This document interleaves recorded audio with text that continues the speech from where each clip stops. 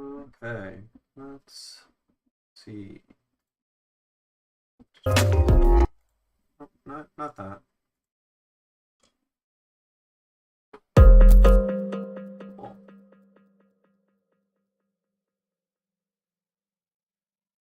Okay, let's see. Oh, my microphone was backwards. Classic mistake. All right, let's post this in the Discord.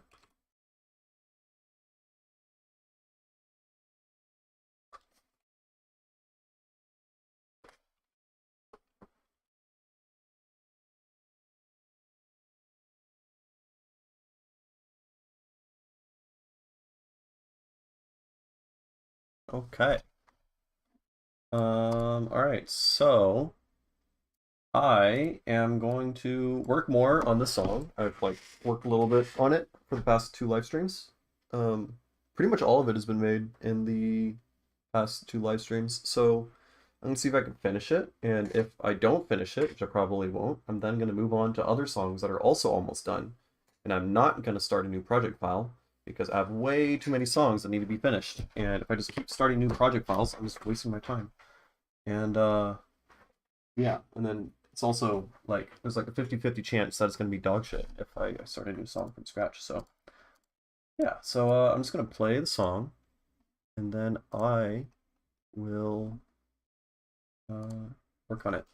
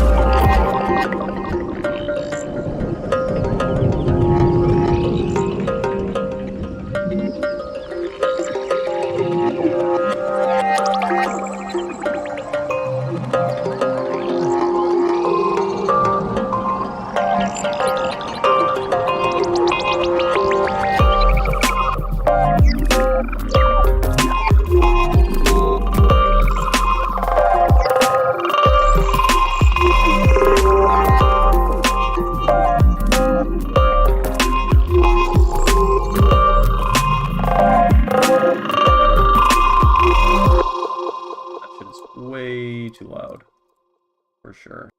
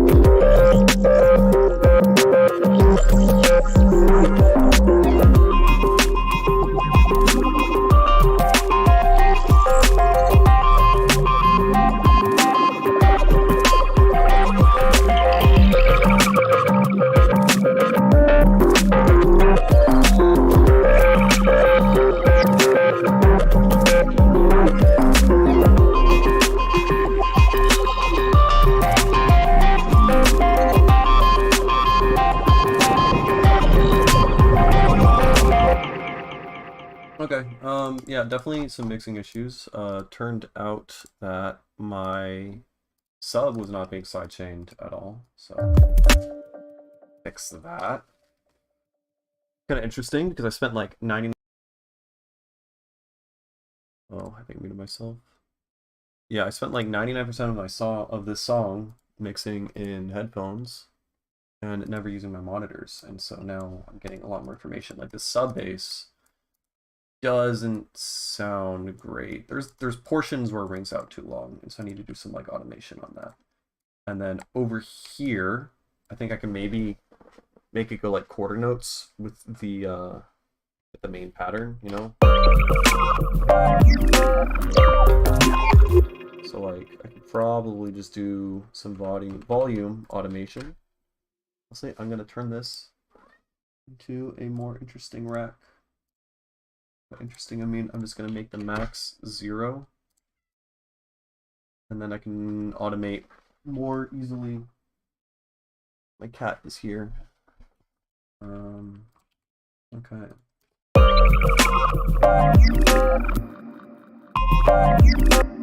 Also, where's the clicking coming from? Probably this.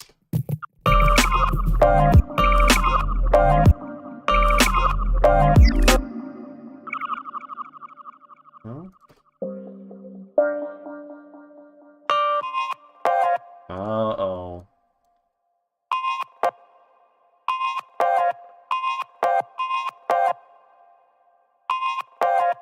That's no good.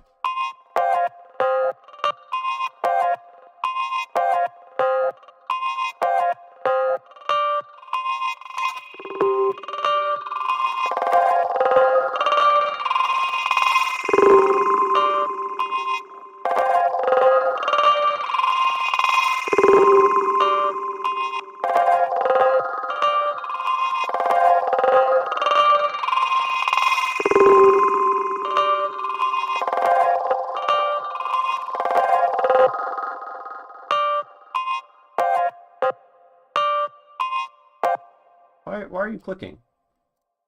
Is it flatline? Probably flatline. Probably. My cats want attention.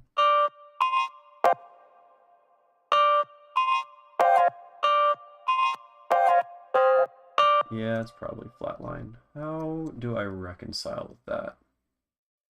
I can like... No, I just... Maybe I can use an envelope follower. This could work.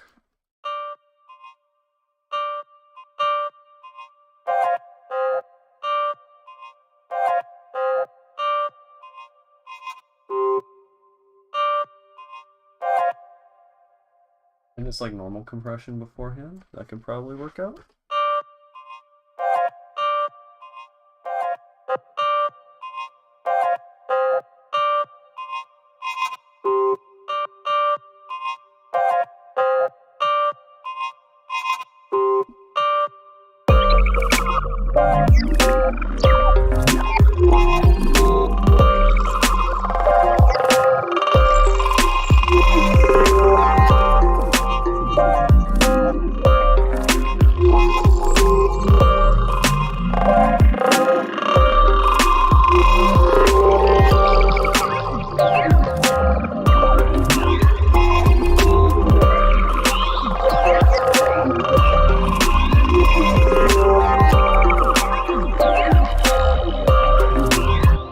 Still kind of messy there. And the compressor didn't do what I wanted to.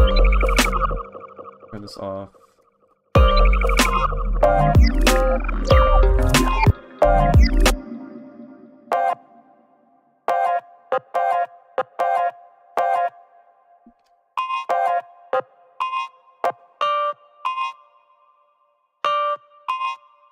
Oh, I could probably change that. There we go. I'm just challenged. Okay. Hello.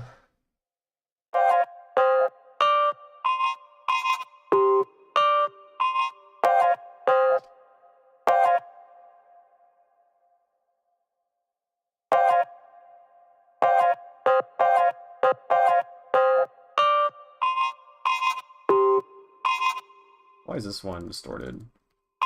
I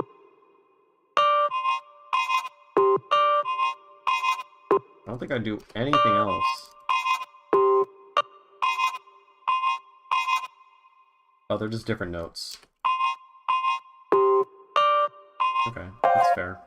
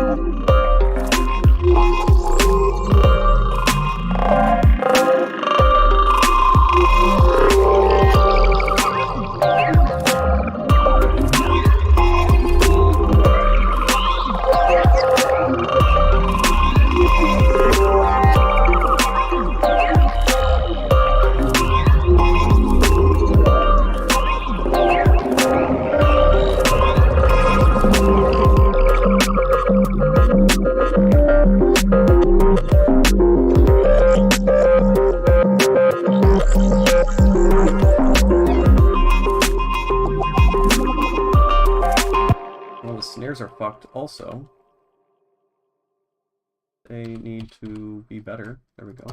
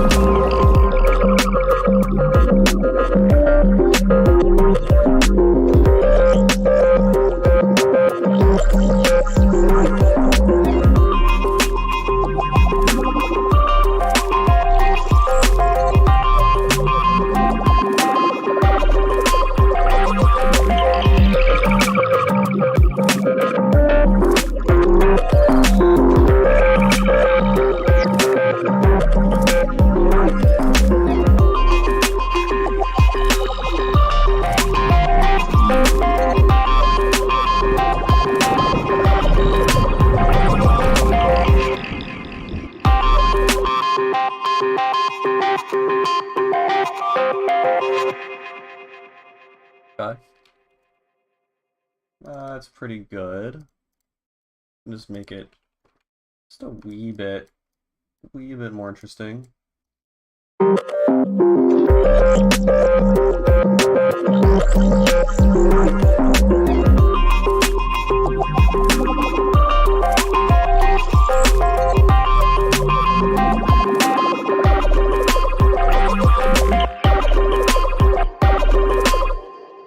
Yeah, there's some weird stuff on the side.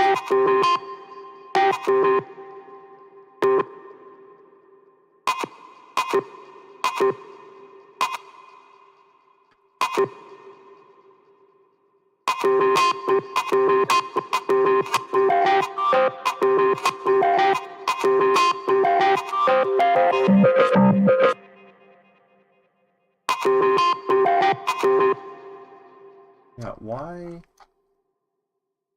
does it jump around like that? I guess I can just mono it.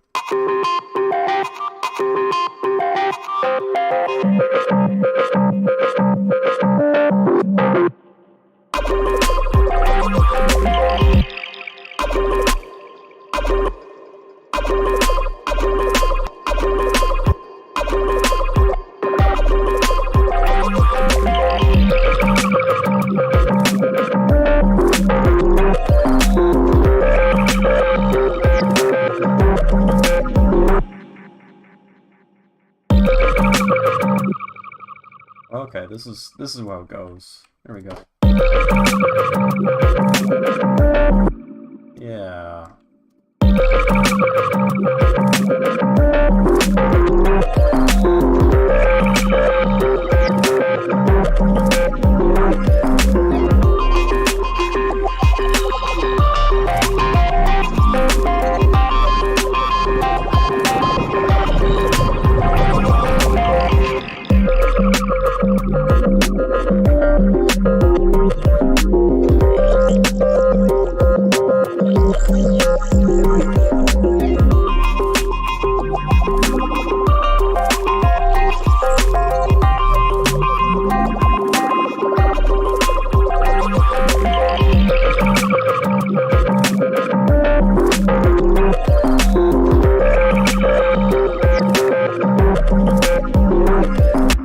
Tell if I want that crunchy distorted sound or not. Because like it sounds good, but it also sounds muddy, like inherently. I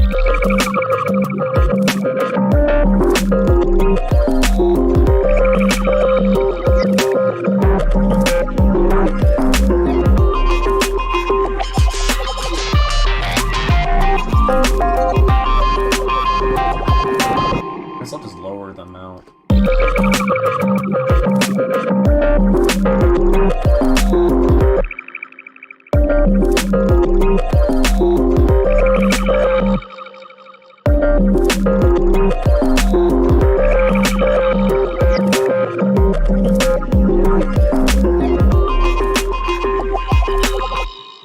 Get a little nitpicky. Let's go back here.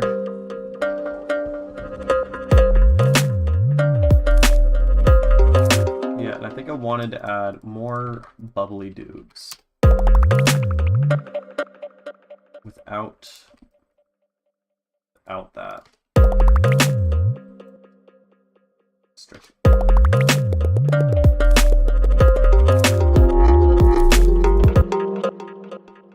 And then, how am I going to do this? I want an exponential rhythm in here, so easiest way I can think of doing that would be take that guy, take an arpeggiator, you want sync mode, automate you down, and then you go in from what, 47? Yeah. Yeah, that's kind of what I wanted. Maybe something more like that.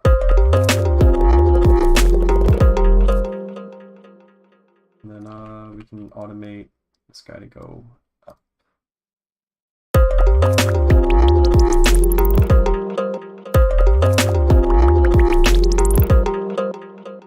And then the attack needs to increase. I don't like how clicky it is.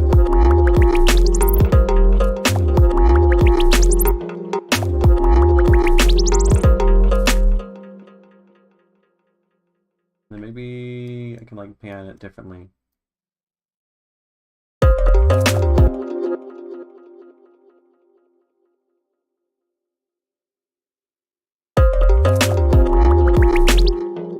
Yeah, that's kind of cool.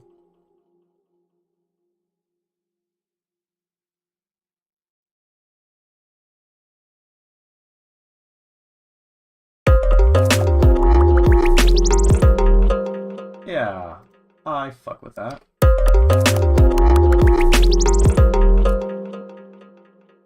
Maybe increase the noise level. And then this is going maybe too much.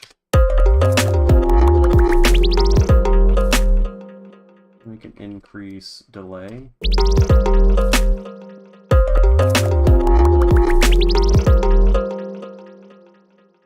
Still too high, I think.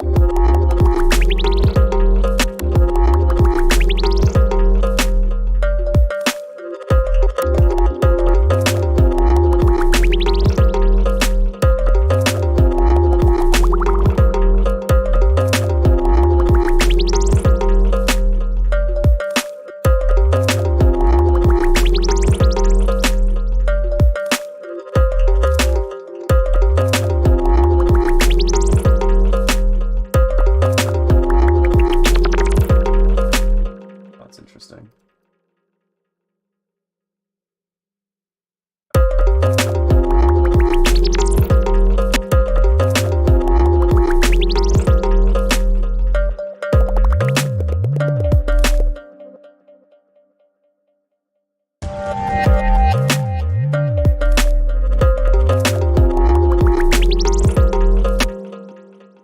Yeah, that is cool. Though as it goes up in pitch, it needs to go like further away. But,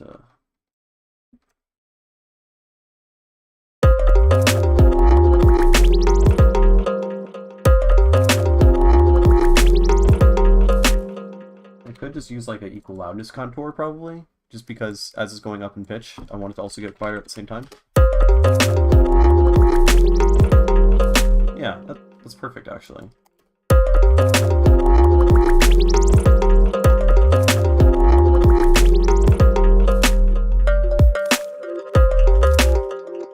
And then let's just record that down and maybe I can reverse it and that might sound good.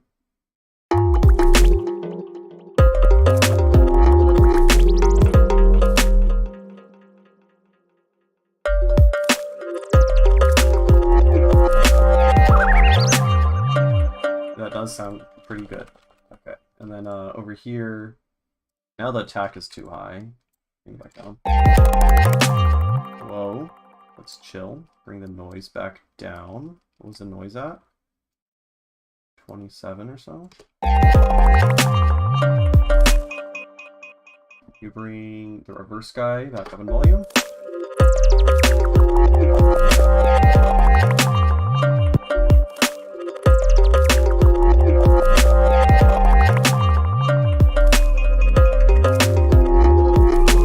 Except, okay, the attack, I don't think it was at 0 initially. I kind of forgot what it was, though.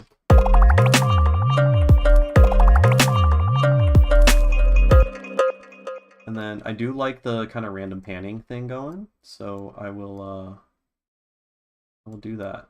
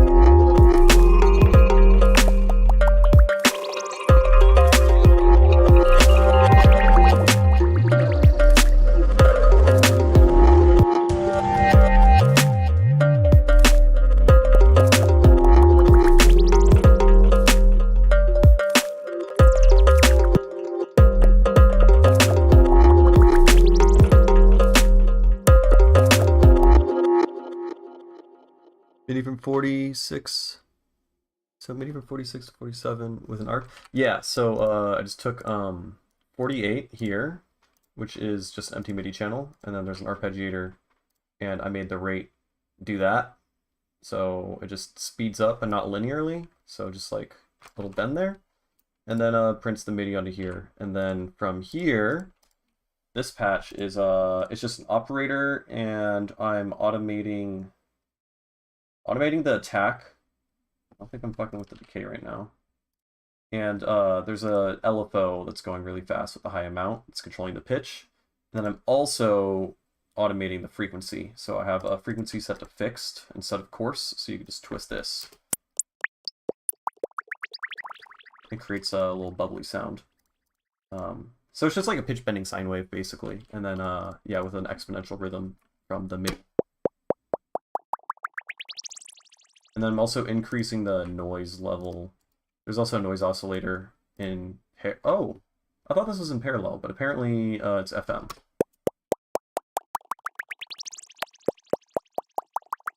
Doesn't actually really make a difference if they're in parallel or not. I guess because it's like such a short transient. I don't know. But it sounds cool. Nice. Yeah, I was listening to Deep Sixing by Tipper, and he's got really good bubbly perk stuff like that. It has like a nice transient. I can actually play it. I mean, it's not going to sound nearly as good, I'm sure.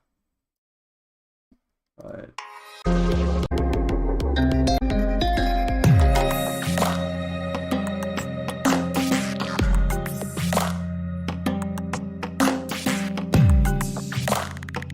that guy. I'll go back a bit.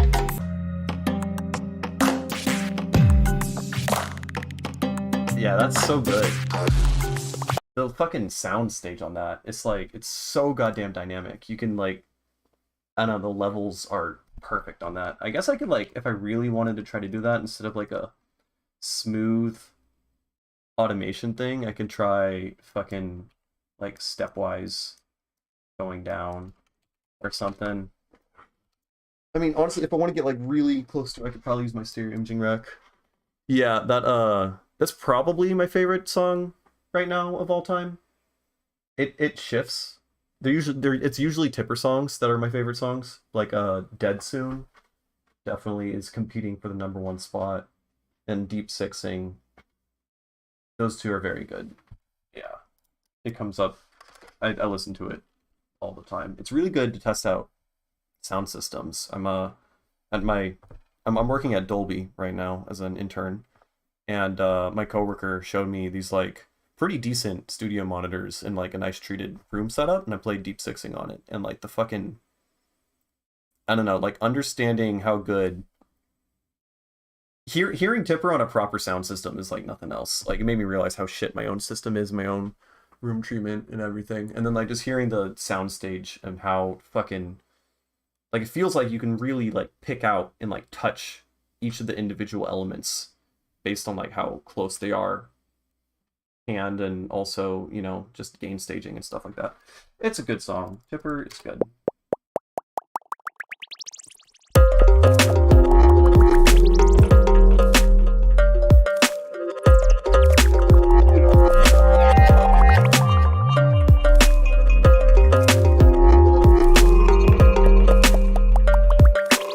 I can't just like repeat the same thing here though. Maybe the different.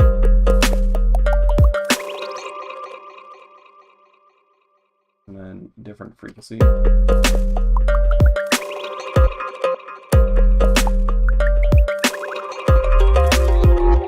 Oh yeah, and then instead of the attack, I can keep the attack. I should have fucking also mapped attack to this.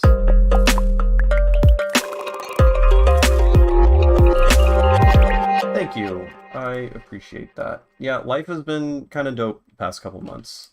Not gonna lie. Though I haven't really... it's been switching up. I have not had as much time to like work on music, but yeah, I'd say this whole past year since starting my YouTube channel and actually like gaining support and stuff like that and fans, it's been like surreal to say the least. And then getting a job at Dolby is fucking awesome because I'm working on like literally psychoacoustics and sound systems and learning about speakers and transducers and stuff like that. So I don't know. It's so cool.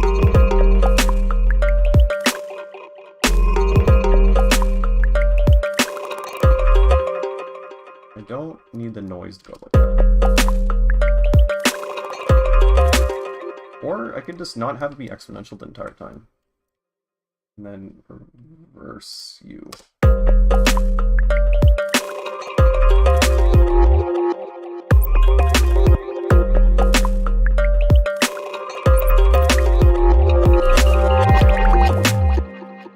And I make you do that.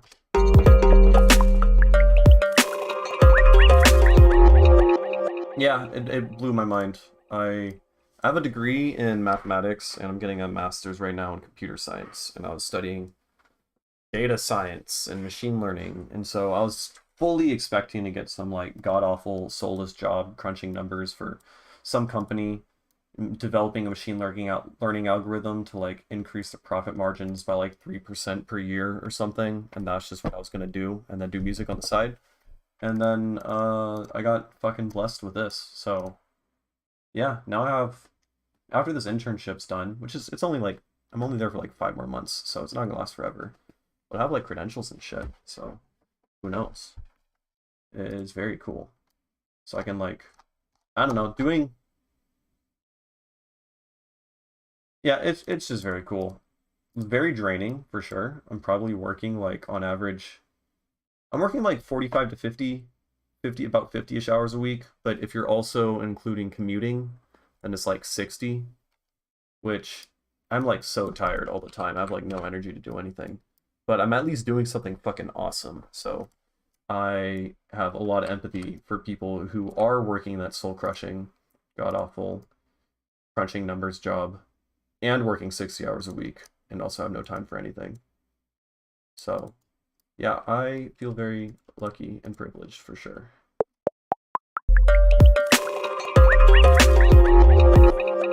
I mean, that's a cool sound also. I didn't intend on making it. Let's put that there, why not? And then maybe... Okay, let's use my stereo imaging rack. So you probably haven't. I have a video on stereo imaging and building this entire rack. It's like an hour long, and I talk about psychoacoustics and everything. It's honestly like very similar to what I'm doing for my job, which is super cool. I like prepared myself perfectly for it by making that video. But yeah, this uses a head shadow pan, so like instead of panning things with a hard pan left and right by just adjusting the volume. Okay, yeah, dope. Fuck yeah.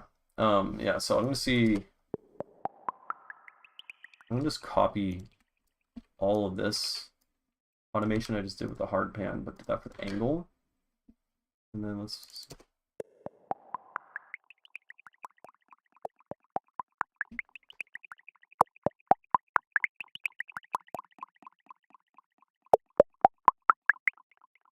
This isn't. I need to create a cool AB for all of this.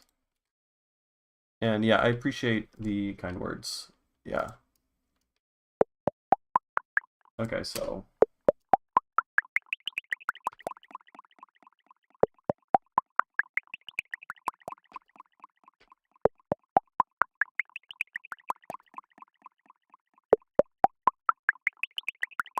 I mean, they're like almost identical, but this one, like, oddly.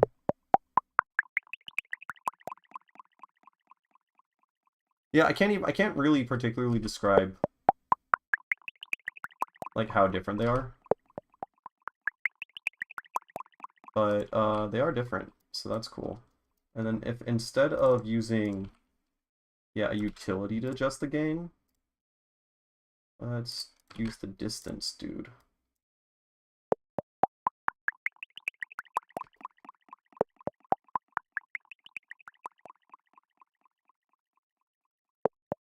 Is there a perceivable difference? Probably not at all, but I get to feel cooler because I'm using my own racks, so yeah. And then if I add Doppler shift. Oh, I didn't even have binaural mode on. Yeah, that's a lot cooler now. And then, of course, I have to check and see what it sounds like in mono.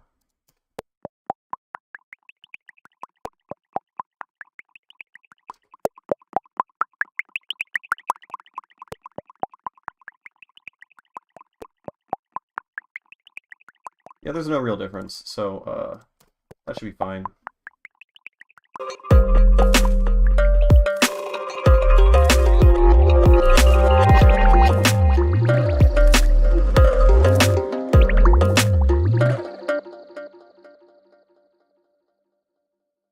Copy that, paste that on angle as well.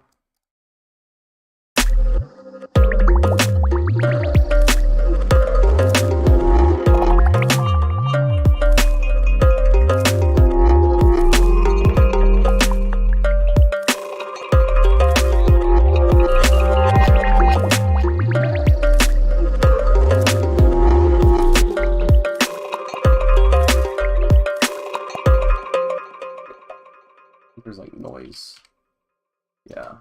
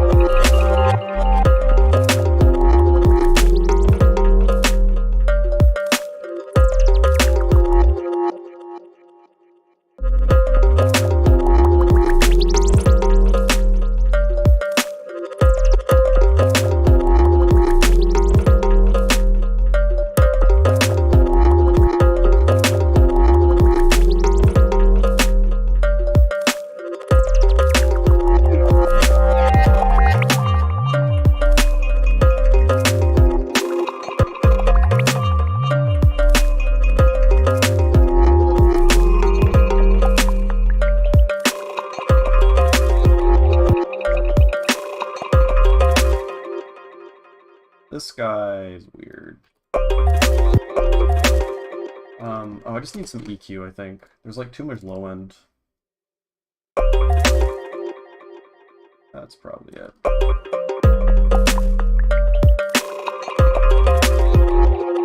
Or just not that guy there. I think it's still too loud. Yeah.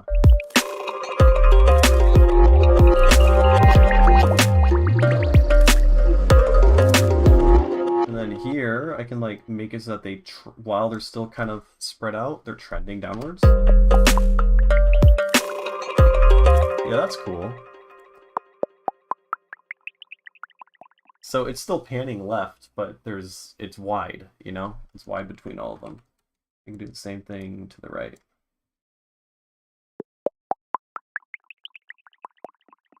Yeah, that's good. I'm definitely going to save this rack.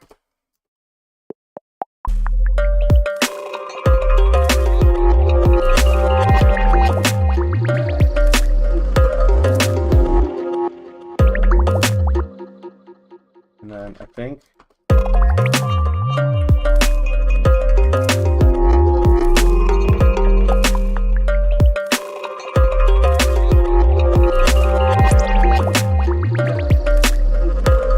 that sound there, that reminds me of a Mindex song, or Mindex or Mindex, I don't fucking know. But that's totally, honestly, there's a bunch of elements in here that sound like a Mindex song. This, it's from the fucking Happy Trappy EP. I'm gonna find this actually. I know, totally unintentionally, those sounds.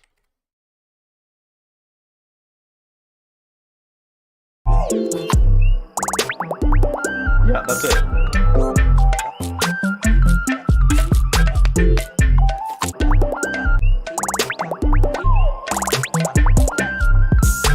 That's cool. And then... What the fuck? What is that other sound? Oh god, I have a music video. Not a music video, I have some other video playing. But, oh no, this is... Yeah, I think...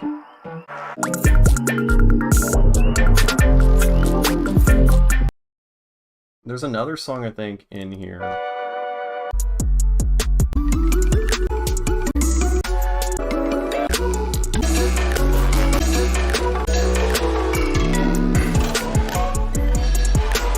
I'm not sure, but either way, that EP's fucking awesome. You should listen to it.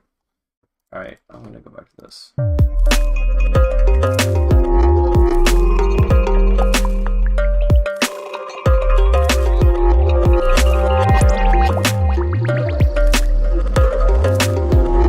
And then this kick is super clicky for no fucking reason.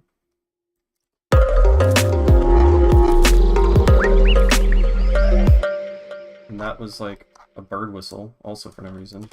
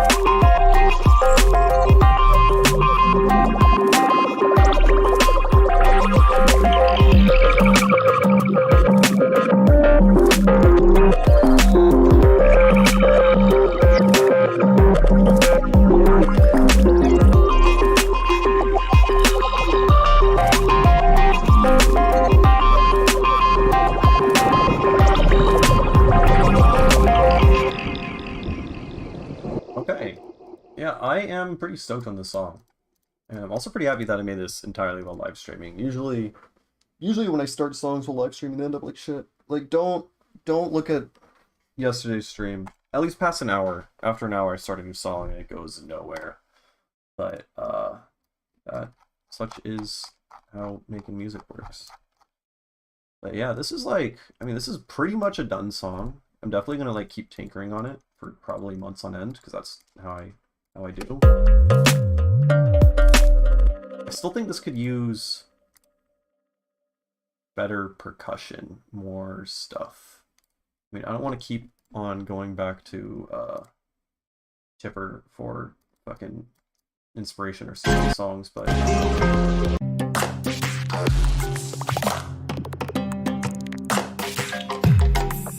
like there's so much fucking percussion going on, and there's so much space allowed in this song for more percussion that can like not eat up all of your attention. So, you know, like right now all that's playing is a kick and a snare, and there's so much space, you know, so I gotta figure something out. I definitely want to get better microphones so I can start recording like my own hand percussion stuff, because I have a bunch of like random fucking instruments that could totally work for like the little tippy tappy stuff. Yeah. Yeah, I think it's good for sure. I think it could be better, you know. Just like I just want a little bit more ear candy. I want the song to be something that when you listen, you can listen to dozens and dozens of times and then discover something new every time. That's like the music I kind of strive for. Um, I think it could, I think it could get there for sure. I just want, yeah, I don't know. We can look around. We can try to I think I have, yeah, I have some cool like little glitchy sounds that I made.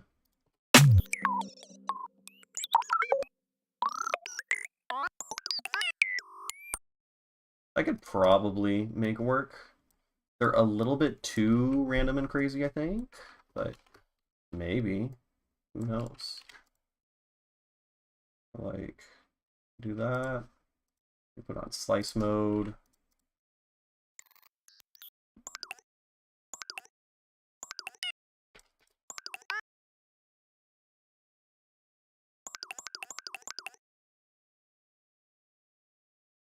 And then we can take my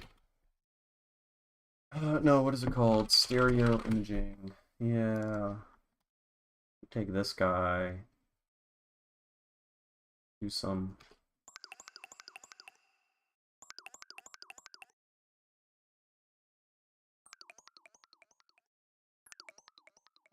I need to create a better interface for this also. I don't like the fact that I have to change both angle and distance. I'm like trying to work on a max MSP thing, but I'm very bad at max MSP and I don't have the patience to like learn it properly. But I'm trying to make a UI where you just move an object in XYZ space and then it maps and then it just adjusts the angle and distance of everything. But I also need to figure out how to properly fuck around with the Z parameter in a way that is good. So like I should probably not even bother diving into this right now. My max device, show in place, show in Explorer.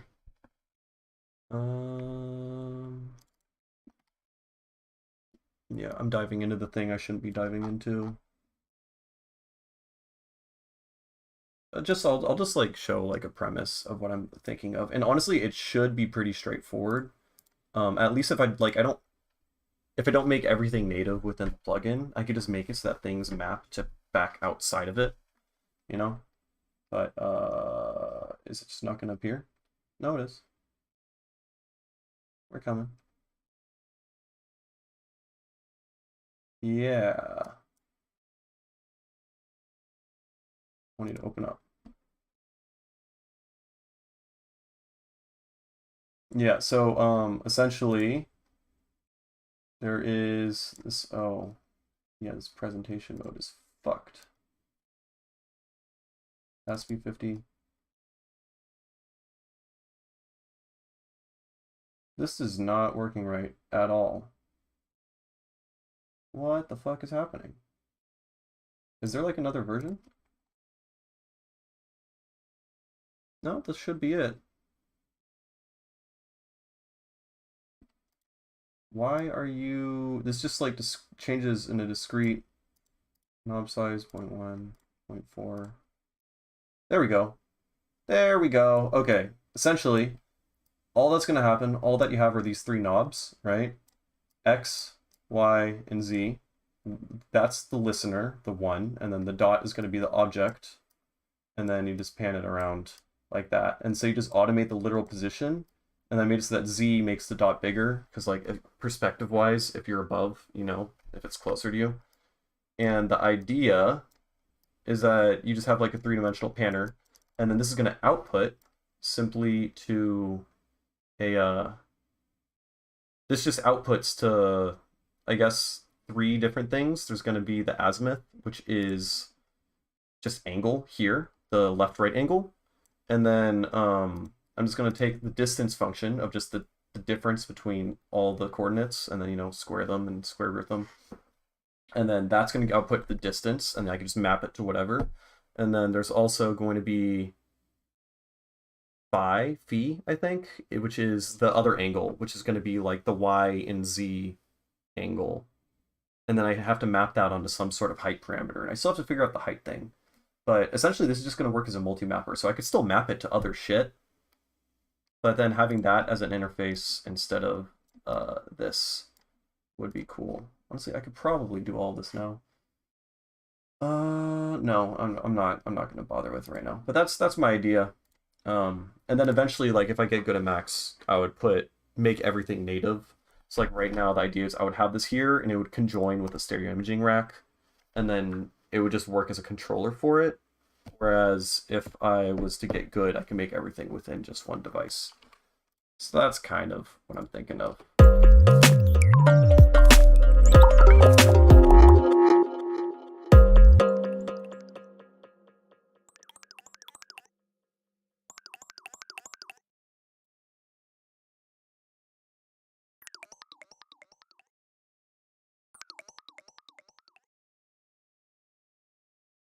Honestly, yeah, this can be kind of cool because the Doppler shift is like pushing it off beat.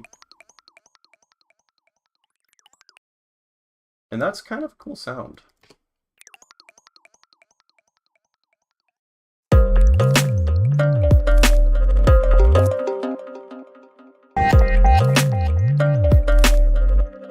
It just needs to be louder.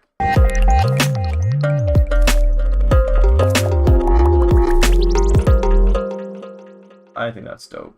Okay, let's try different things.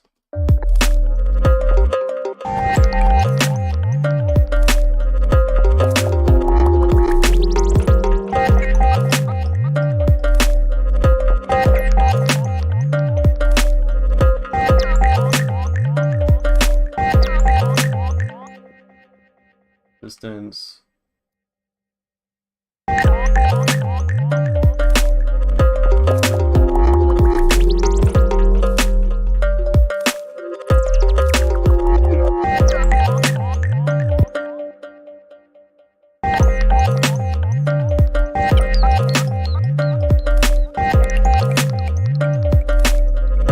They're all kind of dope. I don't know. I'm kind of happy with all of the sounds I'm getting from here.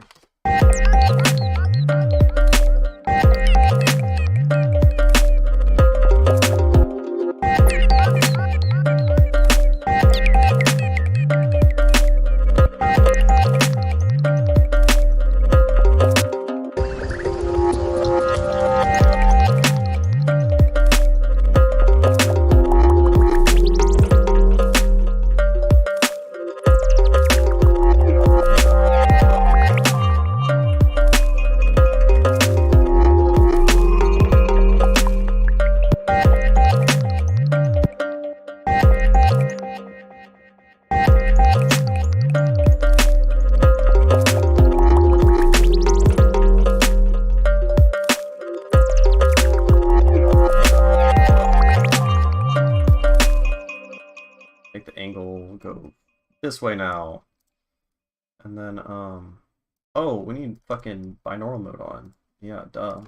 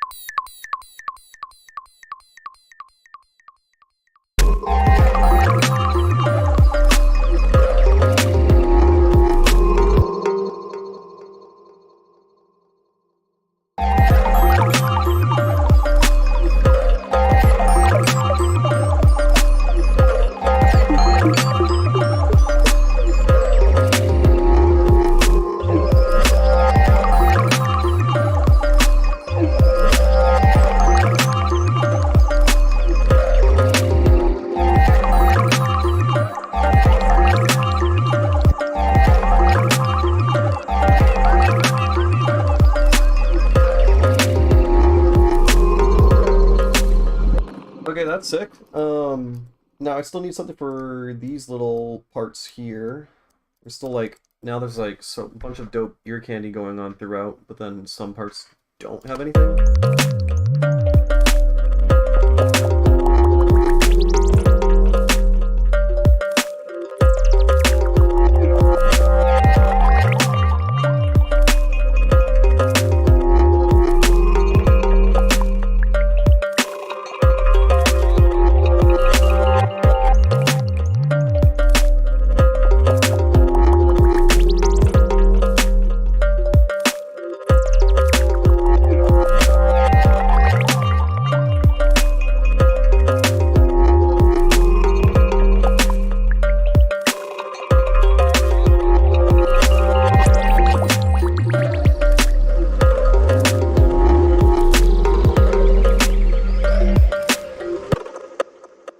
And then this guy.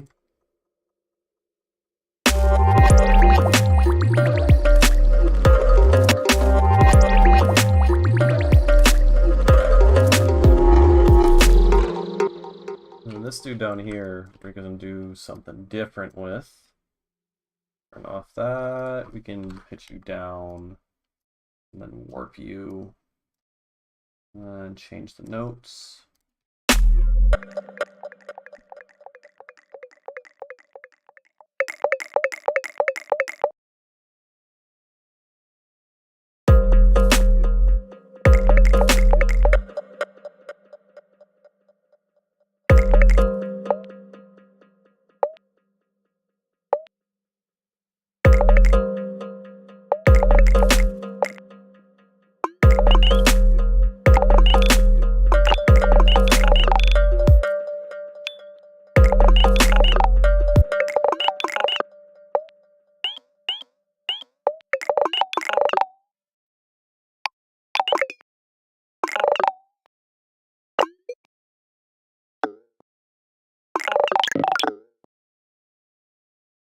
I mean, that's cool. I don't know if I can make that work, but...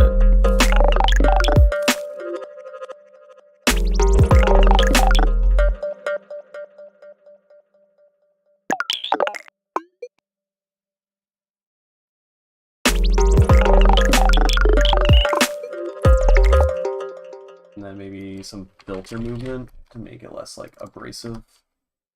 Oh, we can have it start high and then come down.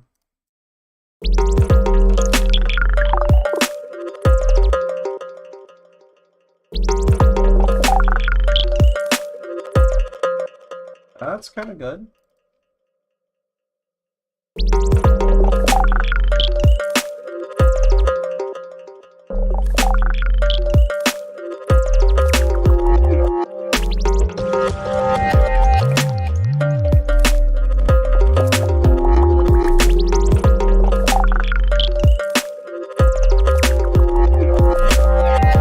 I dig it. Maybe no distance panning here, but we'll move the angle around.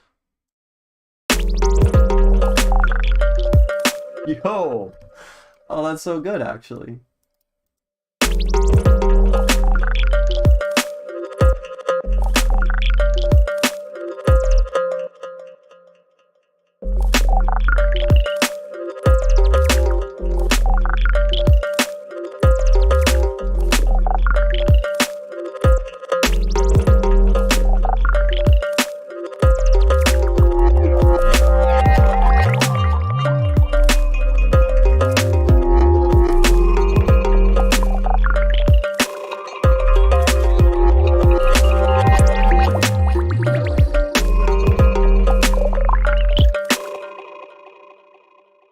last time. Maybe we can reverse it.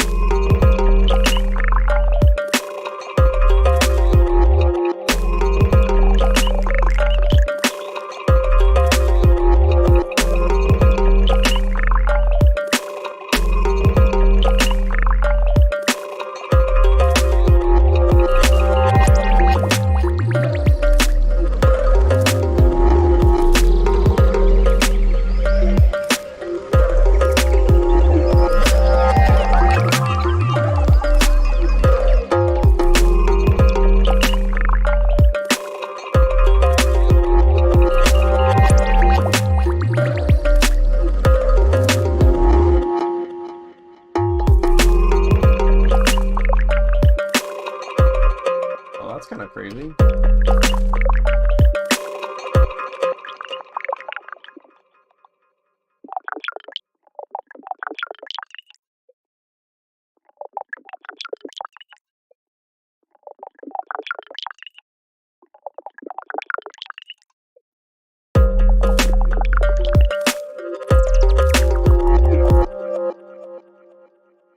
Maybe I can't type.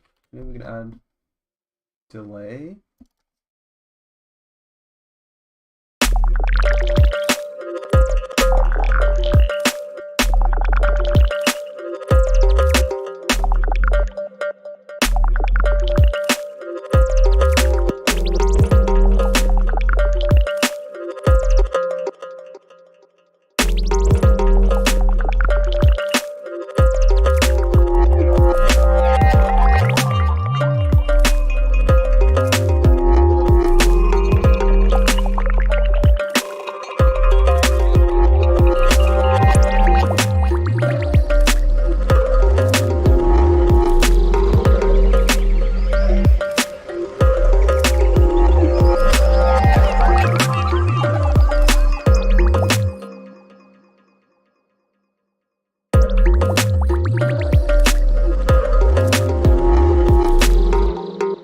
Kick that was too clicky. I heard it. This guy.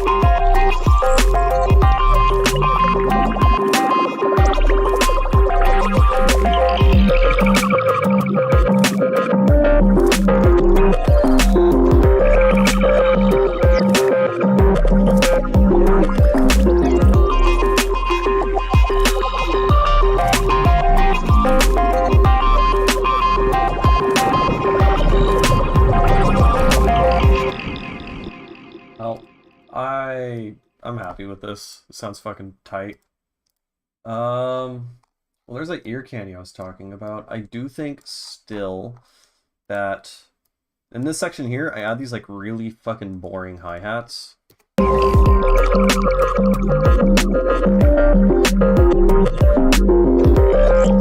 That needs to be made like better.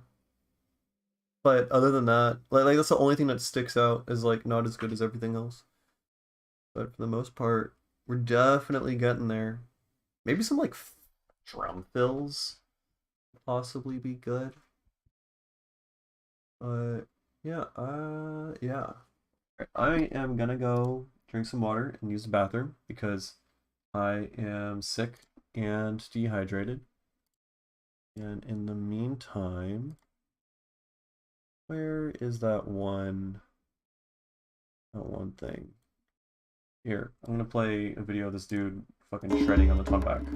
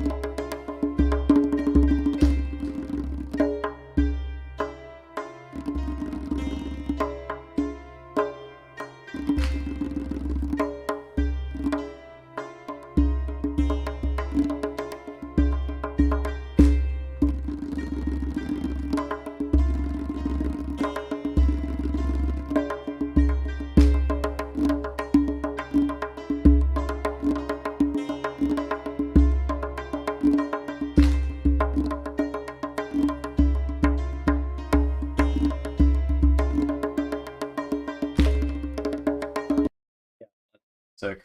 I want to come back like really, really bad. Yeah.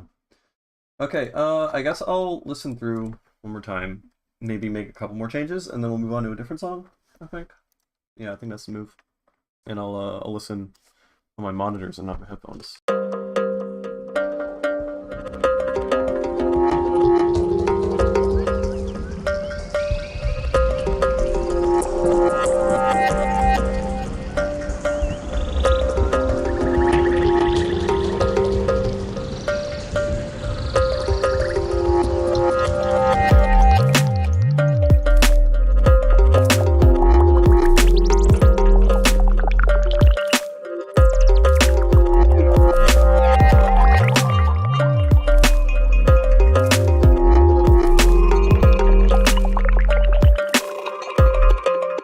Okay, my immediate thoughts after having like a minute break is that, I mean, these sounds are cool, but like they come in way too quickly.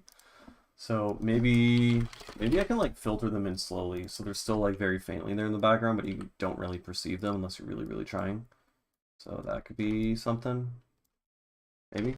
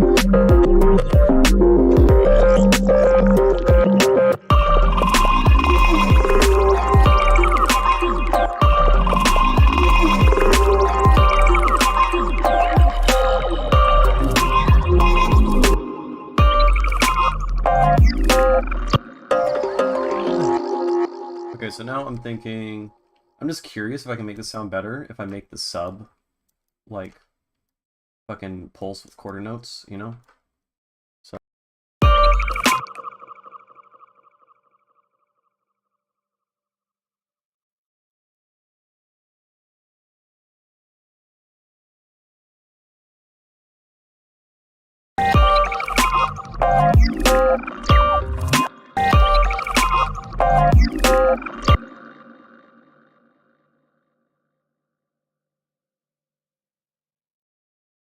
and then since this like builds in like the notes end up getting blended with like stretched out texture mode chords, as this goes on and gets blended further, I can like increase this over time. I'm thinking. Maybe that'll sound good.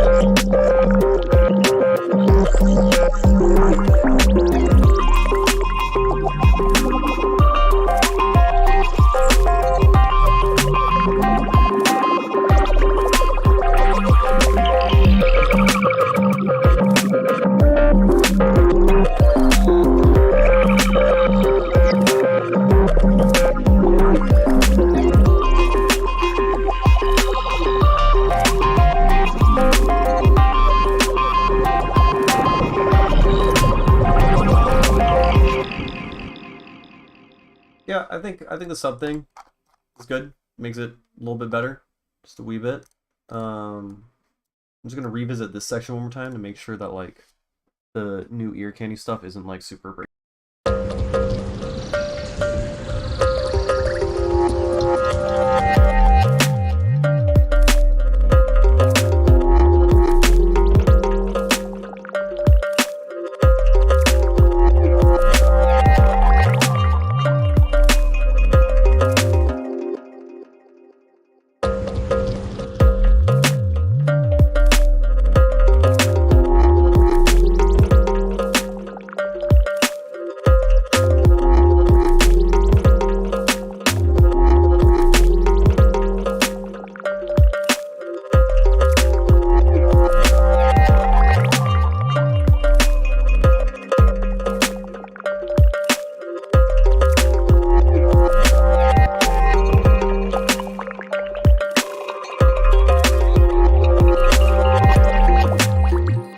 Yeah, I think this is fucking sick. This is good. Good job. Yay. Alright, I'm saving this. I still do need to rethink these hats. I need to change up some of the percussion for this last drop. Just add a little bit more energy with more high-end percussion stuff that just sounds better than what I have currently. But other than that, the song is pretty much done, which is good. Good stuff. Now, I don't know what other song I should work on.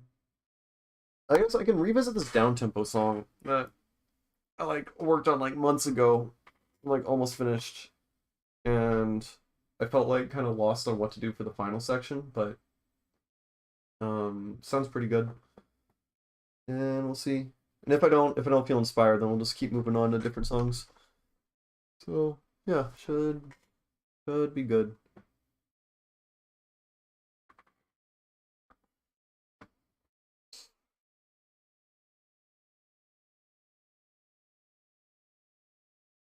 Hmm. And there's also some more like grouping stuff I could do. Like I have a bunch of like FX stuff, like these like the noisy gurgle sweep is just like some ear candy in the background. And I can put that and then the riser all and the ear candy all in one group, and then side chain all of that. Just like very slight things that'll probably improve the mix overall when it gets translated onto better sound systems.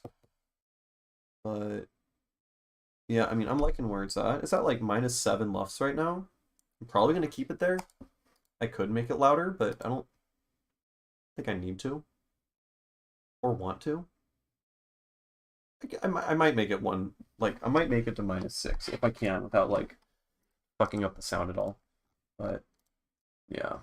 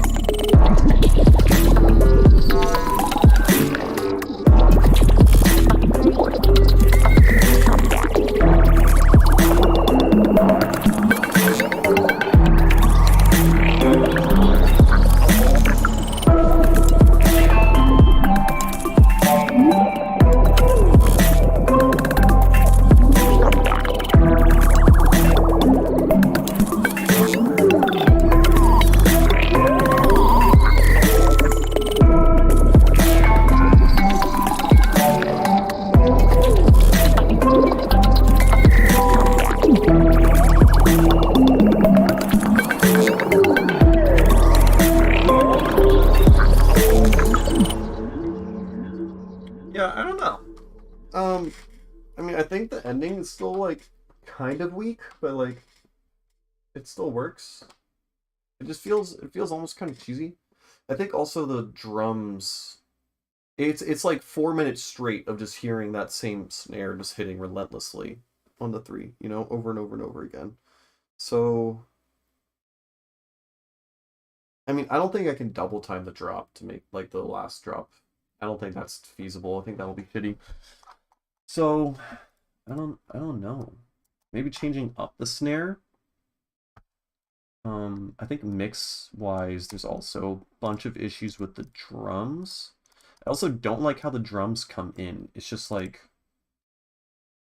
how do I do it? How do I bring the drums in here? I don't even know.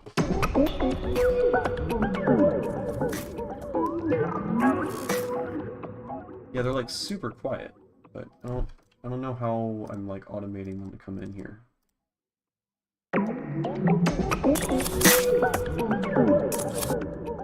Yeah, it's all inside of this filter thing here. But yeah, I don't like how it's like just really quiet. I guess the dry.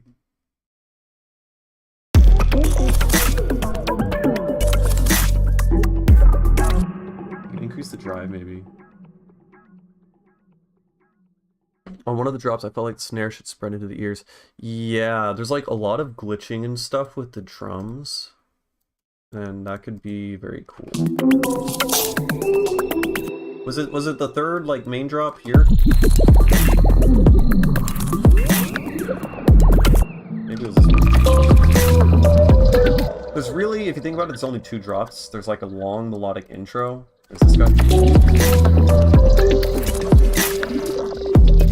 And then there's like this breakdown here.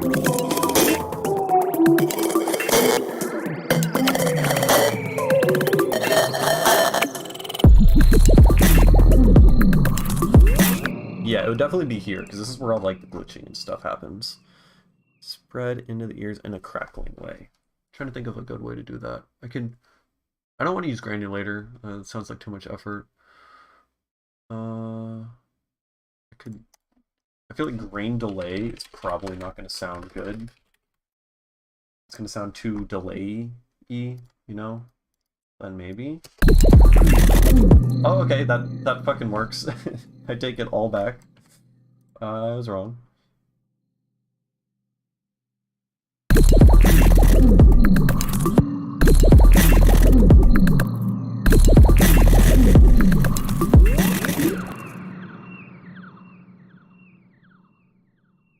Yeah, I think that kind of works. Yeah, I don't know if this is exactly what you're talking about, but it is kind of cool.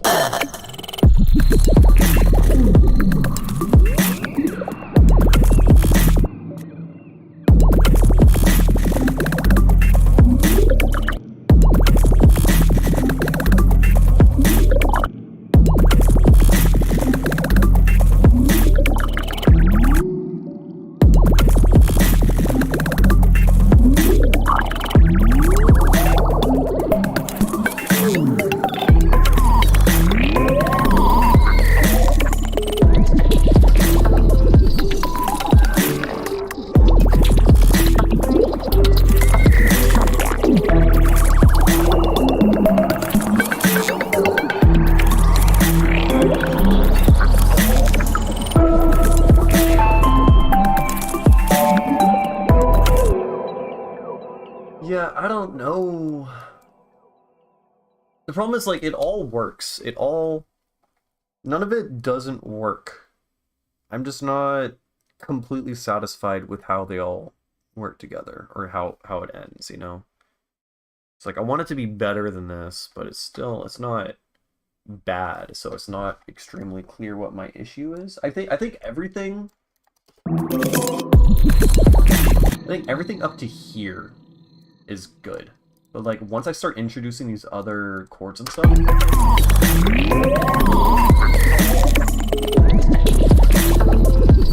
yeah, once these other melody things come back in, then I start to like kind of lose interest. There was some weird shit here.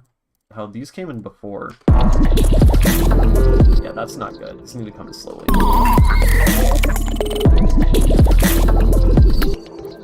If I get rid of the chords.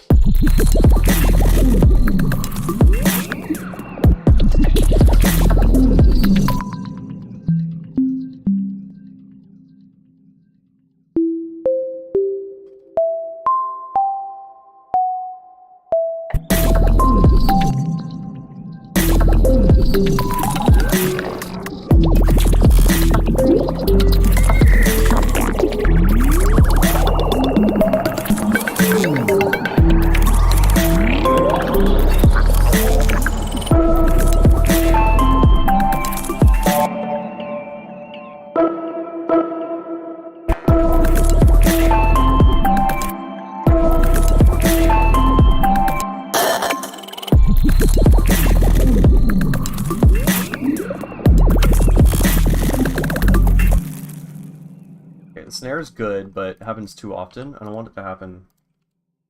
I think it's only gonna happen the second time.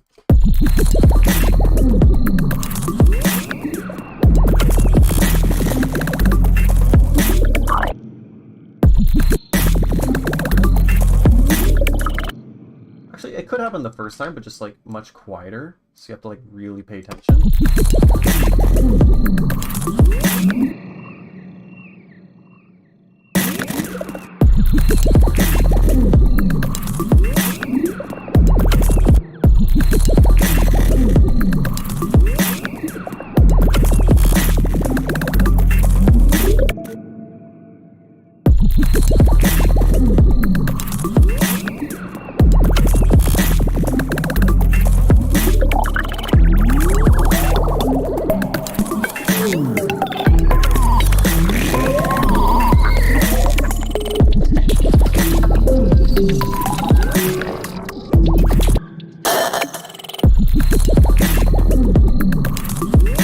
Okay, let's find the cool wailing alien sound from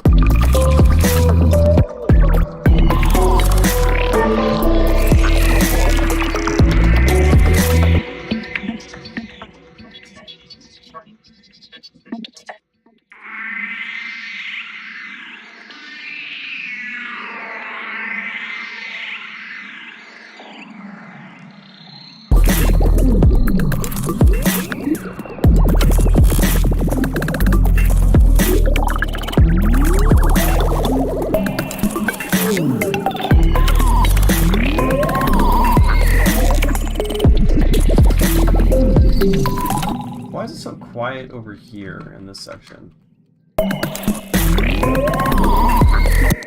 Versus over here.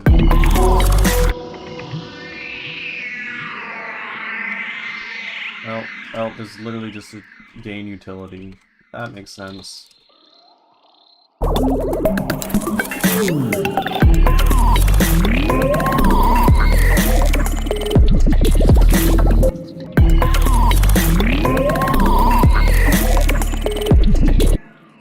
I don't understand this project file. What I did in here. None of it makes sense.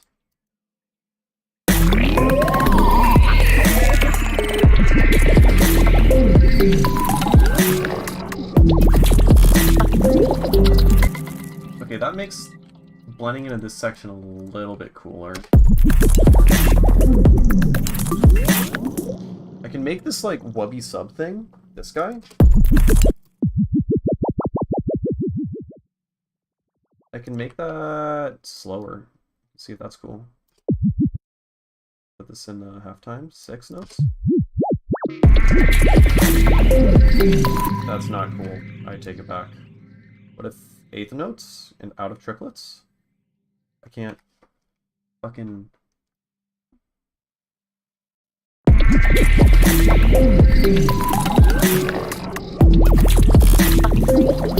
It kinda works. 16th note? 16 notes is good. I like that.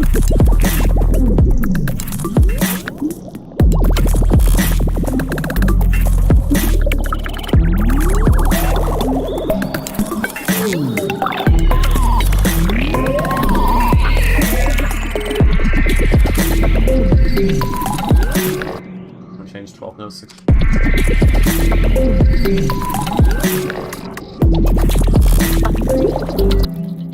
And then we can swap this over here. Swap this guy back and forth because, you know, this is wubbing on 12th notes, right? So it's going to go basically like it goes low and then that's pan to the left and then high and that's pan to the right. And then it's always pan to the right because the auto pan is also on the same rate. So then if I swap the sides, then the second time it goes around when it's swapped, then the low is going to go to the right and the highs are going to go to the left. It's going to be a little bit different. But then also, well, I guess I'm already doing it on the master, aren't I? Yeah, I'm cutting out the sub. All the sub is going mono, so.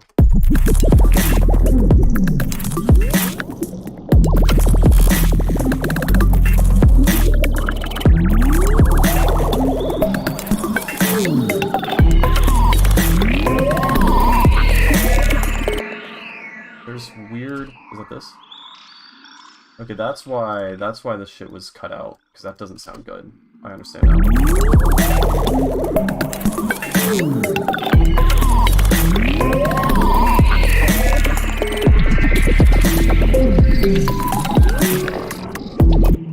What if I pitch you weird?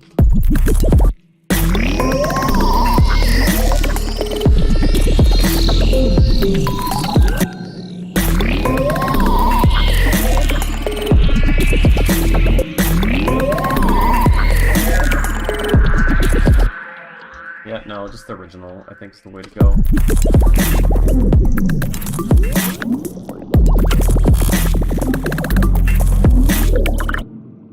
I could add more kicks. Just make it a little bit more hypey.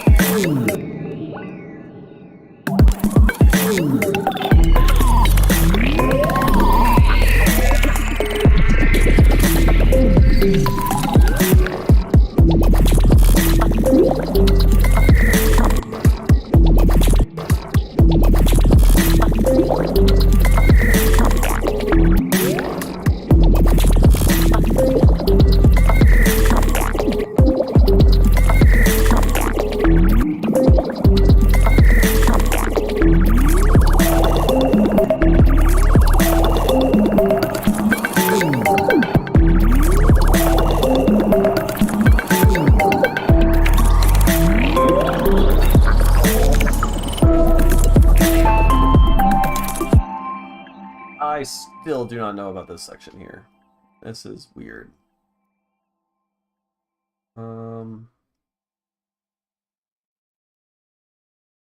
Yeah, the way the notes come in all feel cheesy. But how else can this go? It starts off kind of minimal, right? It's just sub. It's just drums and sub. And then it plays for a bit, and then typically you'd expect like the melodic elements to come back in. Like, what other direction could I take it? I could make it get more abstract and more stubby and less melodic. But that, I don't think that would make sense for like the story that the song is trying to tell. You know, the song is like very like mournful and sad sounding.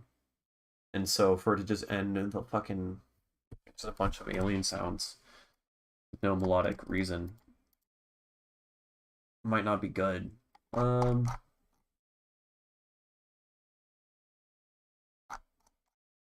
Yeah, I don't know.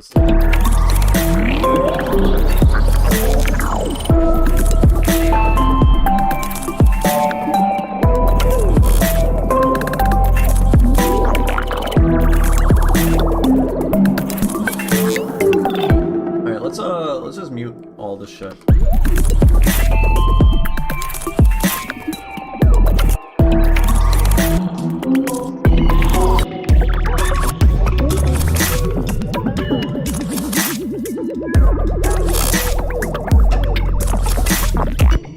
The snare back here sounds fucked up.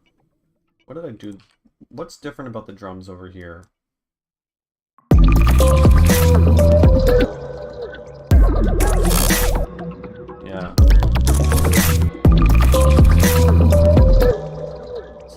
straight up just different volume.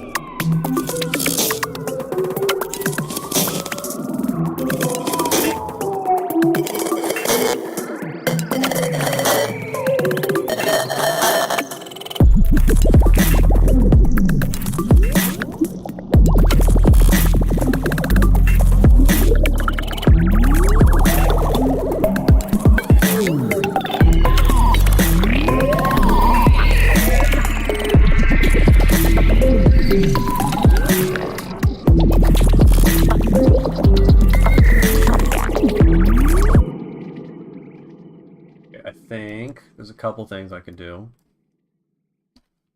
Doesn't solve my issue at all, but I want to make the sub pulse with the fucking with this guy, right? So let's not automate the phase, automate the amount. And then the rate is gonna be also 12th notes here. And then 16th notes here.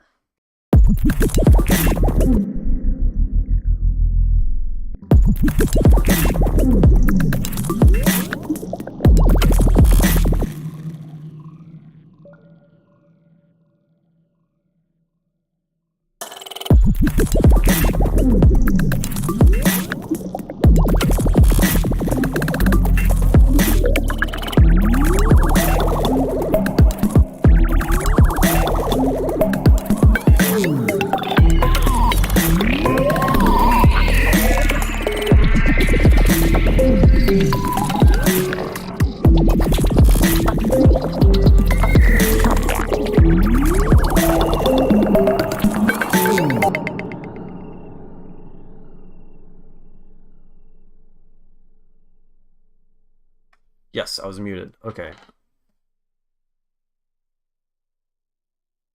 Yeah, melting of the brain cell, yeah, when you make dance music, so I don't know if that's loud. Am I not seeing all the messages? I feel like I'm missing a message. But yeah, no, this is good.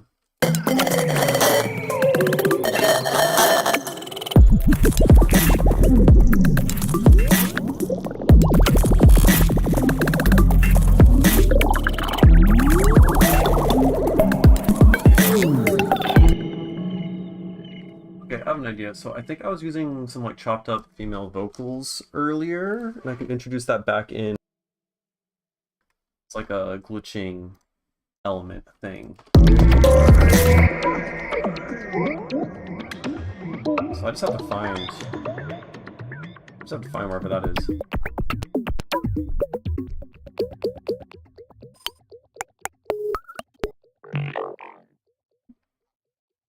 Yeah, I'm not gonna find these. There we go.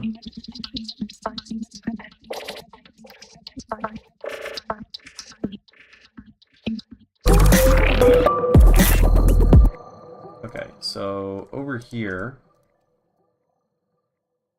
God, this fucking project file. I say that every time. Every time my project file is like a mess. Like, who would have thought? Right? Okay, now let's take an EQ. Fix some of this shit. Yes,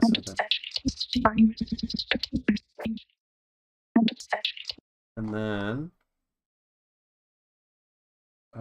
let's take the fucking grain delay. Put that.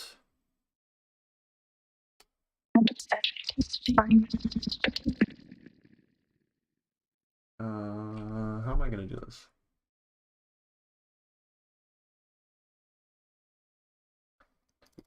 Utility.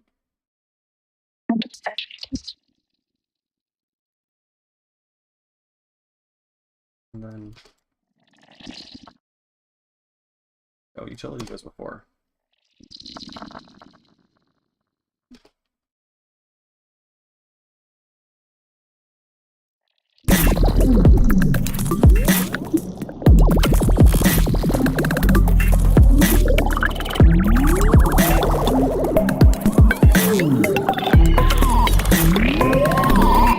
Maybe not that. Reduce and I've since come to see.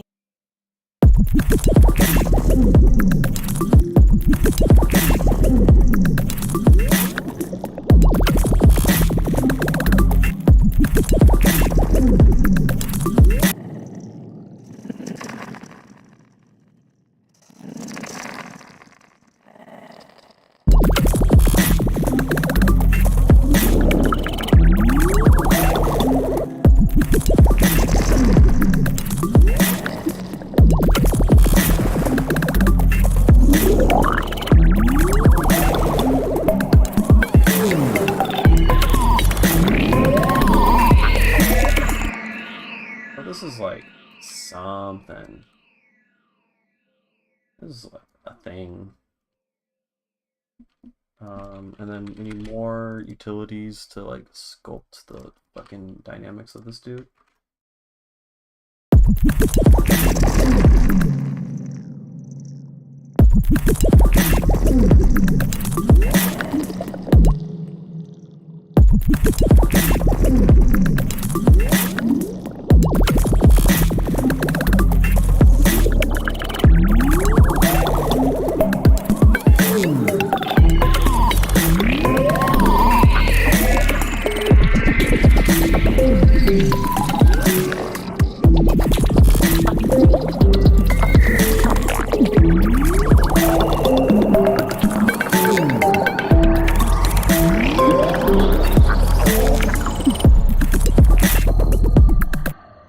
Let's get rid of this guy. Maybe that guy too.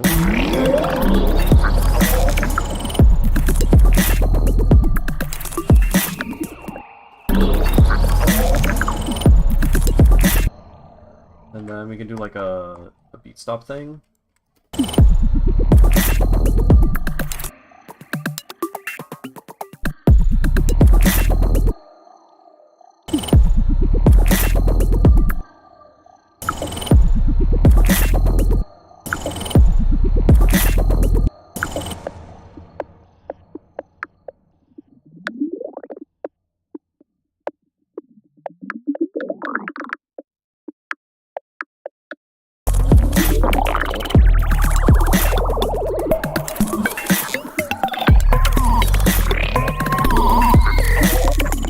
Yeah, I think this guy here does not need to be in the song.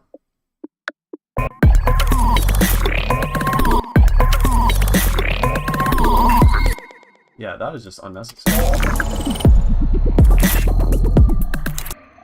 And now we need some like big splinky whatever to play right there. I guess I could like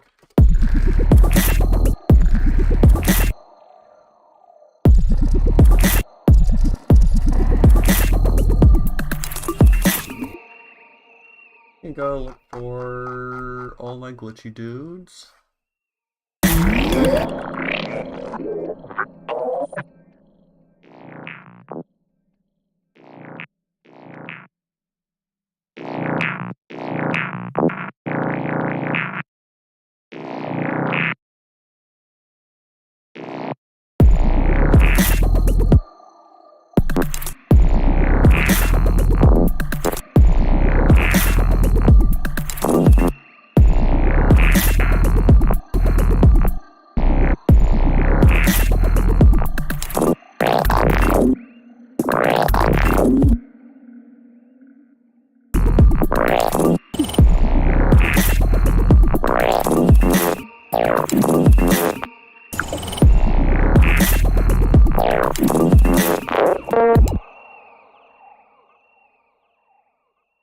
don't know where I'm going. But we're going somewhere.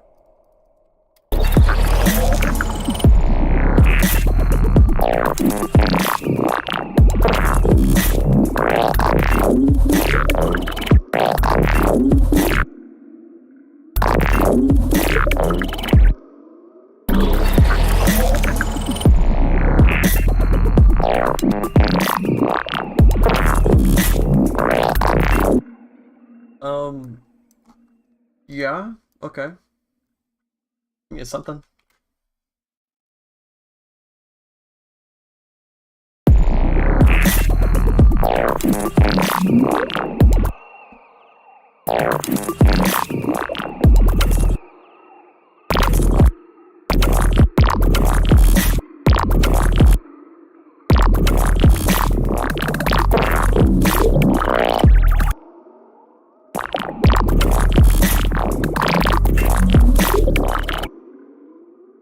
Yeah, I don't know where I'm going with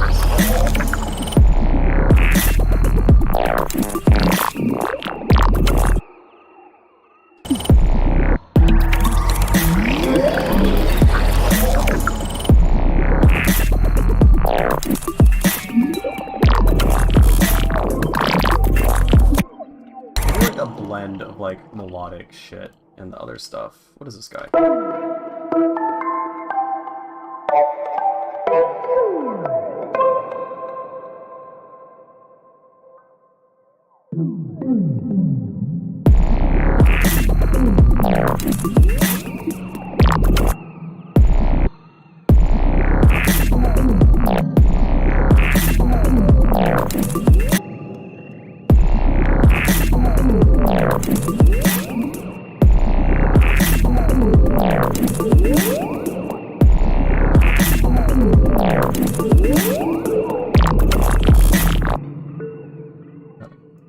I don't know what's happening.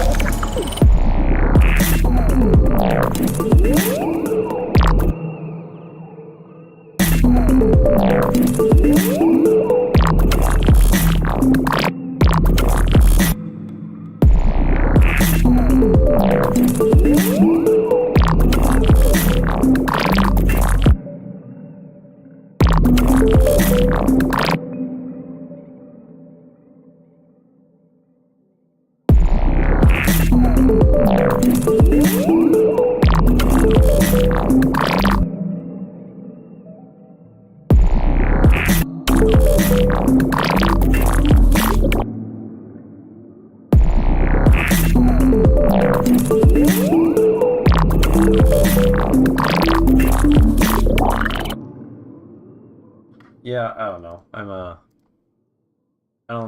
don't think this is it. I mean, it could be it. Kind of like a faster, like melodic thing. But whatever I'm doing with this is like a little bit much. Okay, that's kind of cool.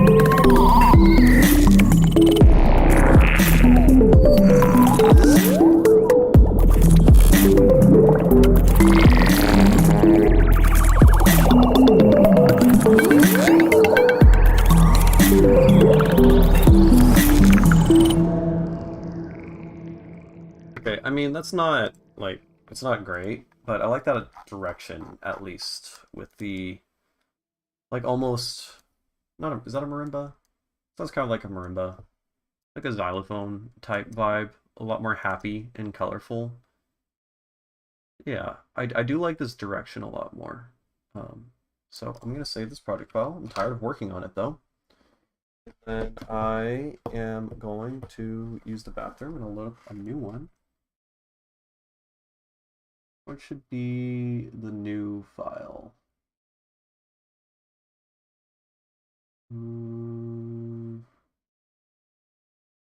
Okay, I'll do this one. I could not figure out what to do next for this song, but the song has a shit ton of potential, so I definitely want to finish it.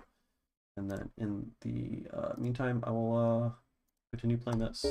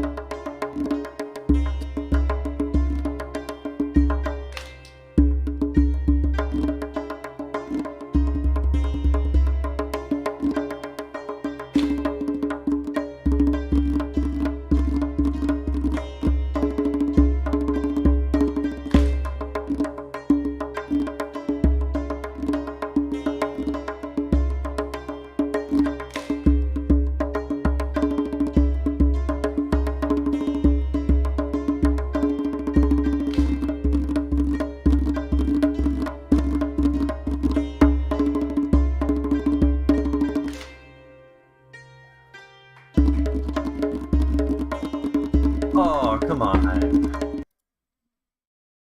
Ableton crashed? Really? That is terrible.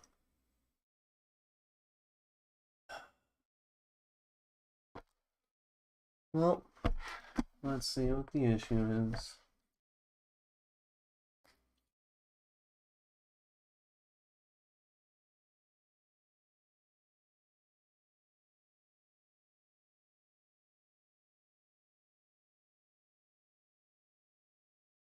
Okay.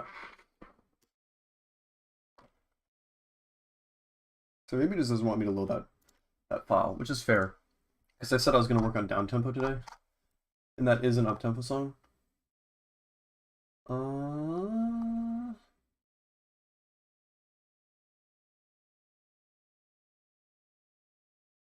Hmm. Yeah, I don't really feel like working on much of any of this.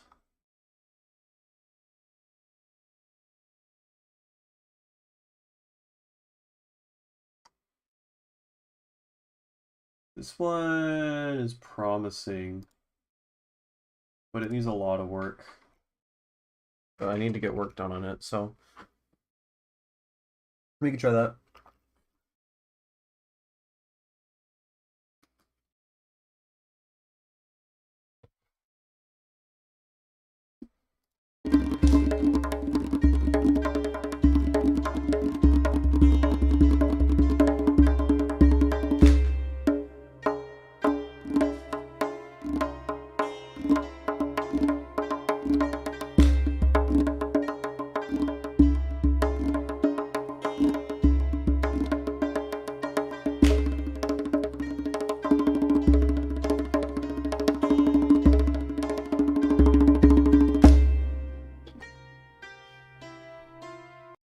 Fun.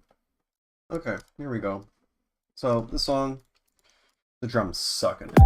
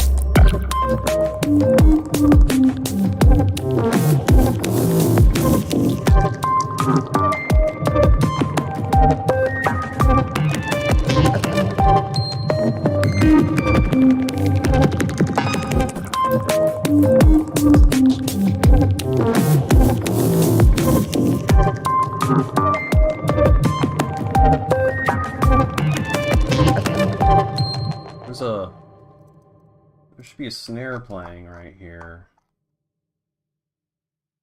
Snare of some sort. I thought it was this guy. Maybe it is.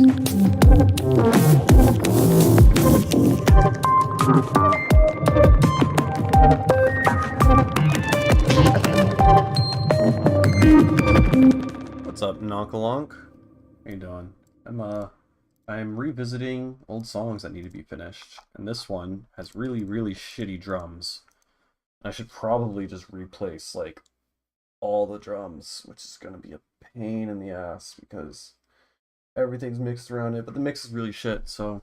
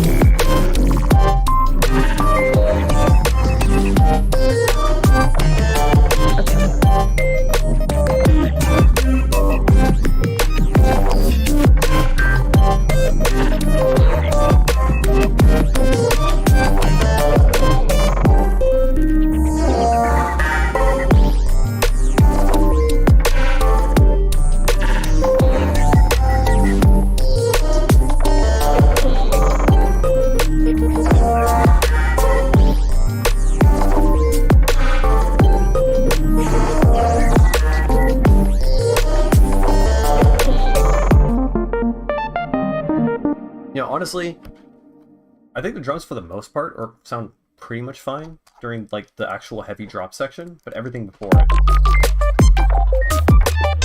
like suck. They still needs work throughout, but it sounds much better here.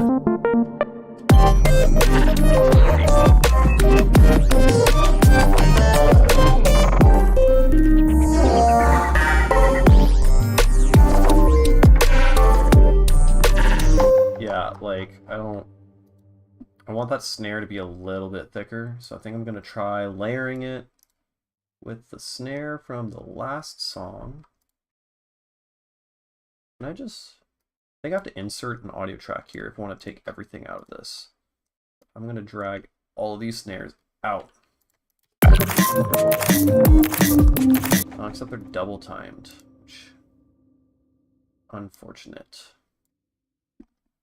So if I stretch you out, put you there,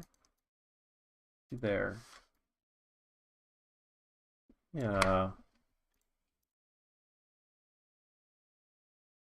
I think this can work. I've been using this fucking bird calling clap on like everything lately, but it sounds good. So sounds good as like an extra layer.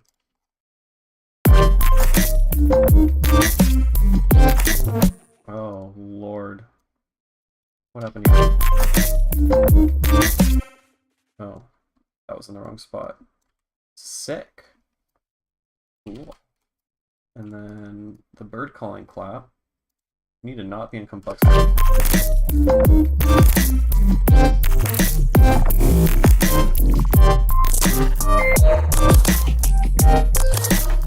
then we need to cut out that fucking hi-hat.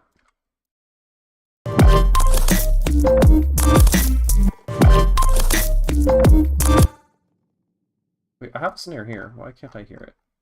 Oh, there's compression and shit.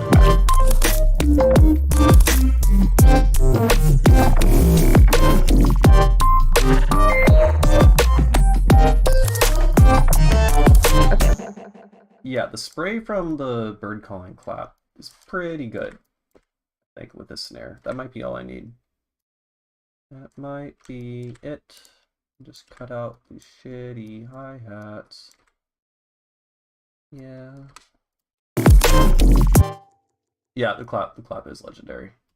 Though this isn't even, I mean, this is still, I don't even remember what the source was, but this is just like from some loop, and I just did like a little bit of processing.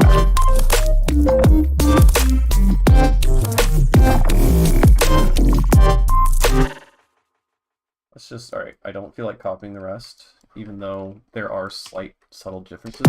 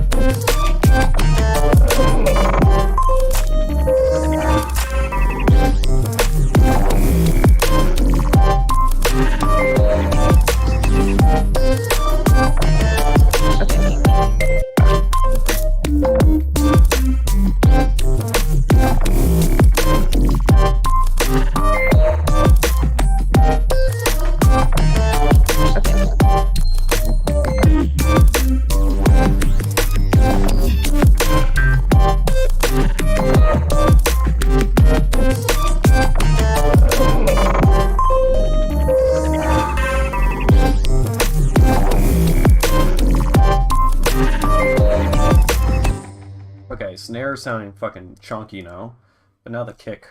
He's more like high end.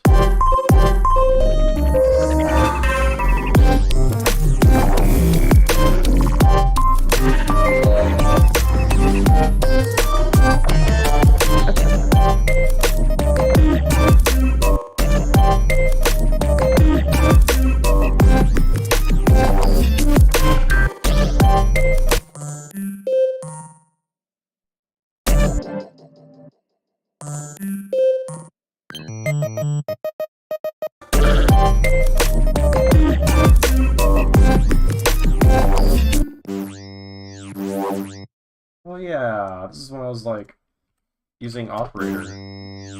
Like actually just operator. There's no other effects on this. Look at me go.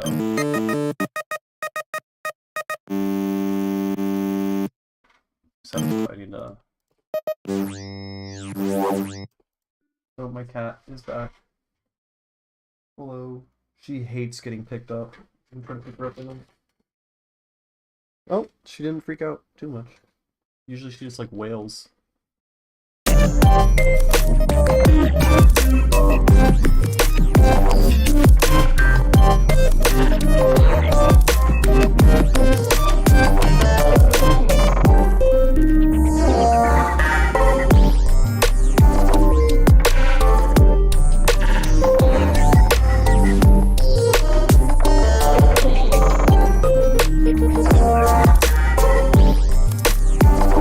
Her name is Sophie.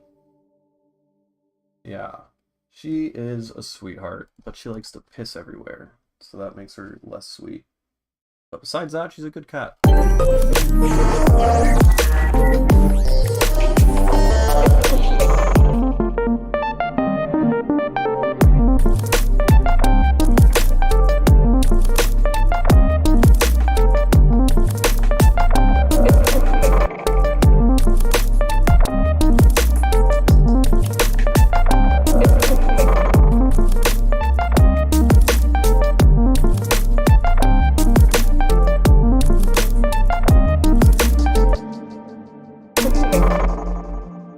This section which I'm just cutting out, I think, because I think this is shit.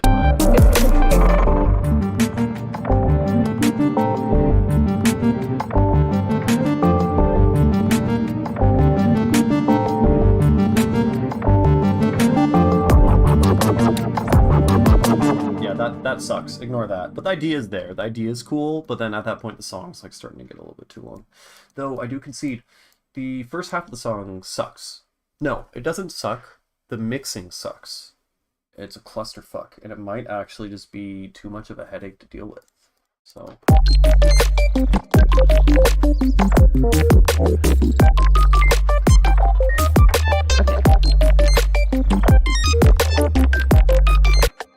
Yes, I do have 2 cats. Yep, yeah, no, we have 2 litter boxes. The other cat's totally chill. Like, does not mind at all. But, yeah, I don't know. And the cats like each other. They get along pretty well. It's the first time I've had cats that like each other. So that's pretty cool, but it's weird. We have a routine now with Sophie where we lock her up in the laundry room. There's a cat box in there and food and stuff. We lock her up every night. And she likes it. She'll like she'll go into the laundry room and like wait for us and meow at us to lock her up in there. And if we don't lock her up in there, she pisses everywhere. And so the only time she doesn't piss is if we lock her up at night. So it's like, I don't know. It's like we started off locking her up as like punishment and also just like imprison her and stop her from physically being able to piss. And now she's like enjoys it to the point where if we don't do it, then she pisses out of vengeance or something. It's weird. Cats are weird. Oh, ew. Why? Get rid of that.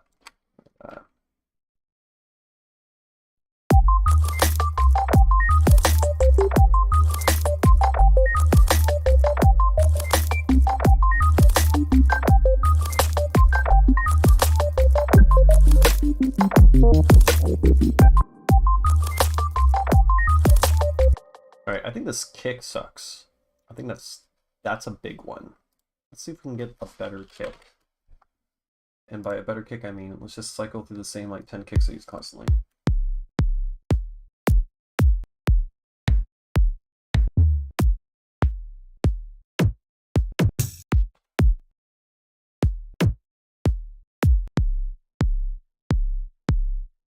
Let's use that one. Yeah, we think she has like anxiety issues or something. I don't know. She's weird. And she hates getting picked up. You pick her up and she like screams like she's being murdered, and then you set her down and she's just fine. And then you just pick her back up. Like, yeah. She'll beg to be let outside, like repeatedly, just like meowing constantly. It's like 10 p.m. We're not letting her out at that time. And so if she doesn't stop begging, then I just pick her up, and then she screams and I set her down, and then she starts begging again, and I pick her up and she screams, and like we'll do that like 15 times. Like she doesn't realize that every time she meows, I'm just gonna pick her up. It's, I don't know, it's funny.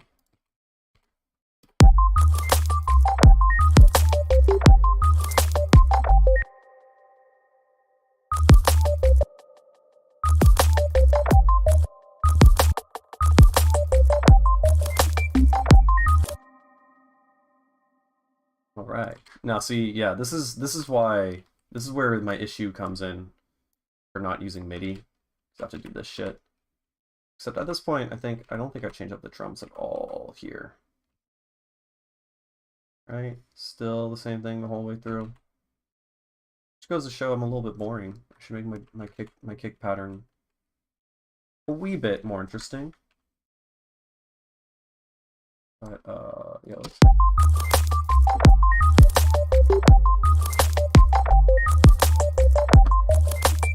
I got a cracked kick. I feel like that's like just as good, if not worse, than this one, right?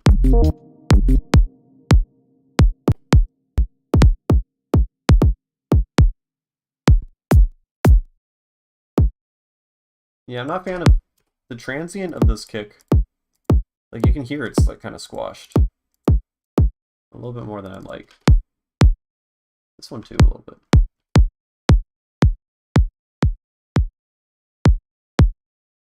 Here we go. What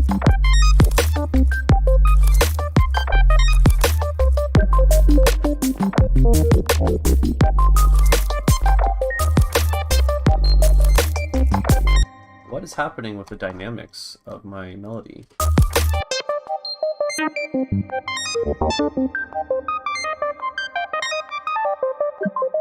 Oh, fun fact, I think.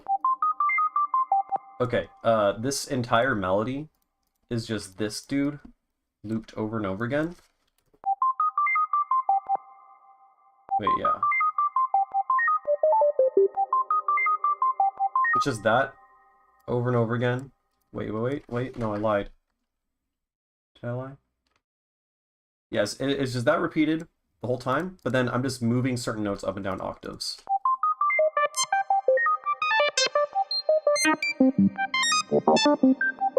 And it like sounds complex, but also it matches because it's the same notes, just different octaves and stuff. So you just like go through.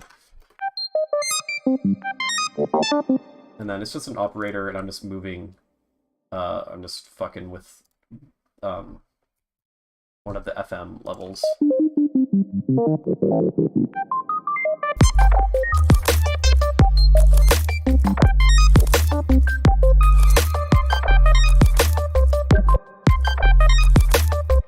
Yeah, why do you get quiet right there?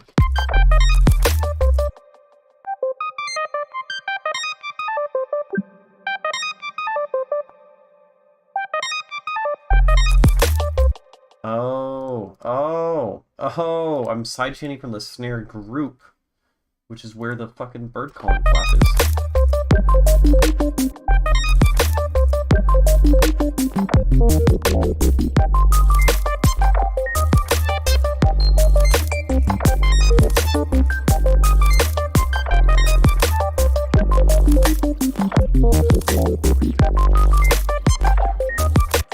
Yeah, there's some funkiness going on with my drums.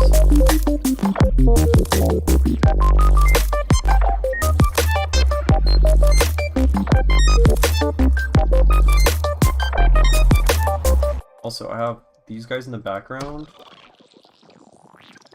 which I don't know if I should have them there. I feel like their drums distracting.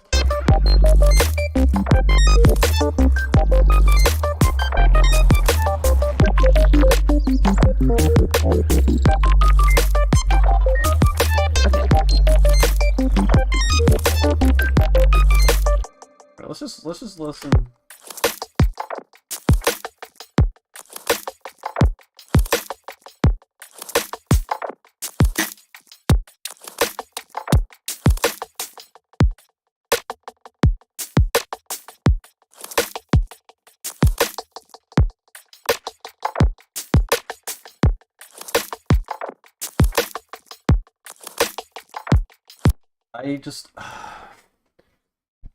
I used this loop when I made like the initial,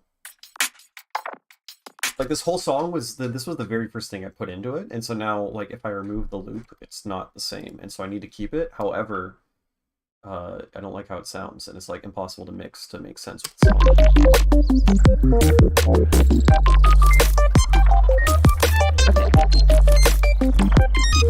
I mean, I guess if it's just like quiet enough, then it still has just a bit of enough presence.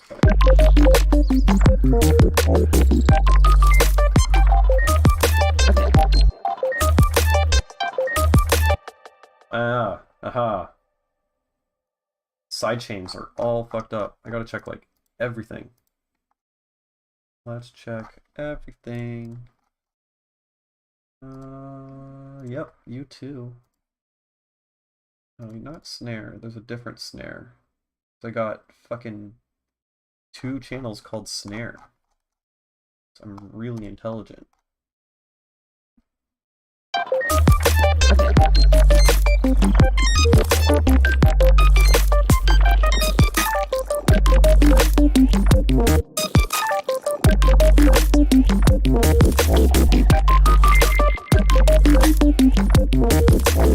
Also, I think initially that snare wasn't here. And then the snare comes in during the big crazy dubstep.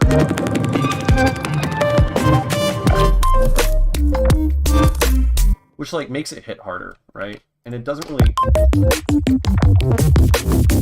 it doesn't quite fit in as much. Oh, fun fact. I learned the best way to synthesize drums, or at least snares. I'm experimenting with this recently. It's called, you throw it in Synplant. And then you do it with like a bunch of different snares, and then you just layer them together. So I just want to show this, because it's fun. Yeah, which one are you? Small reverb snare 56. Reverb 56. Cool. Synplant. Let's throw you in here. And then let's create a resampling dude. And then let's take an LFO. Oh god, I'm sick. And then let's attach that LFO to effect. By that, I mean I need to configure it first. And so this way the reverb is always off. Simplat 2 is good. You get like a free month using it. So that's plenty of time to just make a shit ton of sounds. Yeah, and then you just hit record. Hit record. Oh. Oh, my computer can't take it. I think it's because I'm live streaming at the same time.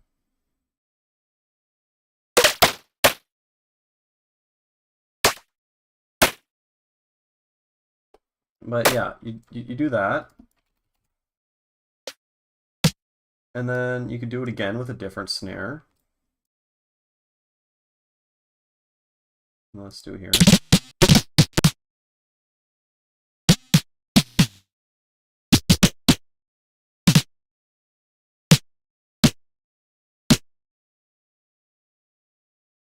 And then let's do it with this snare too.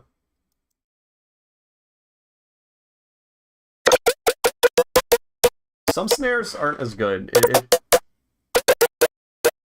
Yeah, this one was a dud. This one, no good. Bad job, Synplant.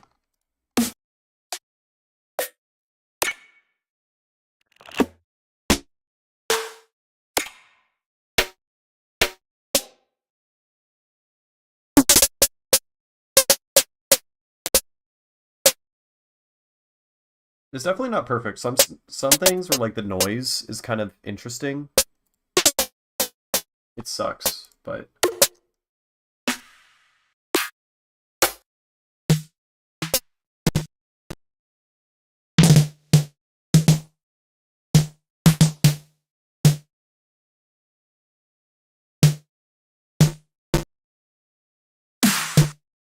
try this one.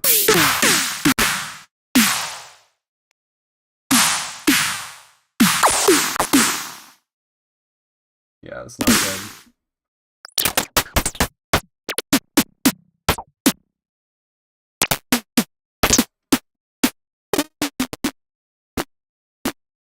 I would say I was getting better results earlier, though. I mean, it's still kind of hit and miss, but it does it a lot faster than doing it by hand, right? I just want to get like 3 decent ones.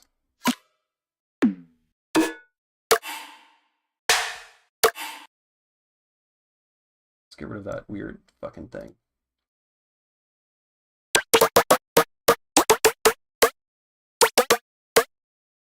I think these ones are okay. All right.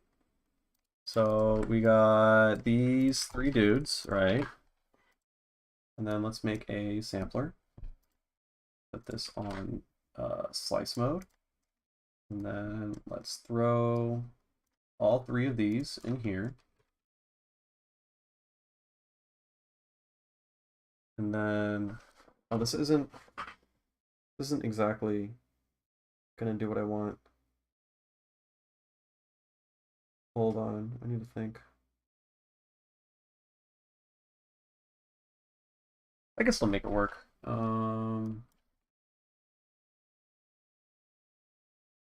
put an arpeggiator.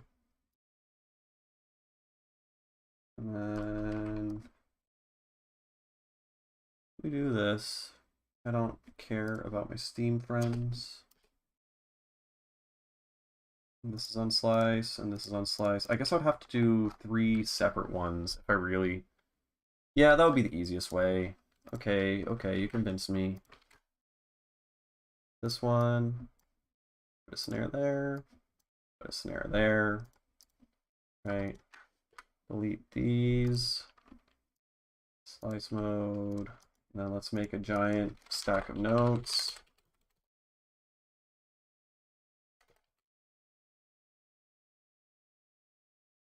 Funny.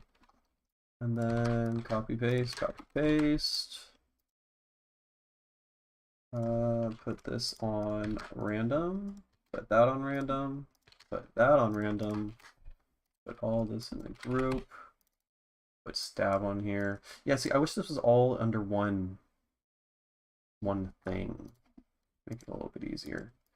The idea is then you can layer 3 snares at the same time.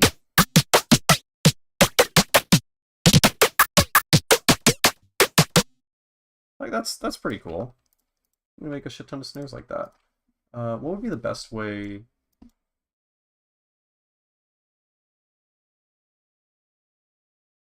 See, I just want to be able to twist one knob.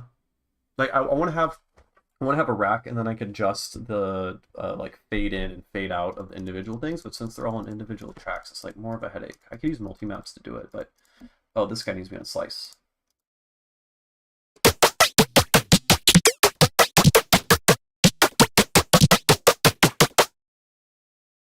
That's pretty good.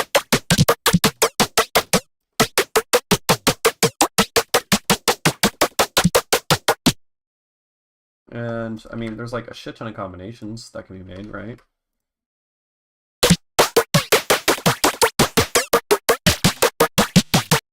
Pan one, a little bit left, one right.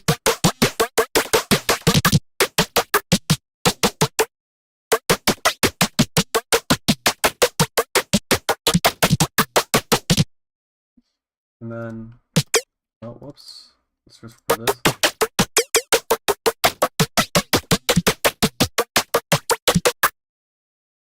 And then there's just like a shit ton of snares. You compress it.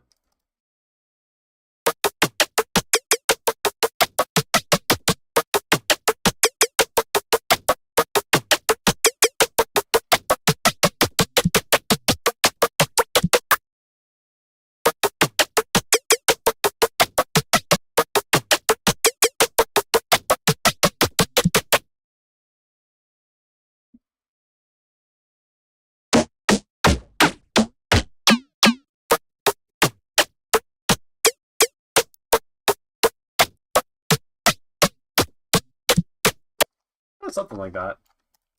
I'm gonna try to set some time aside and figure out if I could get a good rack or like a good workflow for doing this. Because, I mean, right now you have like 3 transients from 3 different snares all playing at the same time, and they're like blurring together. So I've had like easy ways to just control the fade in. You could just adjust it for different snare samplers. That could be super handy. And just like get a really streamlined way of just shitting out snares, you know? That could be super cool. And then, yeah, just like a nice rack with like proper stab or glue compression controls and stuff like that. Oh, I have stab running again on these guys, so they didn't sound quite right.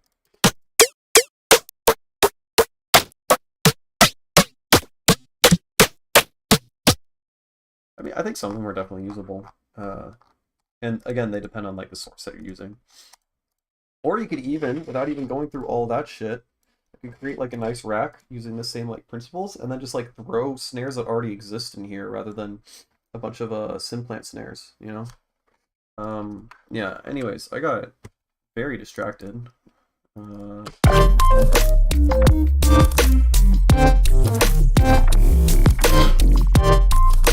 Wait. Okay.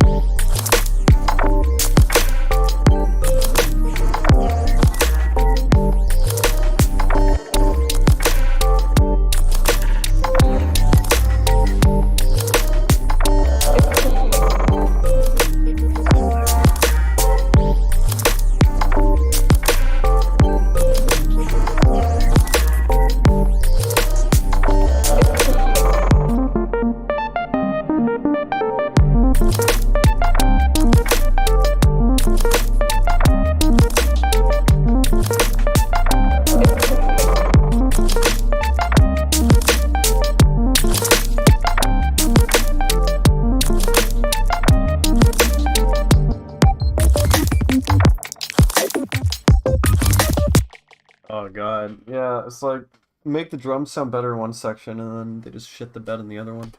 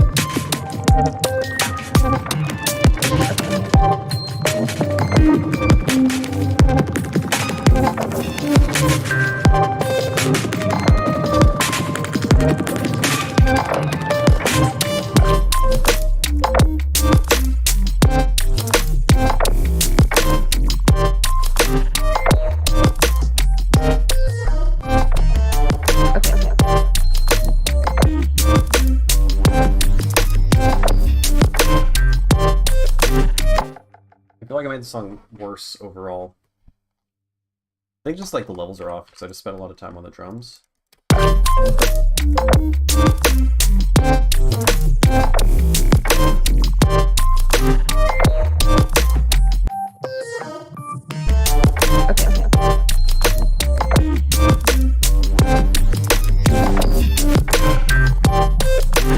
Okay, there's some weird shit with the snare. It's like a... What is happening with the snare? Whoa, let's go. What's happening? Are you okay? What?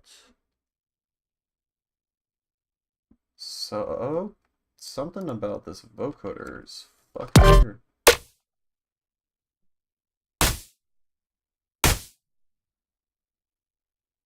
There's still a signal.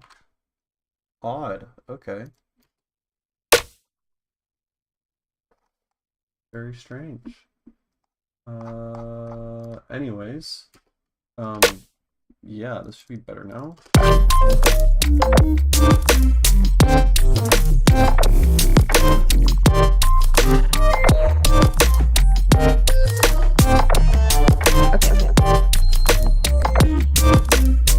Oh, no, it's not better.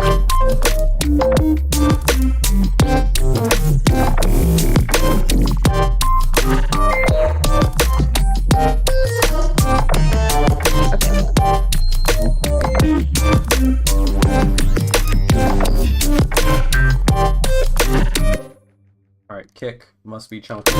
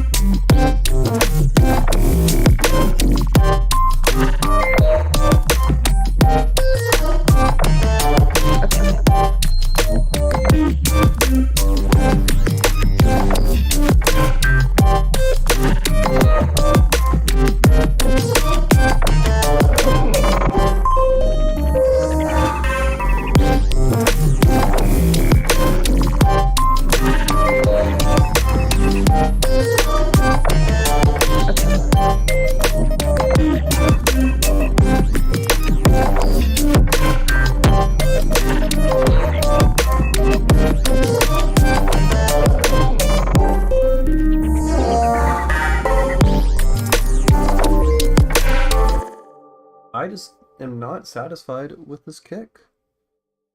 Maybe even a different one. I don't know. I mean, I guess it's fine for now. But I keep polishing up this drop section, but really it's the fucking intro that is weird.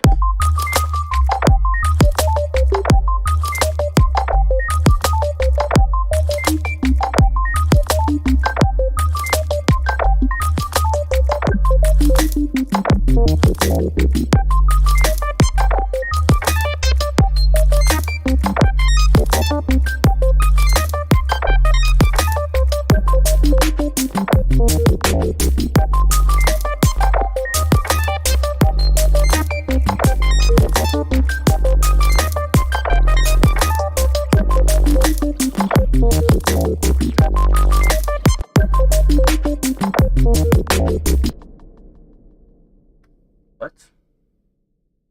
Why snare wasn't here and then it appeared? I don't get.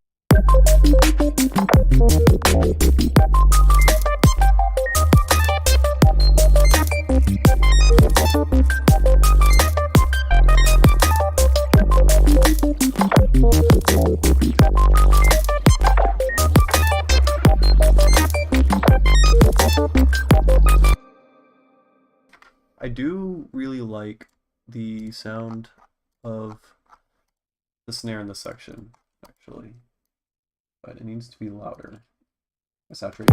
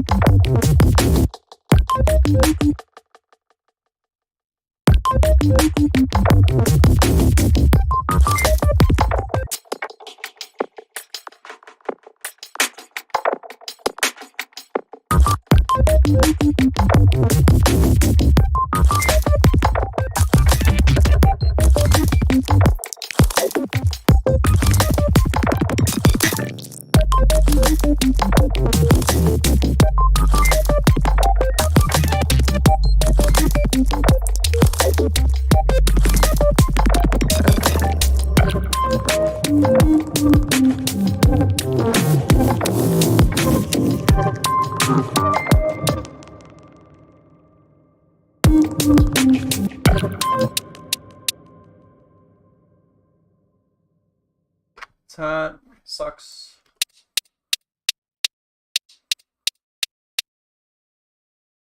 Make it even shorter, maybe?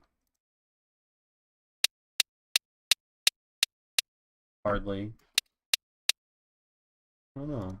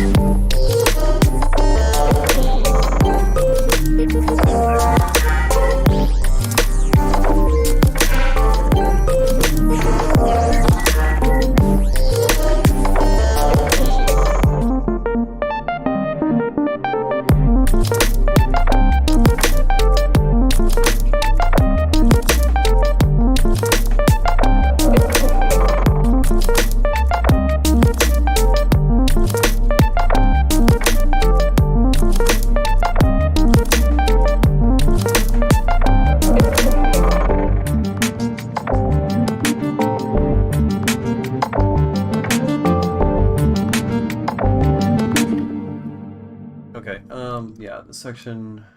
I think I'm just gonna end the song here. Probably. What did I do?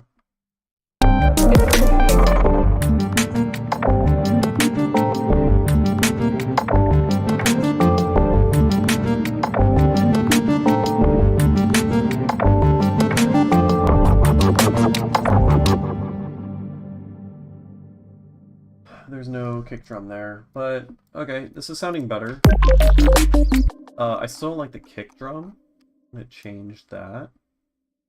And probably add some more percussion ear candy stuff, but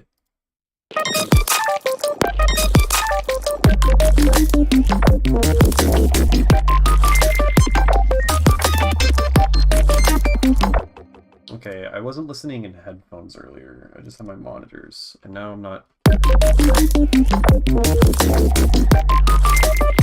I'm not crazy about the snare.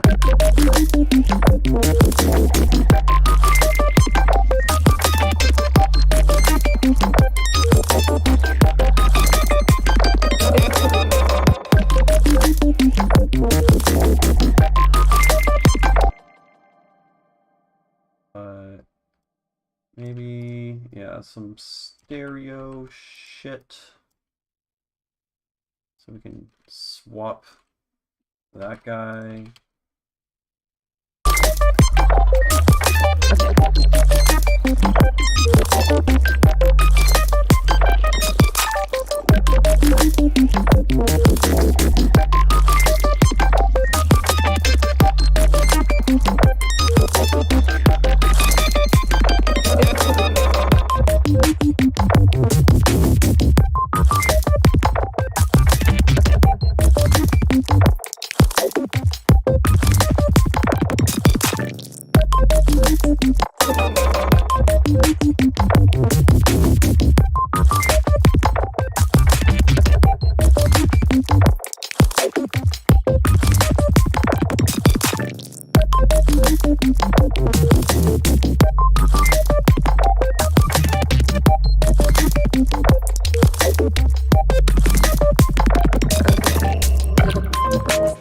Okay, I think that was the issue. I think just the balance is off of these. At some point I accidentally made the 0.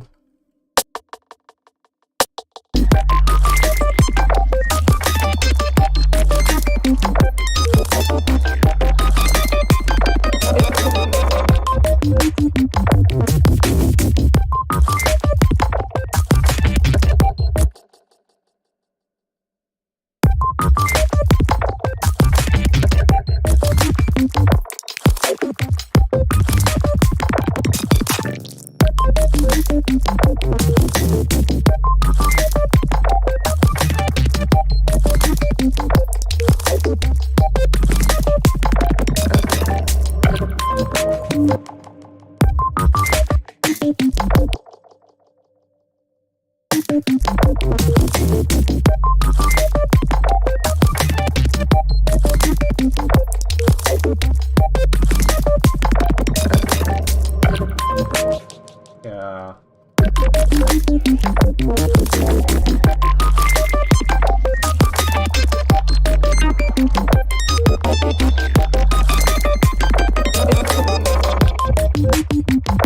Yeah, I like that.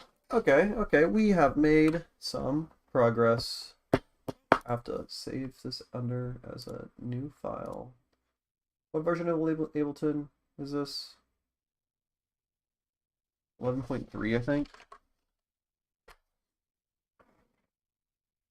Yeah. So it works. That song is what, a year and a half old? I haven't worked on it in like, I don't even know.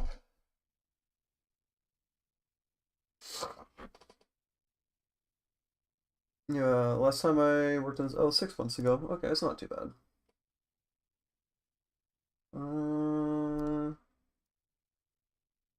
Alright, here's this one. This one's a mess too. So, this song, it,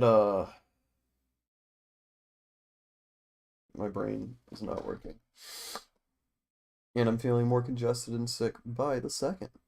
But, this song has a lot of cool fucking sounds in it, but the source that I'm using granulator over like these like fucked up hand pan sounds, and it is not clean, and I cannot for the life of me mix it down to sound right. Now, granted, it's been a while since I worked on it, so I have more experience now, but every time I tried playing this live, it did not sound good. Um, but yeah, we'll see.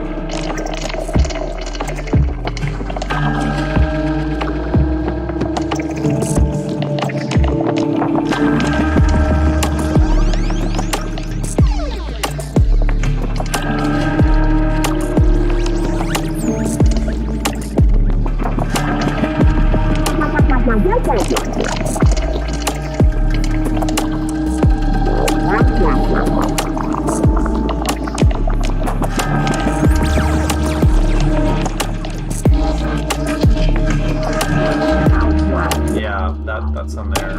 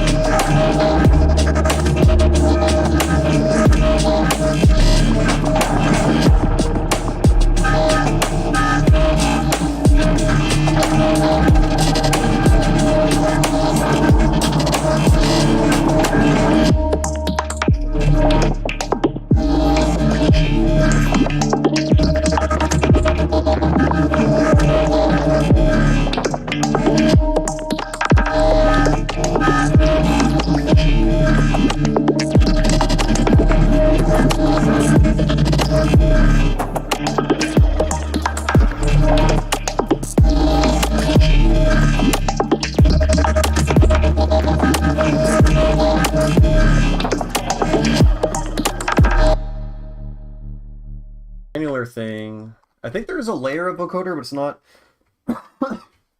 It's not actually doing. Wait, am I muted? I might be muted. I'm not muted. Cool. Yeah, there's a layer of. Oh no, I muted it.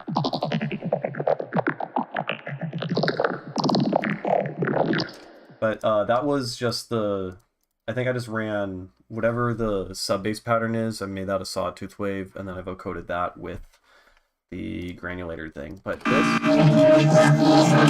yeah, there's like almost no processing on this. But how I made this was, I'm trying to remember the exact sound source. I want to say it was just the handpan sample that I took, but the initial sound source, I think I used Brain Scanner. Brain Scanner, which is a Mac. It's like, I think it's like a $40 or $50 Max device that I impulse bought after Mr. Bill talked about it on a podcast. And it's just like, it can do all the same things like Grain Scanner does, but just the UI and the way that you do it is different, so you tend to get different sounds out of it. But for the most part, it's just granulator too. So let's take.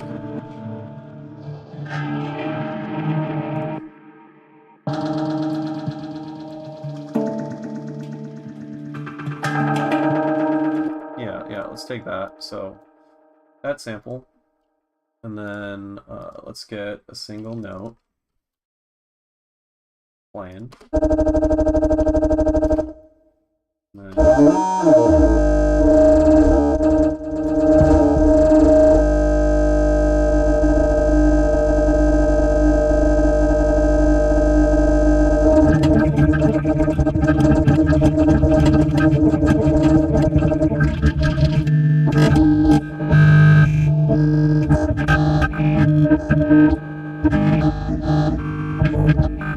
I think I literally just moved the position knob around.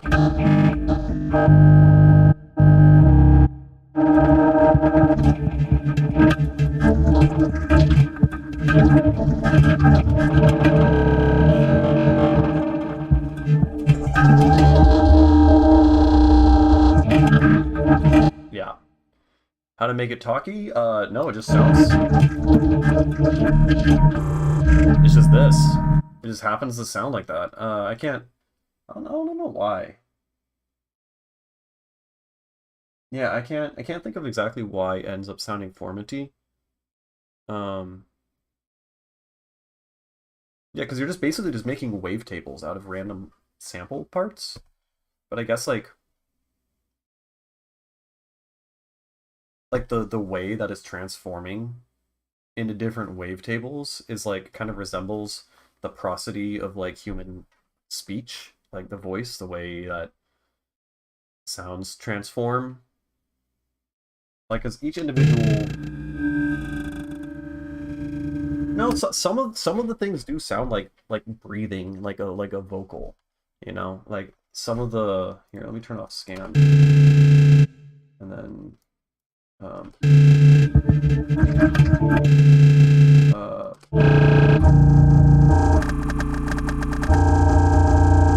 that sounds like I can hear some formant in there, like some peaks of the frequency spectrum are resembling a formant, but by itself it's not really a formant.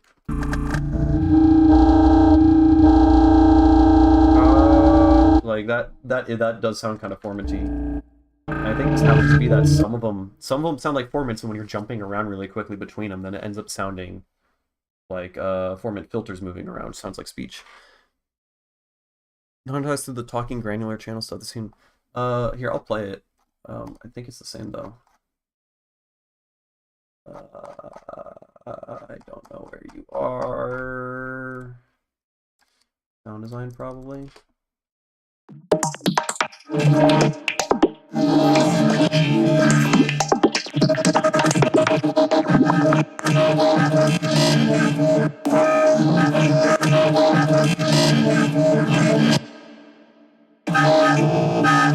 Which I think, if I just, I don't know, let's take an LFO and map that to position, make that random. Yeah, sounds like it.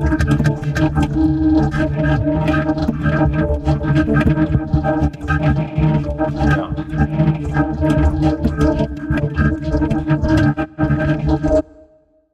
So that's cool though. So that's how I make that sound.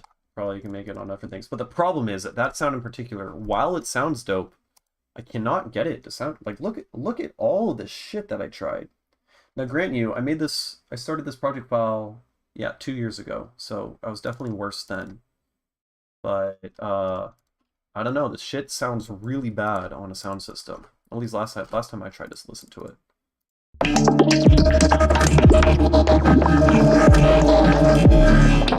Like way too much high end, but then trying to like remove the high end and end up sucking the life out of it. There's like a very delicate balancing act with not hurting your ears, but also keeping it like audible and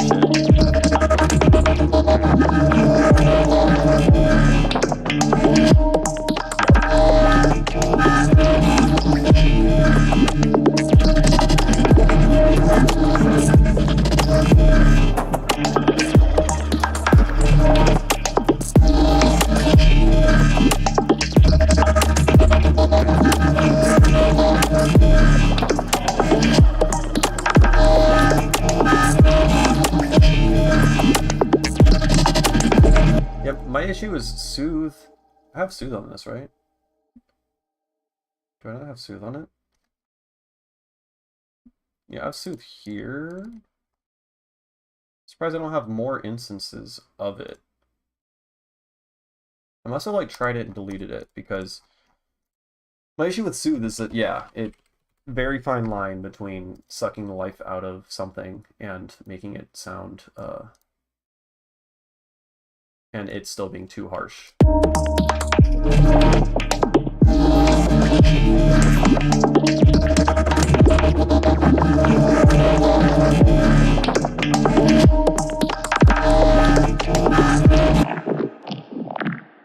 And this I just tried like blending it together, but it just didn't sound good.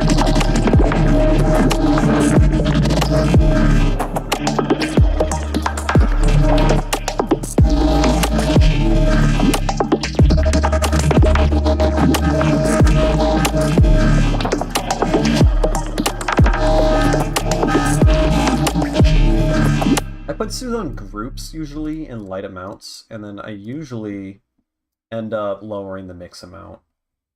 I feel like at full 100%, it ends up sounding a little bit too soothy. And also, I usually only put it on like sound design stuff, squelchy stuff in particular, a lot of high frequency stuff, but I try not to overuse it. I use it when I have to, and when like it would be a pain otherwise, but yeah, it unfortunately is not a magic solution for everything. In some cases, it is, but yeah.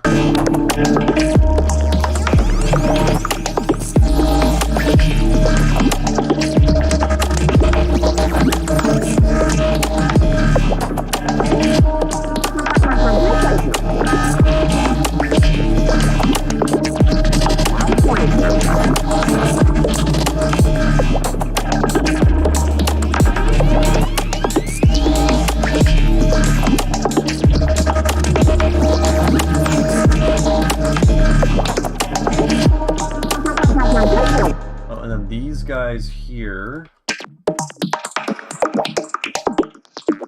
This is from some Mr. Bill sound pack.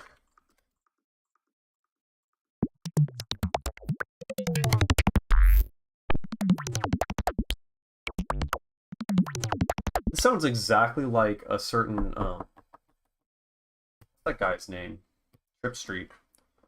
There's that I think that's literally, let me find the song I'm thinking of. What if you use that same fucking sample? There's no way. How do you spell his name? Trip Street. It's like one of two songs I like from him. This one.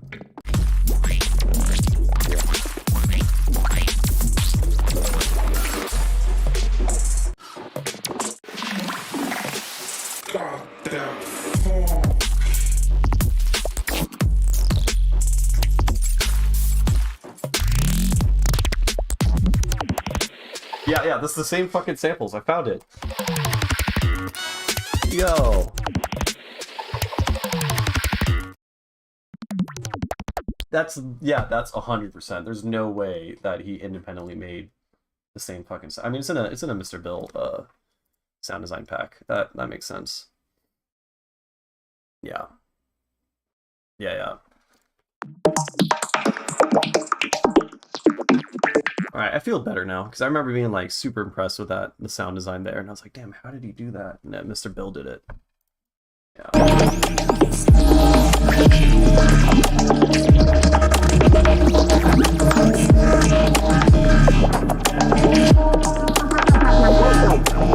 Oh yeah, and so I used these, and I cut them up. I did something interesting with them.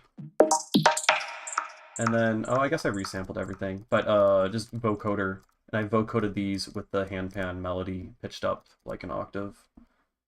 And then there's a bunch of automation going on. Just a bunch of gain automation, and I think an auto filter.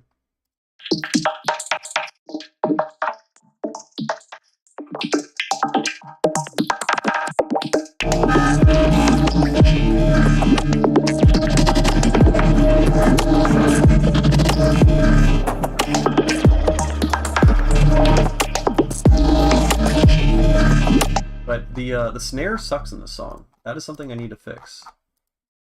Yeah. What? Where?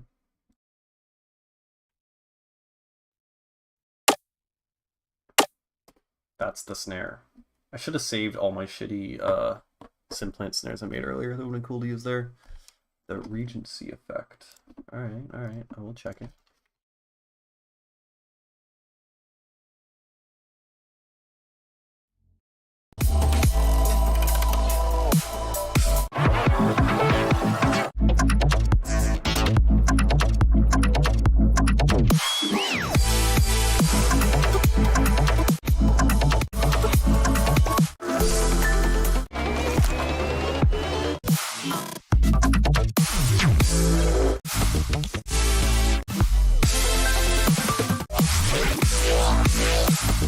I don't hear it. I mean, they're similar, but I don't think, I mean, maybe he made them from them. They definitely have, like, a similar timbre and stuff. Yeah. Okay, let's, make better snares. Damn it, I should have fucking saved. Wait, no, I think I did save some, the Simplant snares, actually, from before I started streaming. Oh, God.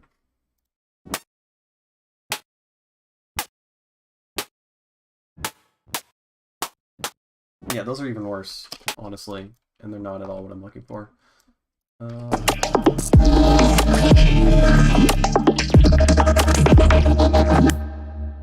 I could throw the bird calling snare back in it. It works every time. It's just varying levels of like dry wet. Right? There's no way this goes wrong. It's so good. Let's cut you out. I need to like make just an already processed bird calling clap without the fucking hi-hats in it because I end up using it so often. So it saved me time.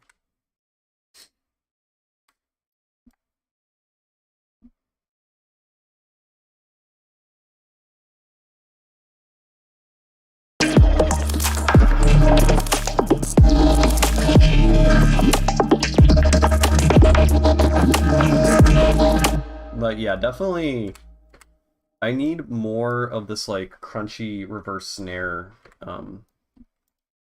like yeah, reverse snare tail clap crunchy stuff. I don't really have any of it, and because it's fucking awesome to like layer with things. I've like tried to make some myself by like processing Foley samples, but couldn't get a very good result. Remember I produced with tried collaborating with Opalescence once, and he had a shit ton of them, and they all sounded really cool. I don't think this is the default. I think this is like a step in between dark mode and default. How do I change that? I don't know how to. I have no idea where that is. Is it preferences? Might be preferences. Look and feel. I don't know. Theme is oh, it is default. Ugh, I don't. Classic. Oh wow. Ah. Oh geez. Oh painful. Yeah, no, you got a point. I don't know what I was doing. I swear I thought I made it darker at one point. Yeah. Huh. Whoa, what the fuck? Oh, it's huge.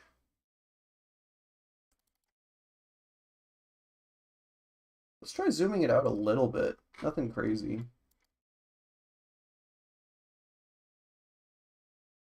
Uh,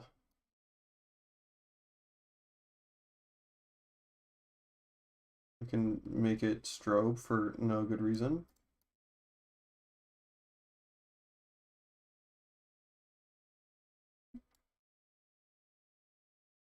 Oh. Wait, was this really what I was just operating on? No, oh, brightness was at that. Okay, okay. This is taking longer than I expected. Yeah, I'll increase brightness a little bit.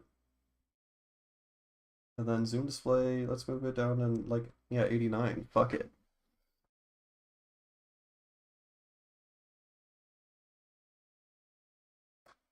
Okay. That sounds like effort. I don't know. Oh, I'm not used to this at all. Like, is it just me or is everything like more pixelated? Maybe my monitor sucks. I just moved it to a different monitor. I don't know. Oh, it's probably because I fucking zoomed out and my shit can't take it.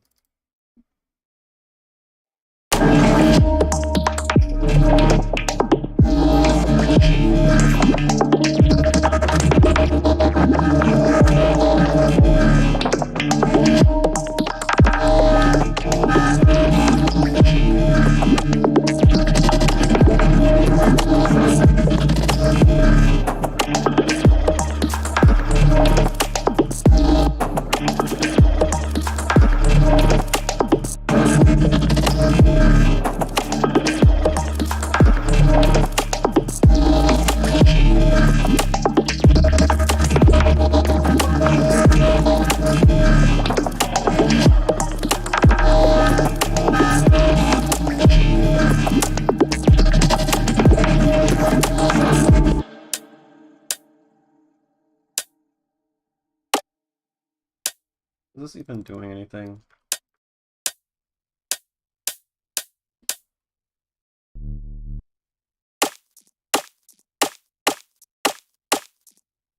Doing something. What can I add to this?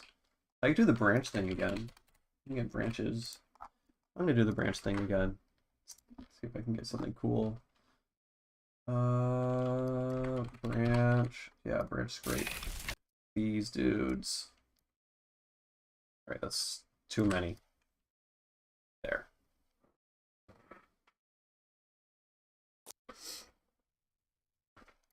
Let's go MIDI channel. Slice mode, set it on poly. And then, yeah, let's just make a thing here. And then just like select a bunch of random fucking notes.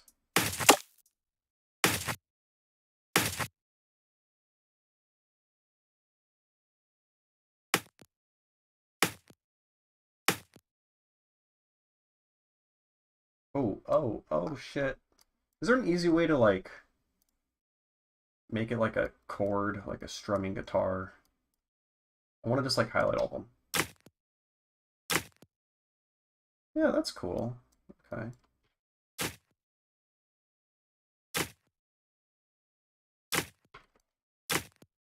I mean, I suppose if I wanted to, I could use an arpeggiator. And then, like, if it's one big chord, just have it like.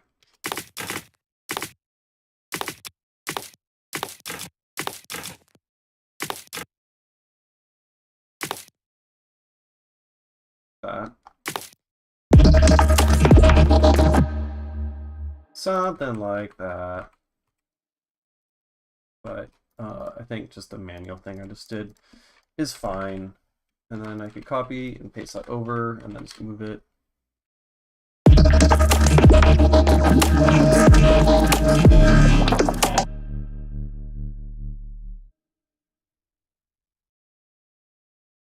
Yeah.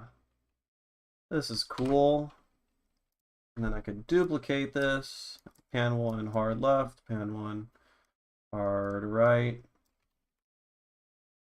And then something like that.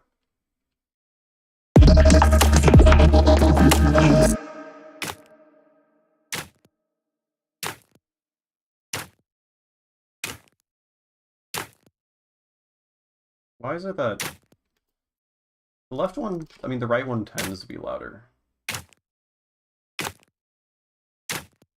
It's fine. It's totally fine. Fade out needs to be...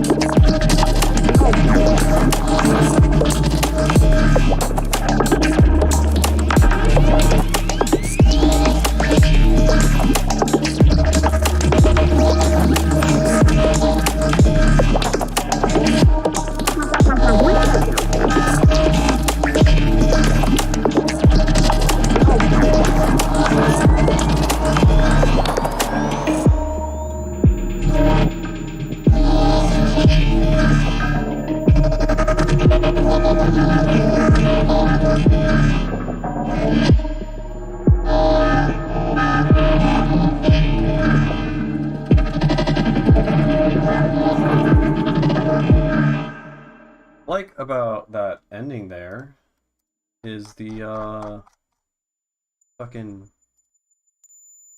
the little tinnitus thing going there. It sounds kind of like when you just like momentarily go deaf and you just hear like really high ringing. But I need to make it a little bit better. I need to make it like just hard panned one ear, I think.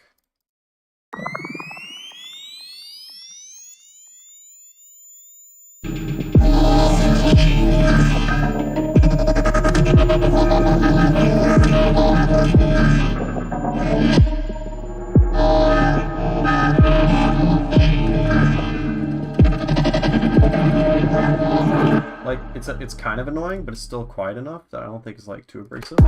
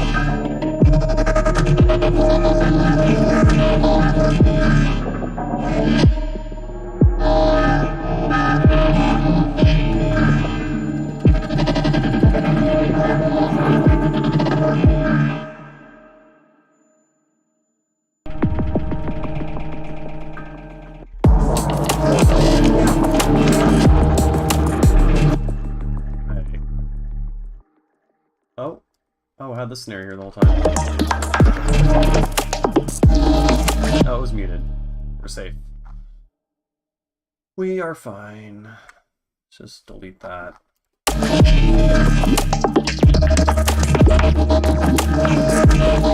And then let's copy this shit over.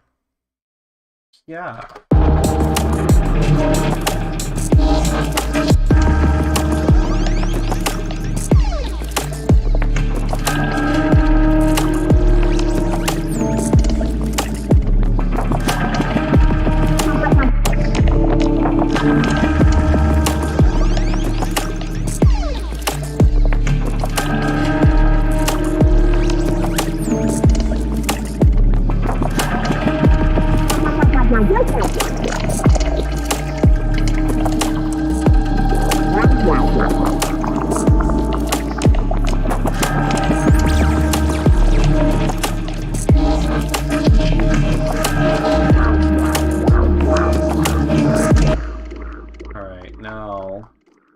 Need some more interesting shit. Where's the growly dude? I forgot how this project file works.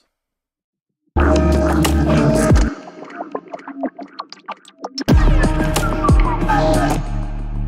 this guy.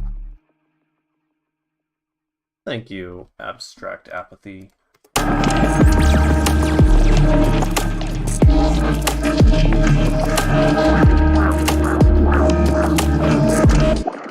This guy.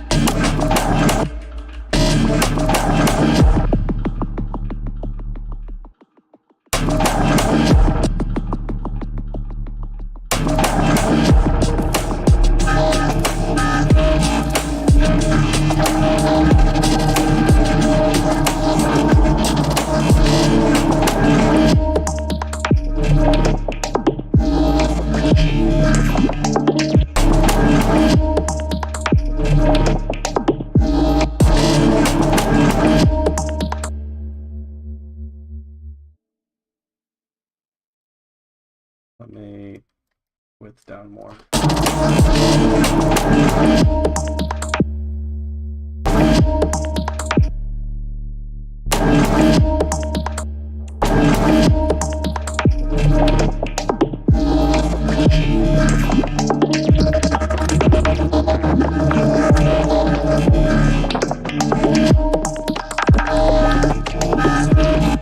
I think there's like side chaining going on between some weird shit.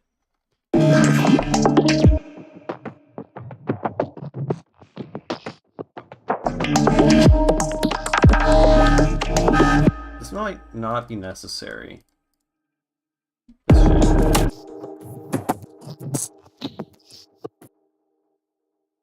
What are you doing?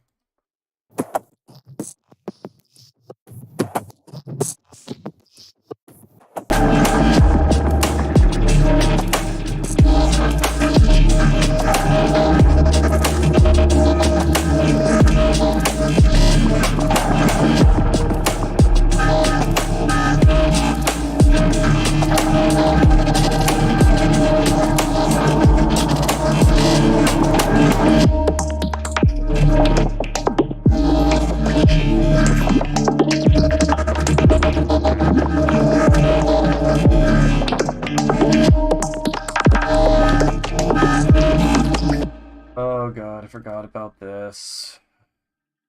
Yeah. I think this is where my issue is. Something in this.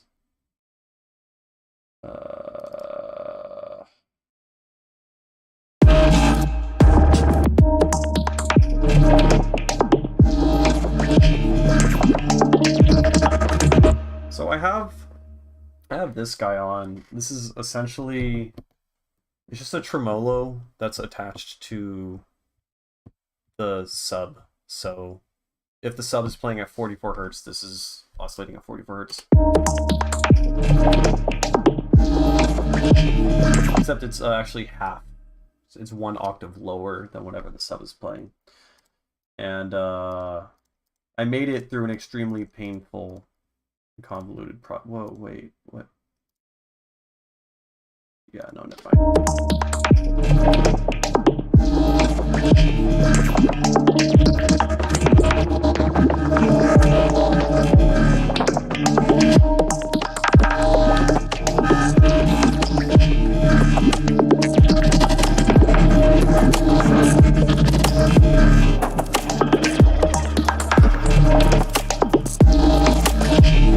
What the fuck is frequency doing here? Oh, it's for this. Yeah, who cares about that?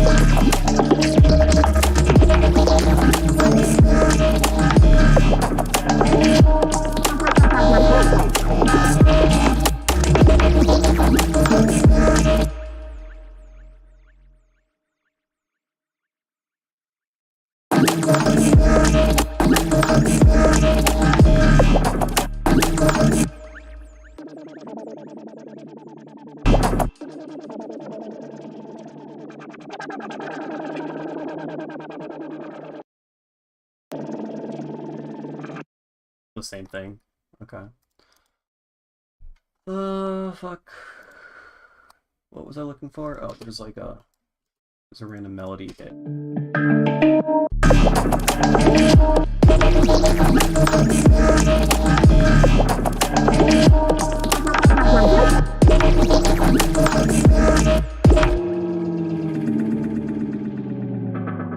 Oh, fun fact, this is a Doppler shifted version of the melody, so it sounds like it's...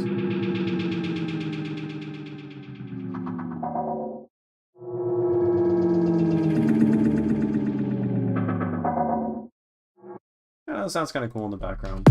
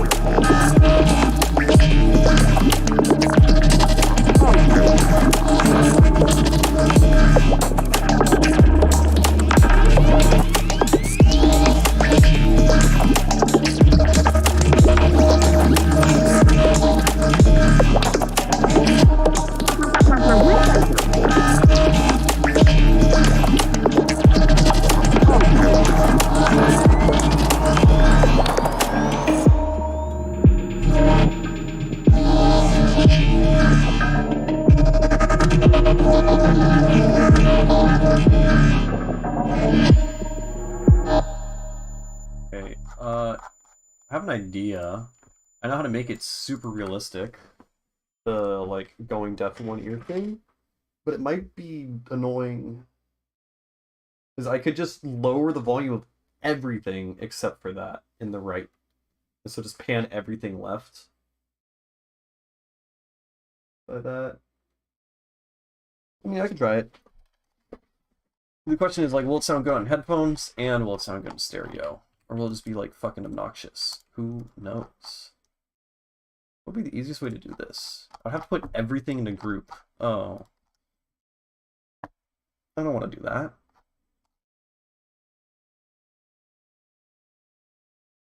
Right? How?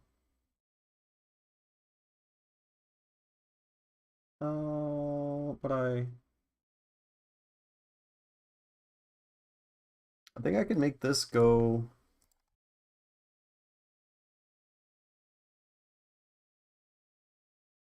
Okay, okay, this is gonna be weird, but I think I know how to do this. So this is 76. Take in from 76. Right. Cool. And then let's do that. And then 76, you're not going to go to the master, you're going to go to exit out. Okay, well, if I export the file, I don't think it's going to work. I don't think it's going to work as intended. But I can do that, and then I can fucking hard pan the master here.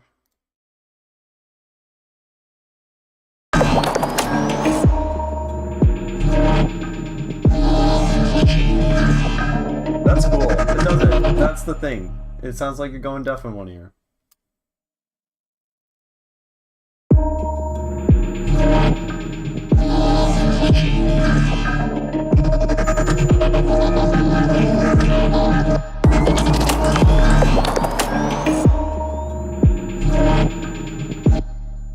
But okay, I can't use that because that goes before everything, I believe.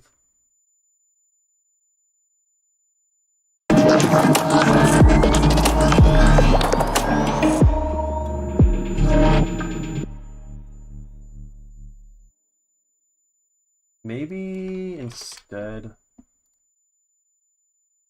of a hardpan utility, I can use... Nice.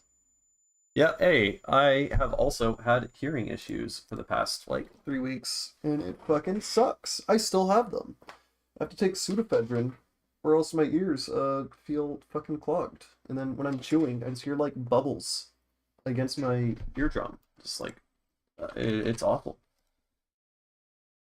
So, that's been fun. What was I doing? Okay, left-right mode. Yeah, we'll, turn you on here.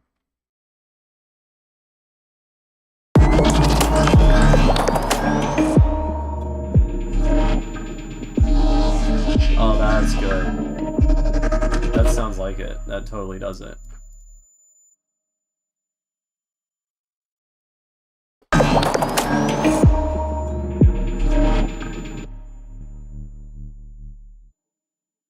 Yeah, I mean, I'm just taking...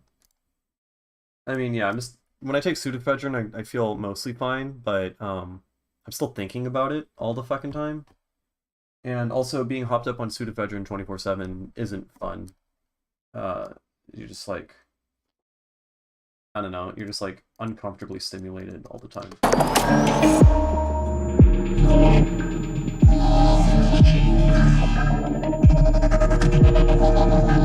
That's good. I enjoy that. Yeah. That's fucking spot on. Okay, wait, I have to... Well, first, the sidechain from the kick drum is fucking with it. So I gotta... Sidechain goes away here.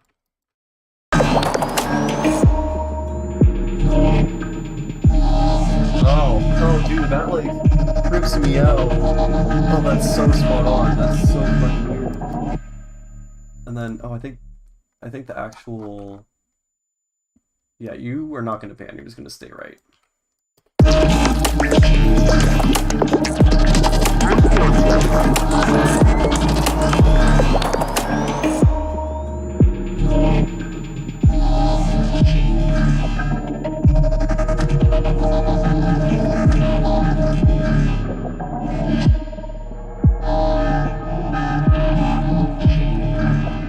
There's some like clipping going on. Oh, it's because it's the filter.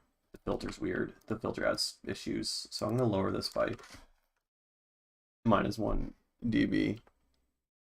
Yeah, see, Adderall is definitely, I'm sure, much more fun than pseudoephedrine. So technically you could take pseudoephedrine and turn it into meth, and then I'm sure I would be having a much better time, but in the long run, that would not be good.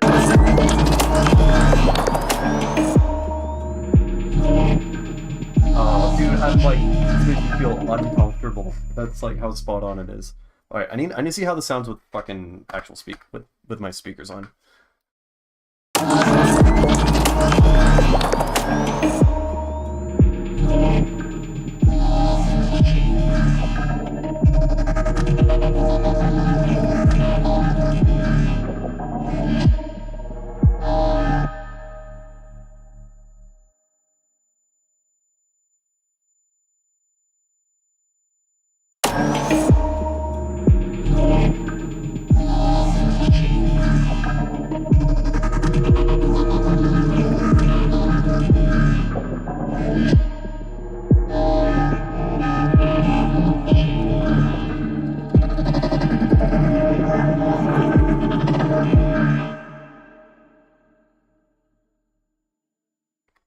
Oh, I think I forgot to mute myself. Oh well, it doesn't matter. Um, I'm very happy with this. I don't think I've ever heard anyone do this before in music, so feeling pretty creative. Those M50s. Um, I mean, this is all I've been using like since ever, and I know how they work. I know how they sound, and I make good sounding music with them. I'd be definitely interested in upgrading at this point. Um, but they sound good, and I'm like so intimately familiar with the frequency response. That's really all you care about, right? Like at least especially with headphones because you don't have to worry about the room.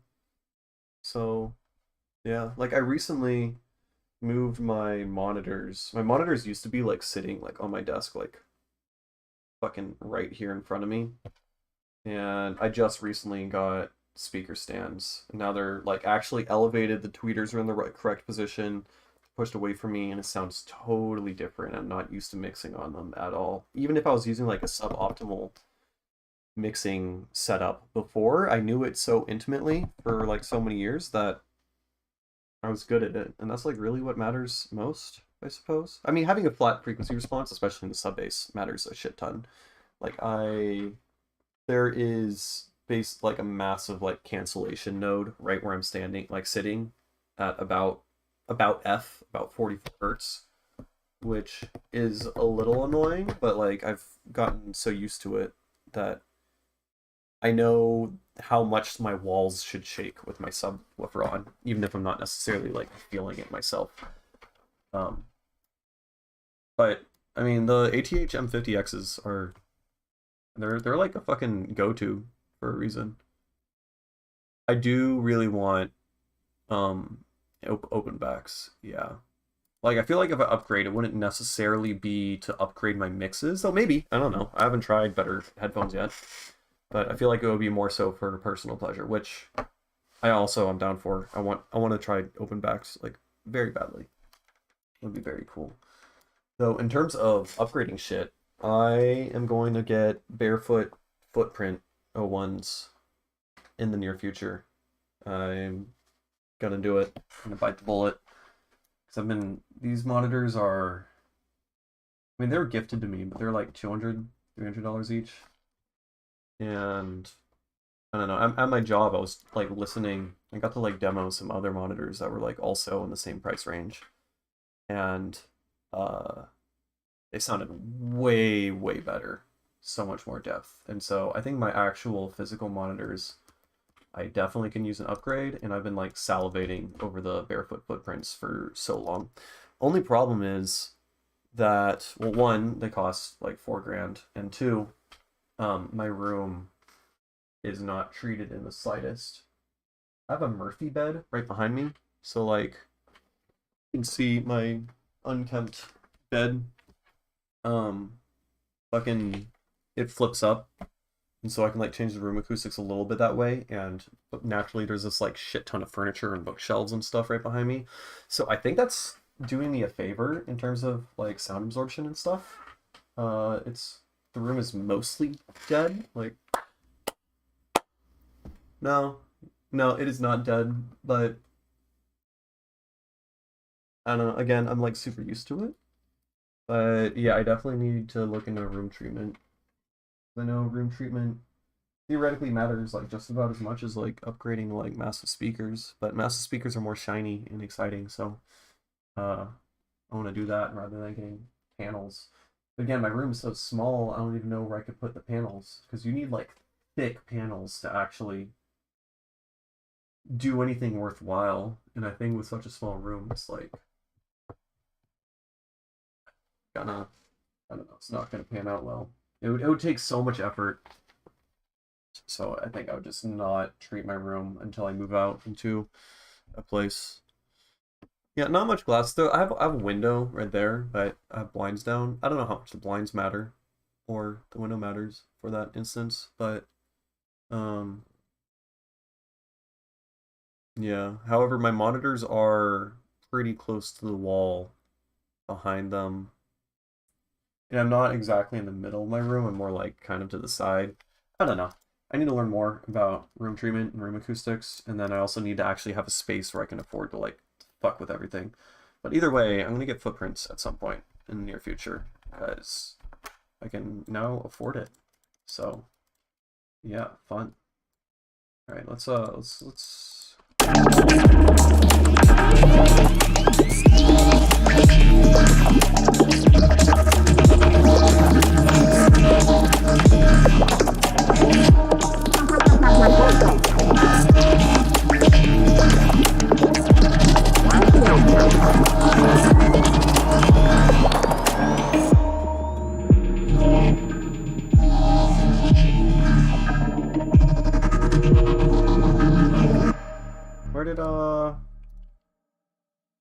Where did all of my fucking... It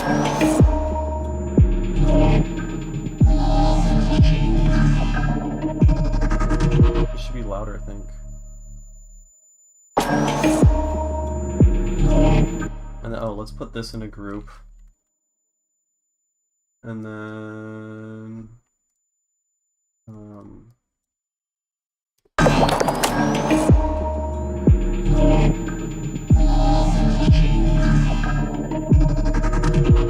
There's like random ducking still happening, which is annoying. It might be because of the limiter and the kick drum.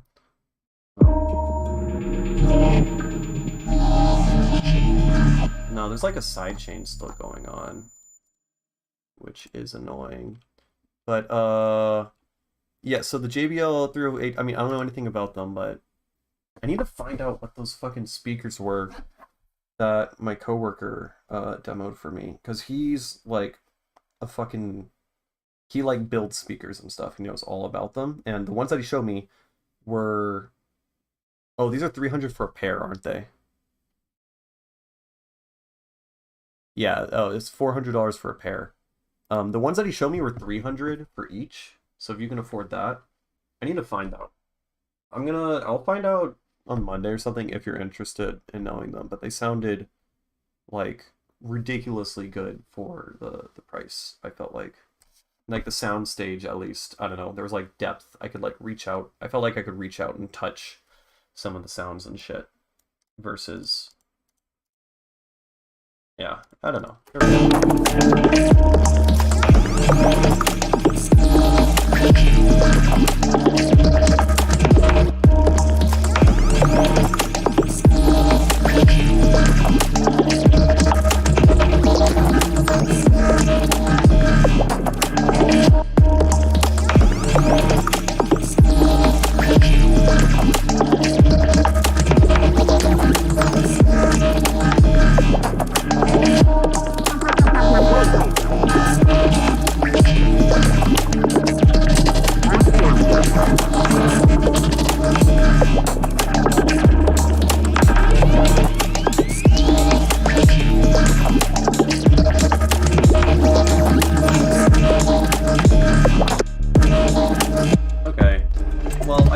I made the drums sound better on this song.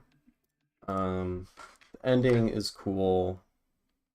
There are still issues with the ending. Okay, I should fix that before I close up everything. Or move on to another song. But I am getting pretty tired. I'm making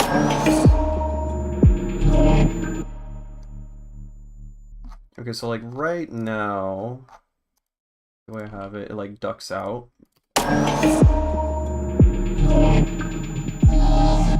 Ah, that's so...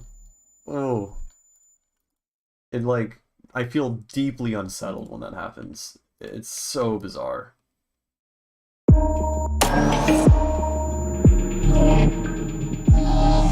Ah.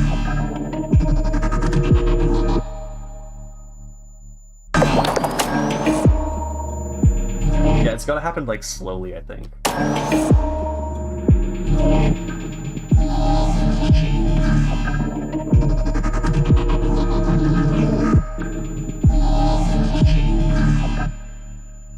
I just want to know why, what is with the fucking pumping? Like, what is causing that? Ear candy.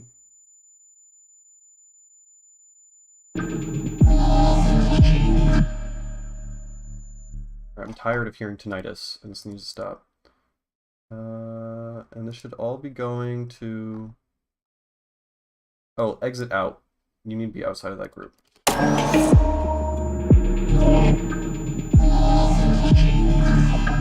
What is causing that shit?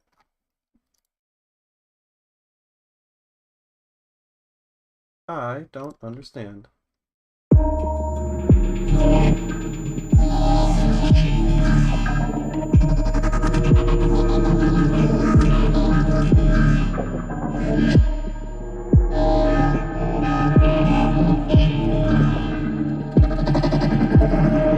Alright, I give up on that. Oh well. Okay, let's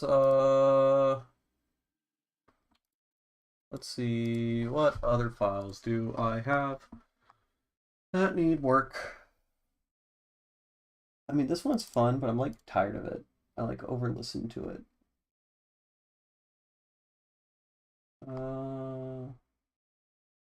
Like the problem, I have some songs that are good, but I'm like just tired of them because I listen to them too much on my own time, and then I just don't want to work on them and don't want to finish them.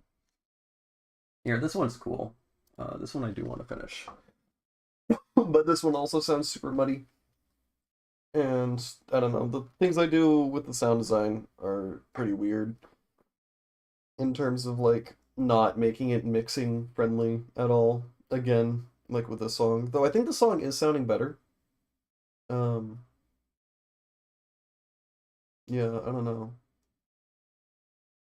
I feel like with the source that I have, like the granular whatever, there's like a cap on how well mixed it can sound because the source just inherently sounds kind of muddy and weird. Though again, I didn't actually spend that much time trying to mix it down. I more so spent time on the drums because the granular thing had like a giant array of like or a series of like 30 effects on it. And so I should probably like go through them and see what effects I actually need or not. I have to say, streaming definitely is helpful for figuring out like creatively or like strategically what I need to do because I'm speaking everything out loud. And so I'm like verbalizing your thoughts on what you need to do and what you don't need to do. Definitely makes you think everything through more. Whereas before, it's like more unconscious autopilot.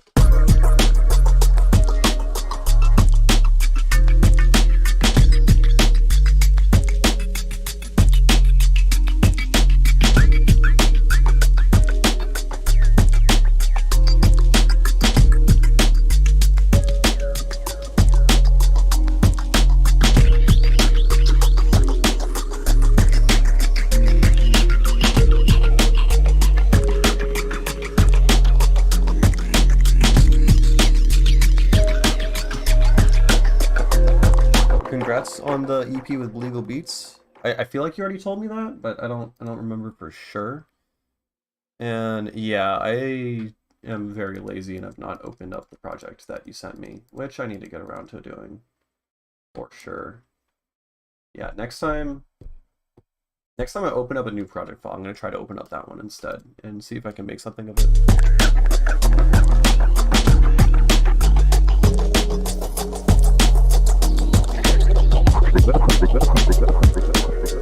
This doesn't sound right. This does not sound right. Where are the chords? What are the chords doing?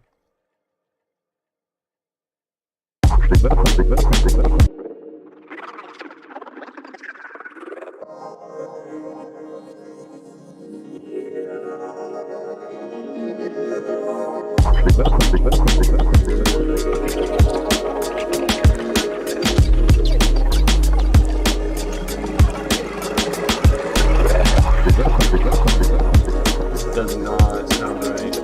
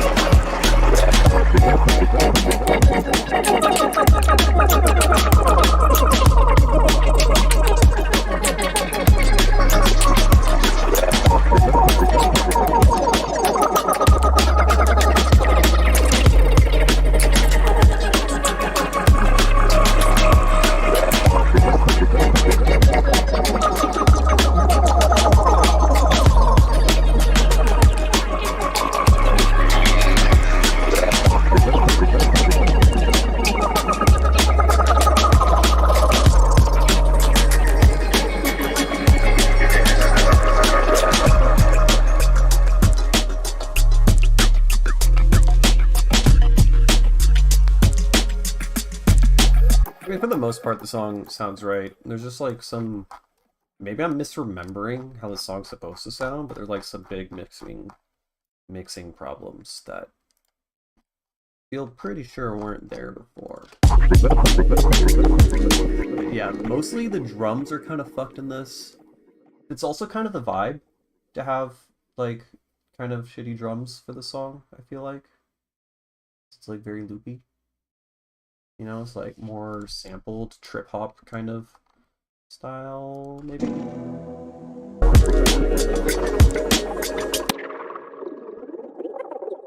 Now, where's that guy?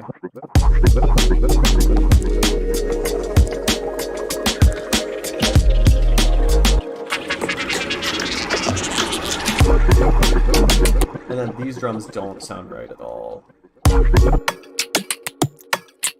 These are supposed to be... This is supposed to be a lot more, like, present in the mix.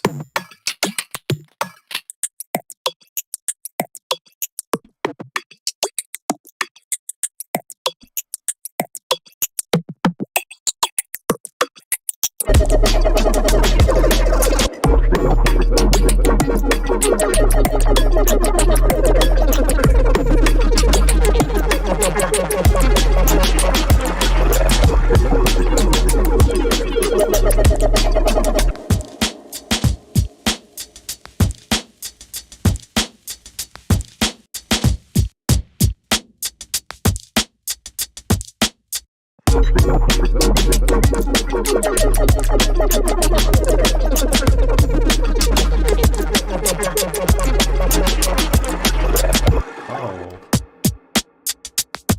It's like adding... I guess this is like... I'm hearing like disperser almost. I think it's because there's this like crossover frequency thing. So if I duplicate this...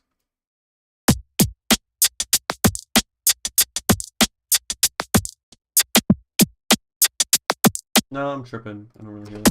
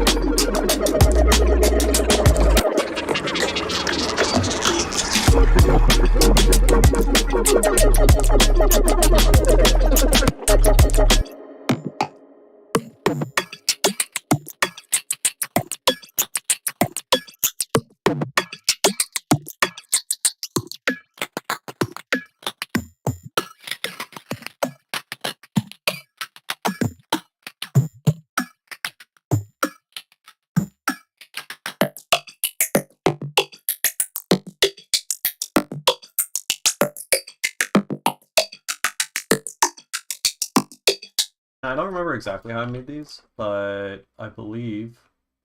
Oh, it was this. This is it. I threw this on the drums. Yep. It's a formant. The alpha moving shit around. And I guess frequency shifter. I didn't mean to put formant in there. Formant is in there now. No.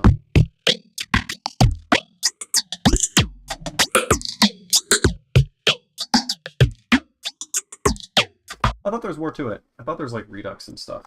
Maybe I took it out.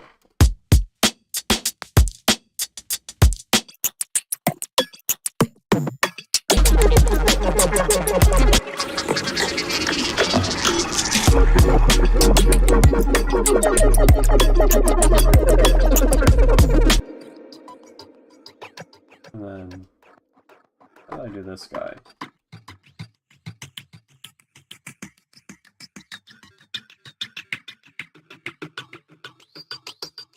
Yeah, it's kind of hard to explain what the dope filter is doing. And by hard to explain, I mean I kind of forgot what it's doing.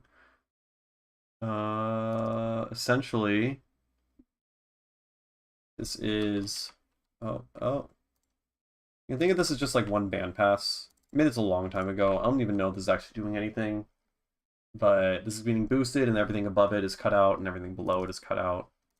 To try to get like a super narrow bandpass frequency. And then that is going into a redux, and that's also getting saturated. And then basically by moving around the bandpass filter and then reduxing it, you can get a wider variety of like cool reduxy sounds.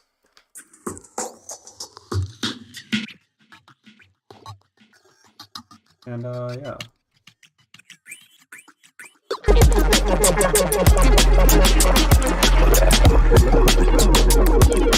And that all goes into like the stereo swap rack delay thing that I always use.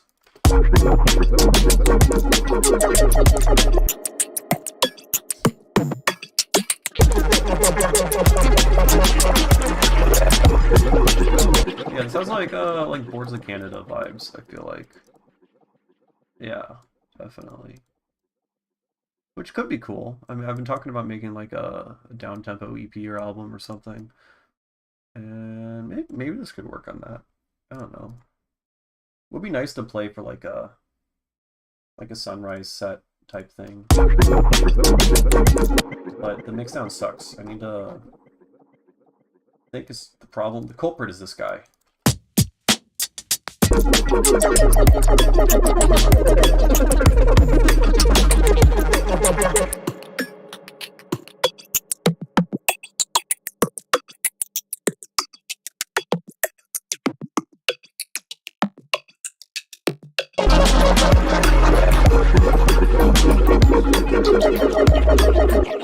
Yeah, I need to like go in and make the drums good, but I swear this used to sound fucking different. I don't know what I did. Maybe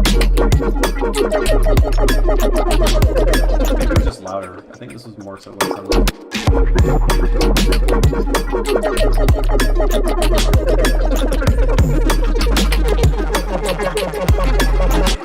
It is a clusterfuck.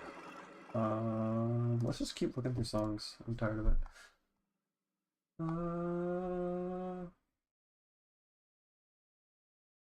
Oh, this one. This fucker here.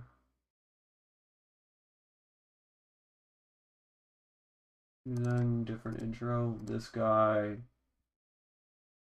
Yeah, this one. Oh, I need to save this. 1.3.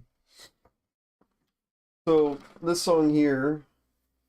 Yeah, I'm just gonna like play. I'm exhausted. I'm just gonna showcase the song and then probably head out, unless I immediately like realize something I need to fix. But this upcoming song I think is super promising. It has a lot of really cool sounds and it has a lot of cool moments. But I cannot, for the life of me, figure out the song structure and how to create a good intro for it. It gets like a little too chaotic and too hectic. It's like it's a little bit too crazy almost, even though it's still pretty digestible. But yeah, I don't know. How long have I been streaming for? 4 hours. Jesus. Yeah, that explains it.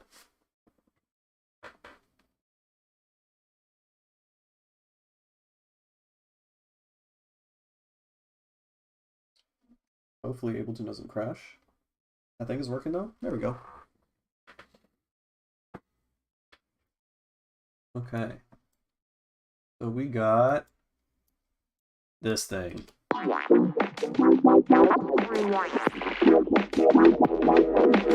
The intro sucks. It just sucks.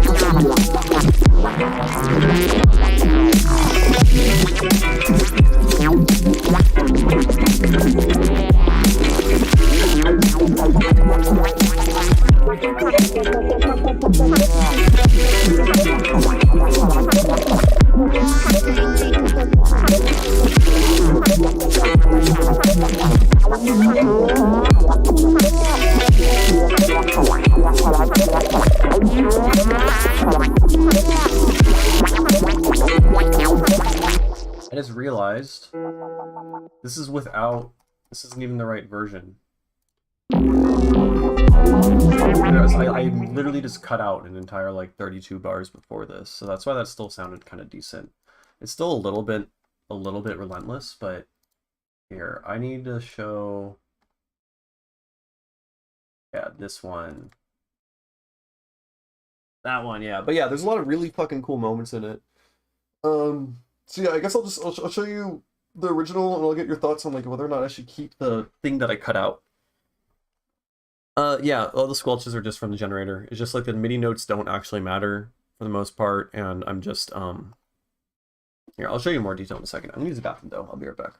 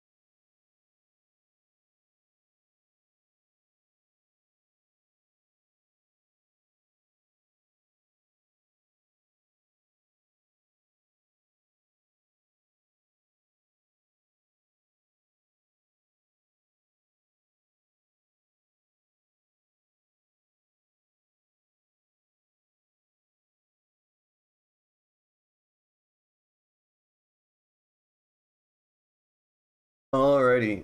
Yeah, pretty much about here. Just if it sounds good, it is good. Okay, so this is, I fucked up by showing you the other song, but basically, like this part and so on is what you had heard before, I think.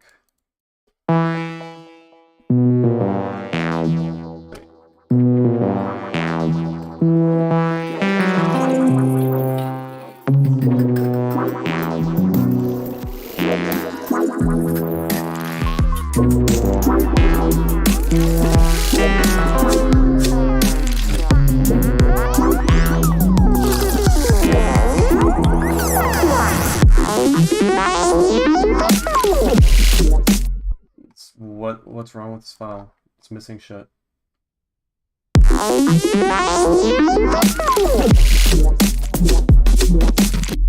This is not what what's wrong? What's wrong, bud? Why are you all muted? Oh, I was preparing for a live show, I think, so I fucked up. I made like a really shitty version of this.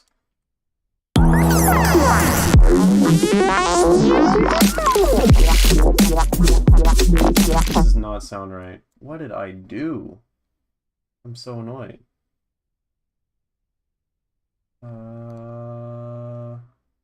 Open live set.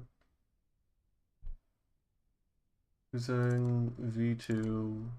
Nope, there's just one backup. 1.6. Weird. Alright, just whatever. I'm sorry.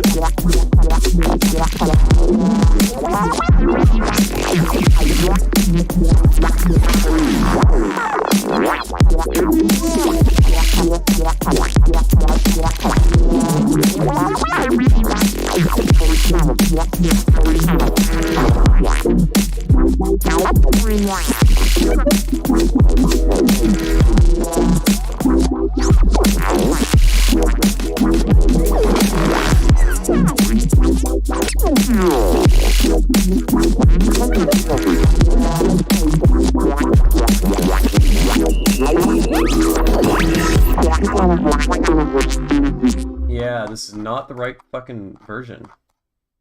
I cut out all the drums here. It's like shitty.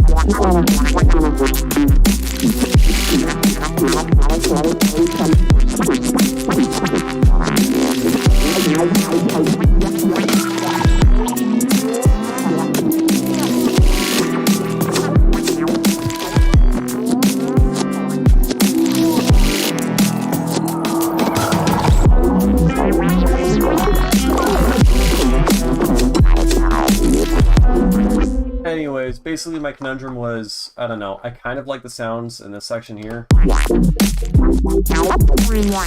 And the way that this intro goes.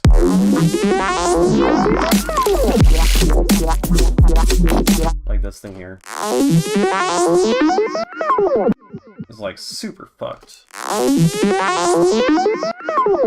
Because there's basically just like a shit ton of pitch bending and stuff going on.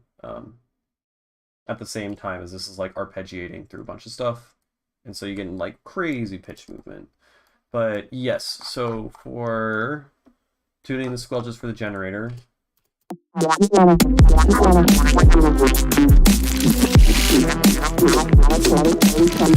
You can kind of just see like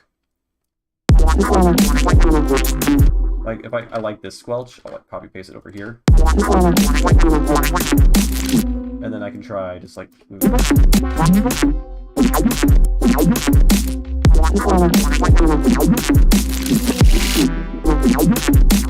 And then basically I can just go through, and then from here I can like lower the pitch for this one. And maybe instead of going like that, I can make it go down.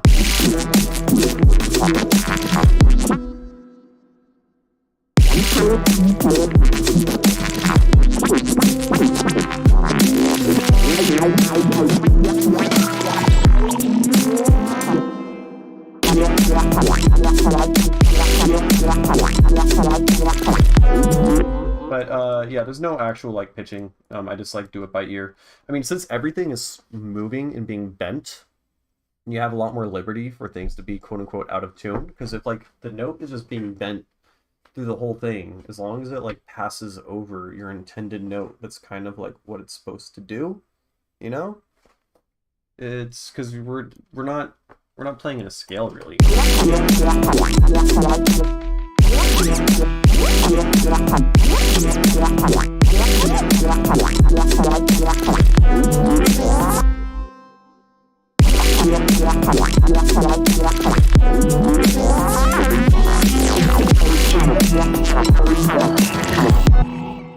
Oh yeah. I do have to say the squelch generator, when I start from scratch, I just throw the empty squelch generator into a thing. It takes a lot of effort to get into the realm of sounds that I like. And so like once I have like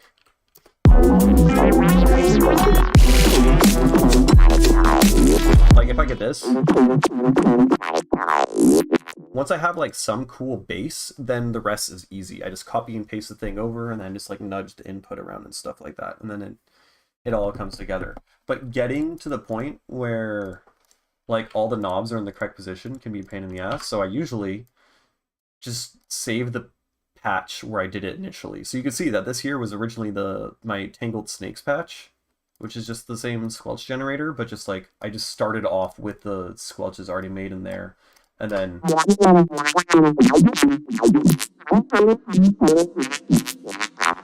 I changed that up.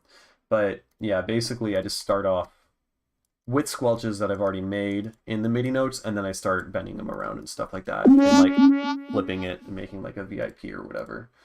But yeah, how maybe. So that was the V2 one. I don't know. I guess, I mean, I'm fine without it. I really like this section with these fucked up pitch bent chords. Because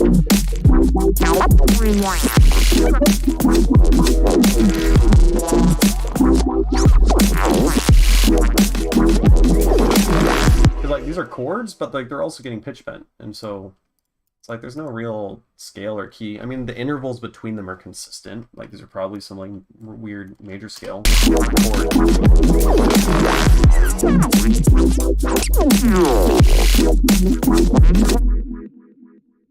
So like,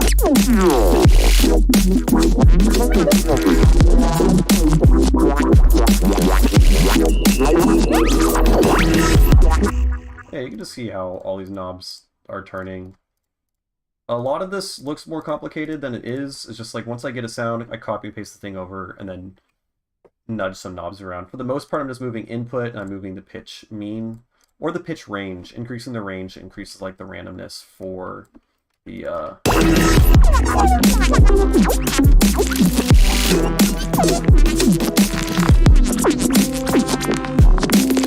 yeah, see, that's a whole bunch of fun. So yeah, that song, I don't know. I think I just need to be. Oh, here's another one. I'm just going through all the songs right now. I mean, yeah. What else am I gonna do? I'm just like gonna go to bed. Yeah. Fuck that. But yeah, that song I think has a lot of potential, but the structure was super fucked. I totally forgot that I made a version where I just cut off the beginning half, which is probably the right move. I really like some of the ideas. I guess I can save the stems out for some of the ideas, like the chords and the crazy pitch bend arpeggiating melody thing. And then I can like save that and try to use that later in the better project file, but I need to work on that. Yeah, next time I stream, I'm gonna try to finish work on this song, because I think the song has a shit ton of potential, especially when like the Guzheng harp comes in, which just sounds cool. Fun fact, the harp that's playing is from the exact same sample library that Tipper got Big Question, Small Head. Didn't know the intro fucking harp thing. I stalked him and I found out. Went through his trash. Alright, this song. This one I think is super cool, but it gets a little bit too weird. Like the drop up until the second drop is like just a little bit too out there, I think. Because every time I played it live, everyone just gets kind of confused and stops dancing, and then when the second drop comes, everyone starts dancing. So I should probably change it, I think. Like, it tickles my brain. It's more IDM at that point. I don't know. I'll just play it.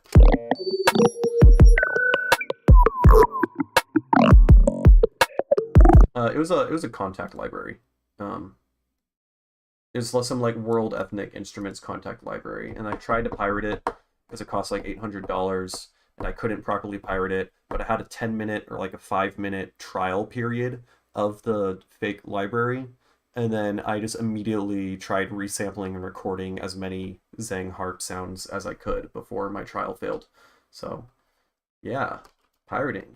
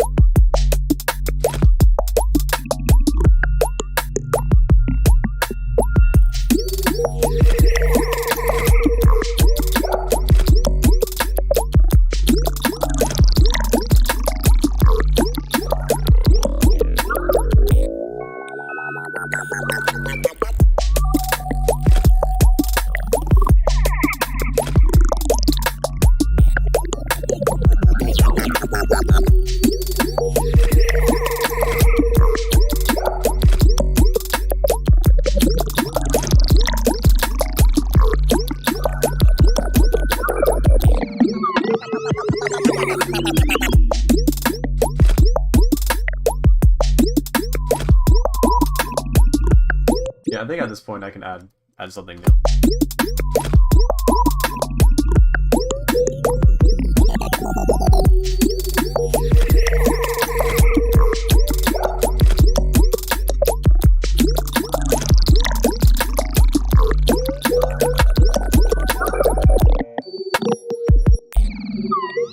Yeah, that's pretty much it. Honestly, I love this song. I mean, I'm probably not going to change this section at all, even if it's like not accessible. Um, it's kind of like a fake out drop almost. It's like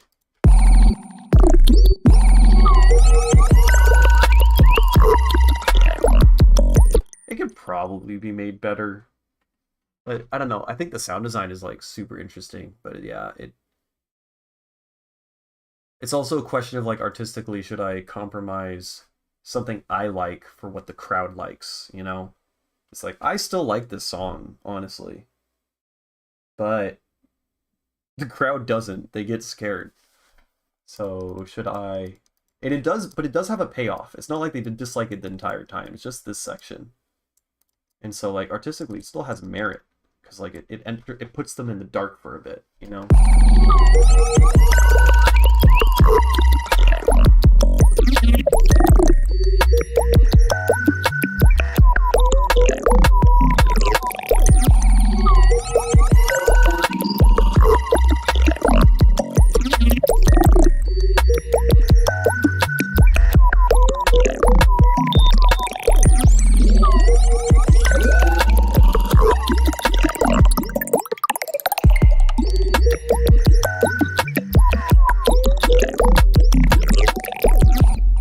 Yeah, I think if anything, I kind of want to change the sub bass. I'm not a fan of how high in pitch the sub bass goes because like da da da, and then at that point it's like audible and not felt.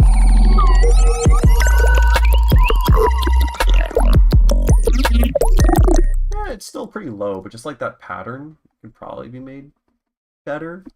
Maybe I can make it as a whole, this section a little bit more danceable if the sub wasn't like a constant, you know? Maybe if I made it a little bit more dynamic, or maybe that would just make it more weird. Because there's probably, yeah, I know, like, don't make compromise, but it's also important to like heed, at least acknowledge the crowd and see if there's something worth changing. And maybe there's a way I can make this a better and more danceable while not compromising like the vision, which I think is still doable. Still some changes. I think the mix down needs a lot of work. There's some like clipping, almost like too much bass stuff in this section.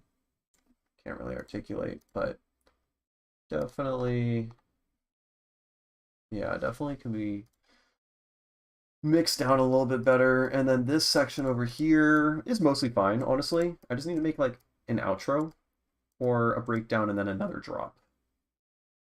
Should be weird. I totally could do that though. I mean, it's like, yeah, 2.5 minute song. It should use a breakdown and then like another drop. But it's gonna sound totally different from everything else probably. Yeah, definitely. It's just like questioning, should I pursue change? And if the crowd doesn't like that, that means yes. And if you can't change it to make it good or better for you, then stick with what you initially have. But definitely important to, I think, acknowledge what they want. Oh, this one. This one is a lot of fun. And that, oh god, I'm so tired of Ableton updating, and then requiring you to resave files. Like I think 11.3 was just because they wanted to sell push 2, which I never wanted, and then it just caused my Ableton to crash all the time, and I have to resave my files as a new structure. It's that was not a fond, not a fan, not a fan of what they did there.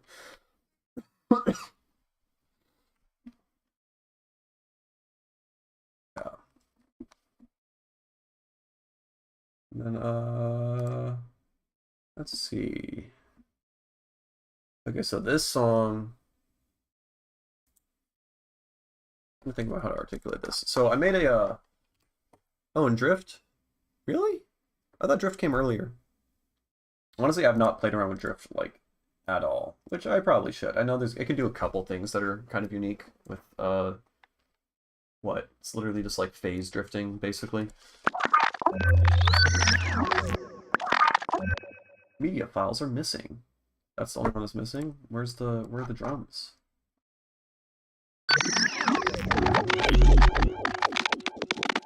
Oh, there's some wise granular.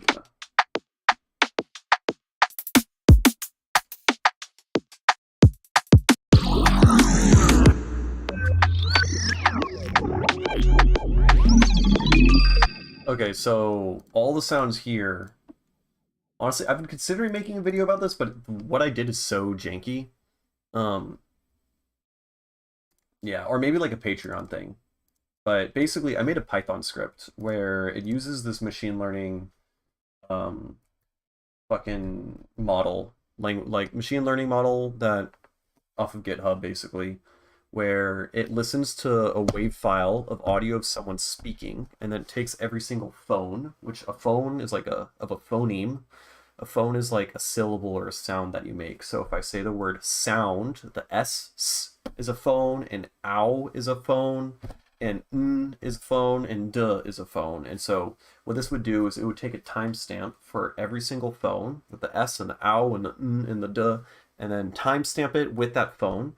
And what I did is I took each of those phones and mapped it to a different MIDI note, and then the timestamps get mapped to different parts in the timestamps get mapped appropriately, right? And so then I just throw audio into here. And then what I do from here is I make so that all the consonant phones, all the hard like syllables and shit, are between notes, what is this? C? Yeah, pretty much C3 and up. And then all the vowels are assigned to notes C1 up to C3, right? And then I throw a sampler in here, and then I can make it so that the vowels are some, what did I do here?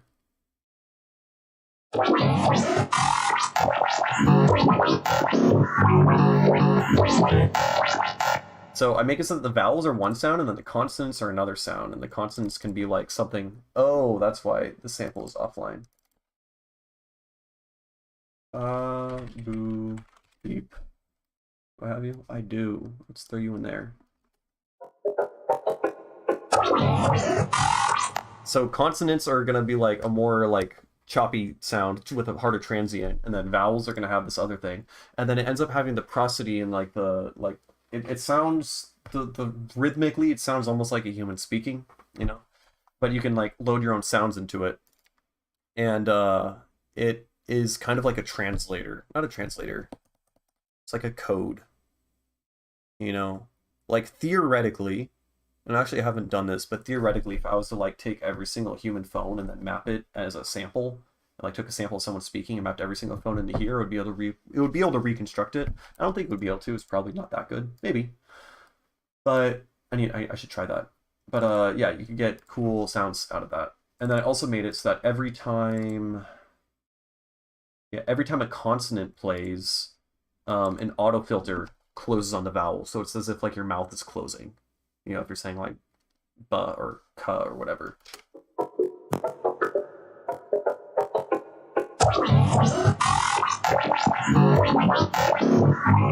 Anyways, yeah, so my song on my EP called Phonetics. It's called Phonetics because I used a phoneme machine learning fucking thing. This guy. All the sounds in here are from, I think I threw like a Kendrick Lamar sample or something into there, and then it got sounds out.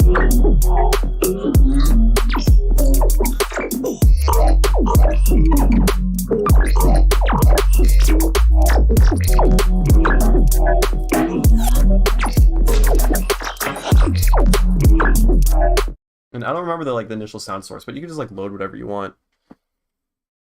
Probably just a format filter. That's what I'm guessing. I know he uses I think he uses Razor. Is it Razor? Razor or something else. And they have like pretty good performant filters built into the same engine. Anyways, so using that, I can get a bunch of cool sounds.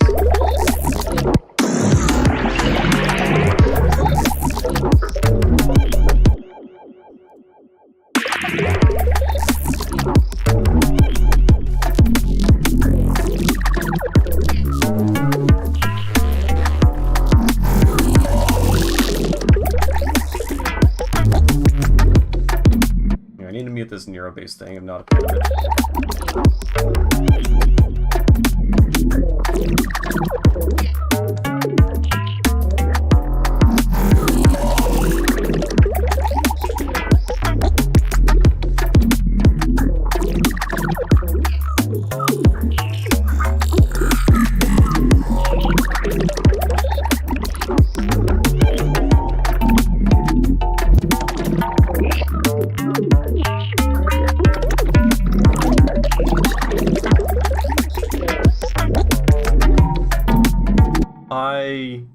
I'm not gonna buy Current. I refuse. I'm boycotting them after all that bullshit that they pulled. And it's like $200 for a synth.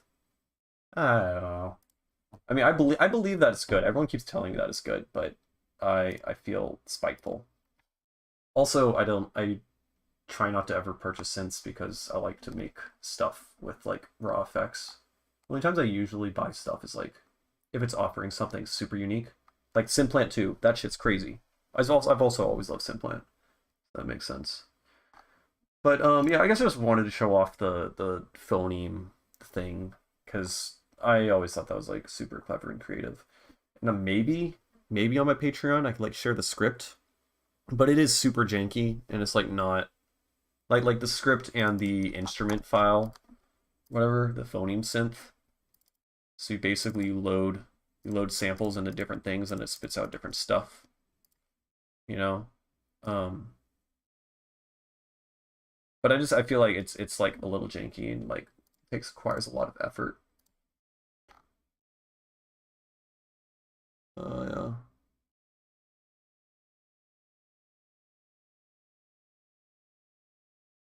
I don't know. Oh, this one. This is also a song that I need to finish. So all the like up-tempo stuff that I've shown, I'm definitely planning on also releasing. I want to do a down-tempo thing and then another up-tempo doohickey, which I've just been doing a lot of those, but I have a lot of cool fucking ideas. So I want it to be like a microtonal up-tempo thing. Not necessarily all microtonal, but for the most part, it all is. Like it has pitch bending and shit. So, like the last one with the Zeng harp that I showed, that would be cool to have on there. And then I have some cool microtonal like glitch hop stuff that needs to be shaved down and made better. Yeah. I should probably actually try to work on songs. I'm just like going through them. But also I'm just like looking at them and seeing if they're worth, like this one is not worth finishing. It's too much effort. Like the current ideas that are in there. There's cool sounds, but they're not really, you know. Yeah. Yeah, I guess I'm just like not. I also don't like using synths that.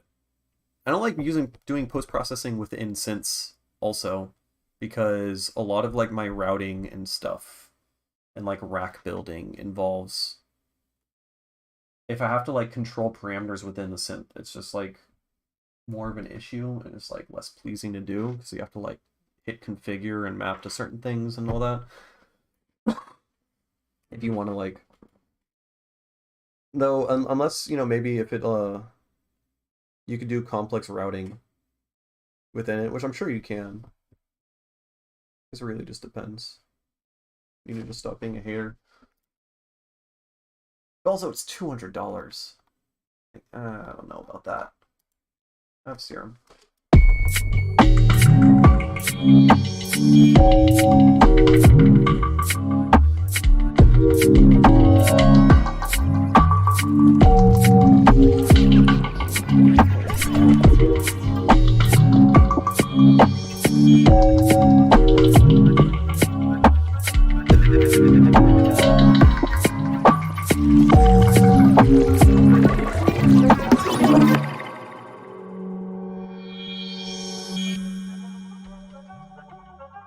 I think just this whole section is just nonsense.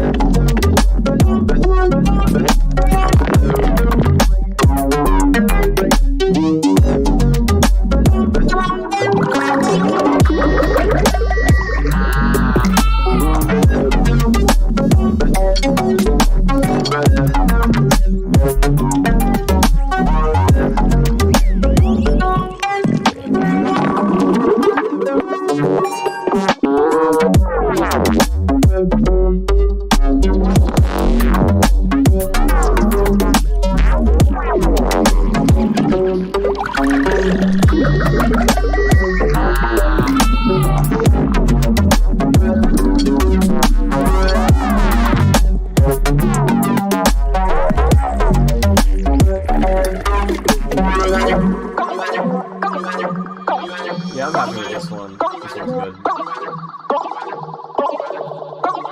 This section is really dirty though.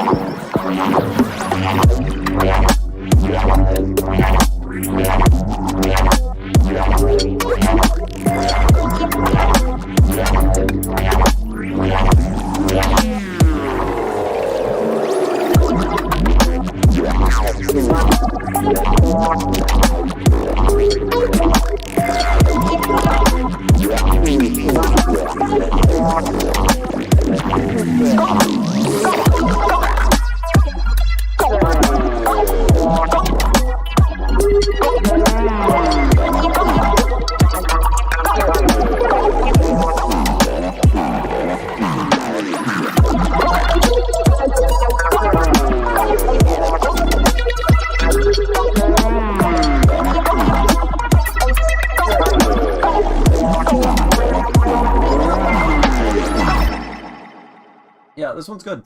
This one's a banger, I would say.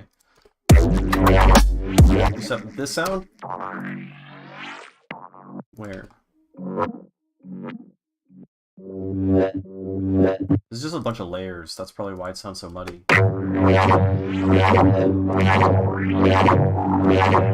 Yeah, this is a mess.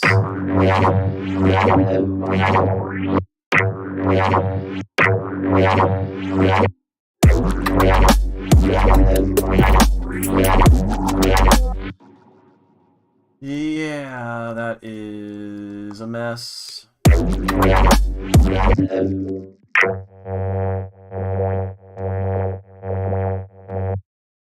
Yeah, I don't know.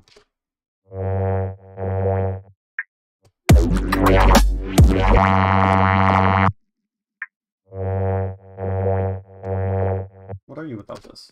I'm just vocoding. This is weird. Whatever I was doing is weird. I'm vocoding this with another thing at the exact same pitch.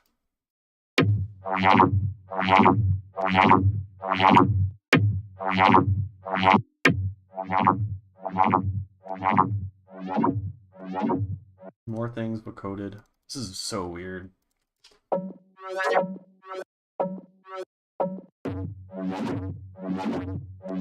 And that's just plus 36 dB saturator.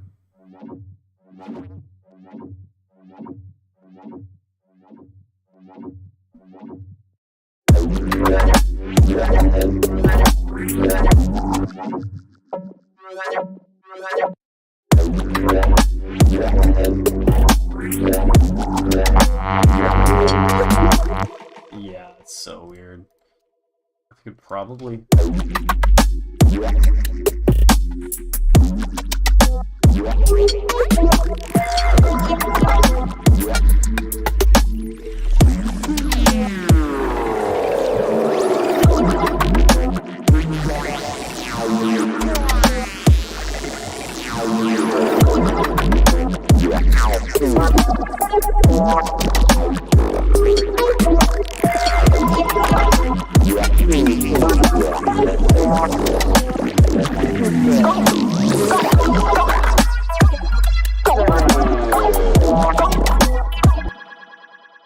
I just want like a nice sawtooth wave. A nice vocody sounding. Oh, I have an idea. I don't know if this will work. Ableton's crashing. Okay, we're good. We're safe. Please work. But the all of the synths in here. Armor. All of the synths besides the squelchy dudes are all microtonal. And they're using, I guess, fuck, they're all these guys. And if you watch my microtonal video, it's doing that thing that I talked about. Where's note expression? Slide. Where I just like did microtuner, pitch it to a weird EDO, pitched everything fucking weird. And so you can see it kind of looks like this. And I just did it by ear until I got something that sounded good.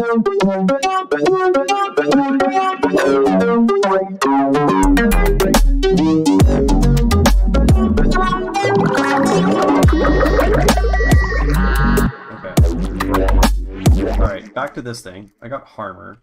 And the reason why is I recall that. Wait, what pitch is all this at? F sharp. Okay. F sharp. I recall that for Harmer, if you're playing a note and then you activate the prism. Yeah, prism mount. And you move it just a tiny bit. And then move it back, it turns fucking super weird and like dispersory.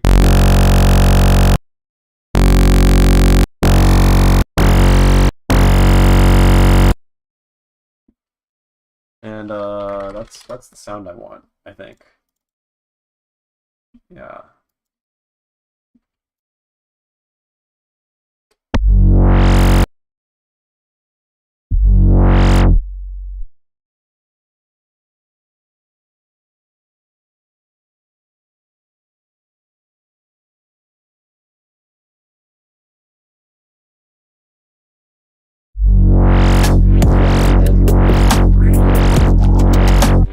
Yeah, that's good.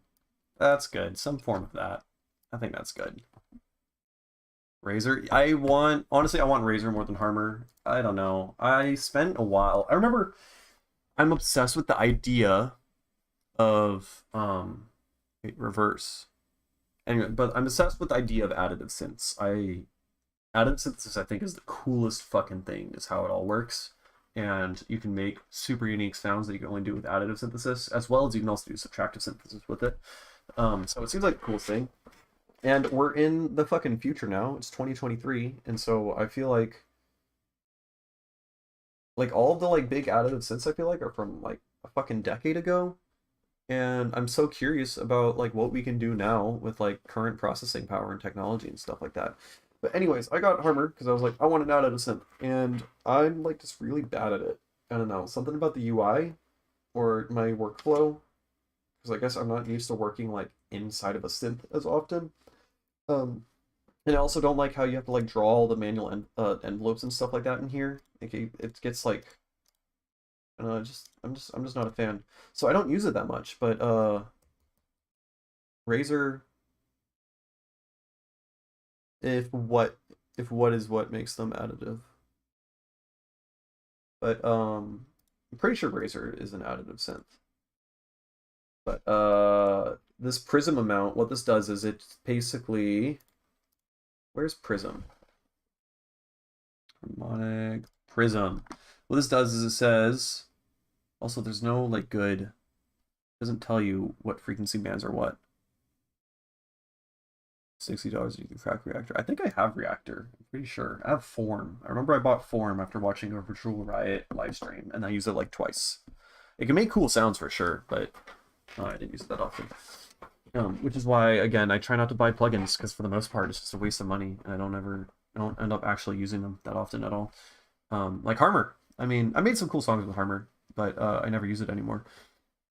And but the prism basically says, okay, for whatever frequencies at this band, if it goes up, when I twist the prism amount, this is gonna move that harmonic up, and this is down and whatnot. So this is some fucked up inharmonic thing, and then you can.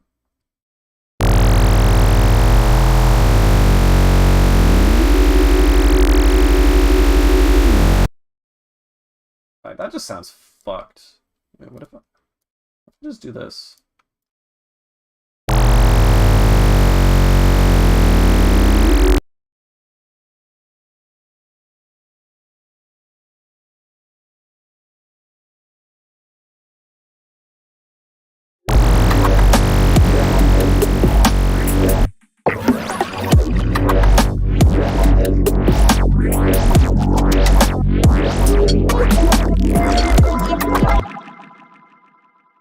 This is cool, I think. Maybe. This could be cool. Who knows? What's the easiest way? I go down here and then go up there.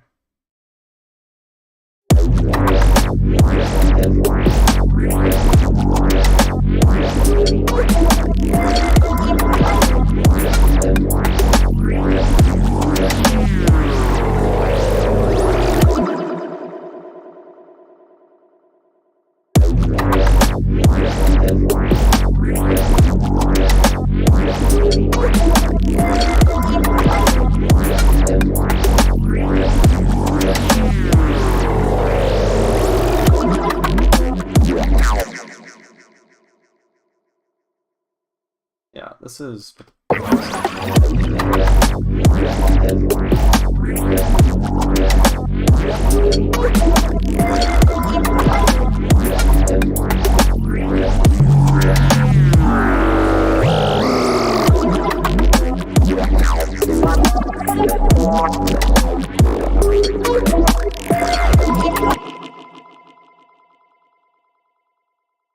Let's make you a child. And you will be German. The German one isn't even good. I just love the fact that there's a German formant. This is an adult male, adult female. This is a fucking German. Okay.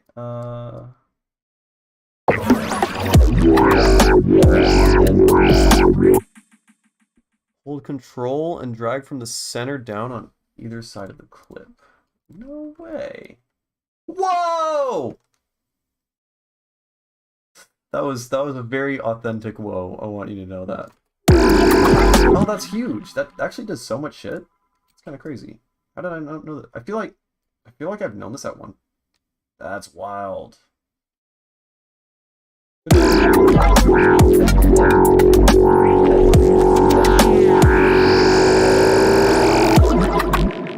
Anyways,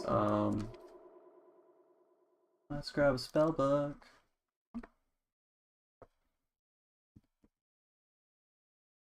There is more. Oh boy.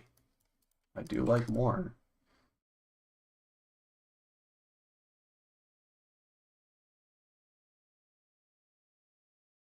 Let's just grab performance on this guy, that guy, that guy. The center dot. Okay. Are you lying to me? What's center dot? Oh, that one. Oh yeah, that's a super easy flip. You can also flip from over here apparently. Oh no, you can't. You can't. Okay, I see. I'm figuring it out. That shit's crazy. I like how you're just clipping a waveform. Like this is the exact same thing as clipping. That's cool. Okay, what was I doing? I was mapping things to formant. Yeah. And then let's map things to pitch as well. Pitch. Pitch.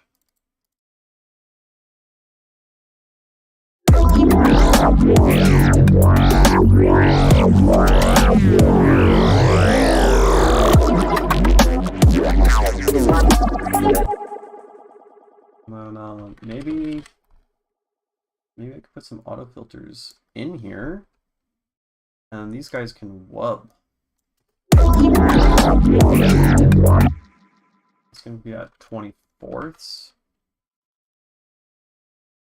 This guy can be at, I don't know, 30 seconds. Yeah, 48.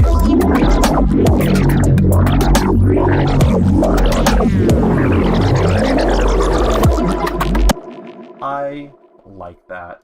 And let's make these all -12 so that they're the same volume as 0 dB because we got 4 dudes. If you add 2 dudes together, it's -6. So if you add 4 dudes, that's -4. Sent me a thing on Discord. Oh, that guy. Wait, so there's just a different thing for every single thing, huh?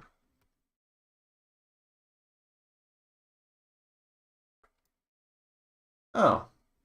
Okay. So if I don't hook control, do that, and if I do that, that's cool. Neat.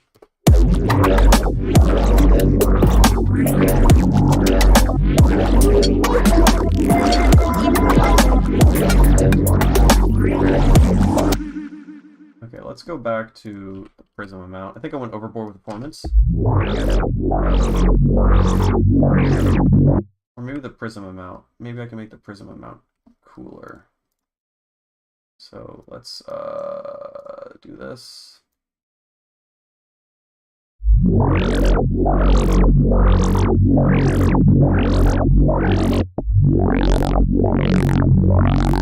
See, that's without the prism thing doing anything. Oh, I guess this is just moving the phase of the harmonics. So this is a saw wave where each of the harmonics are out of phase.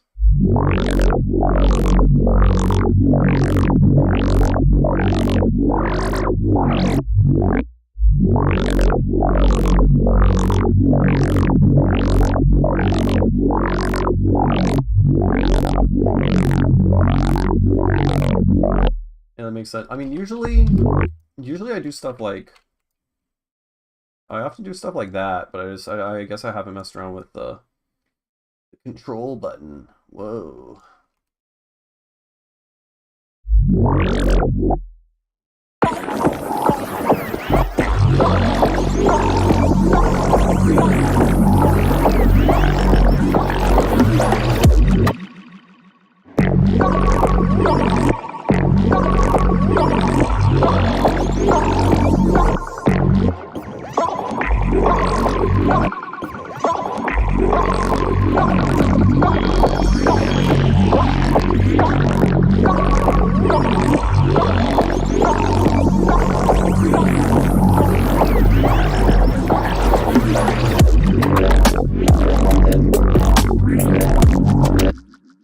Actually sick. Let's get rid of this dude. Right here.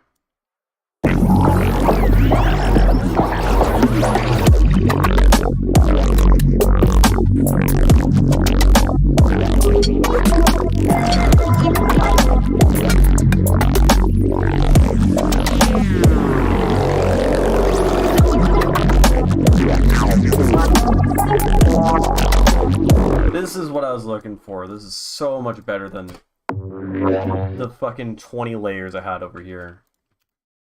Simplicity is better than complexity sometimes. At least when it comes to fucking trying to sculpt like a thing. Like, yeah, that's something I learned from the Tangled Snake song, the wubs in it. The main wubs was like a fucking giant group of like 30 different tracks all being layered together in different ways, different ends of the spectrum, trying to sculpt into the perfect thing. I was never like fully happy or satisfied with it. And really I should have just like probably changed my source and tried to get something different. So let's use a utility, and then let's make this start really quiet, and then I'll highlight you. What if I? Oh no, I'm not gonna do that.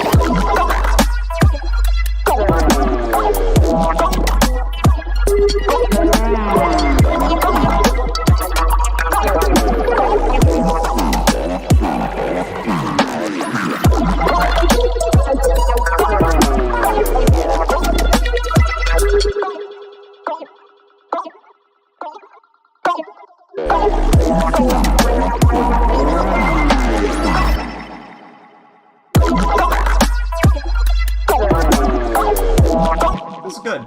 Alright, I made the song better, I think.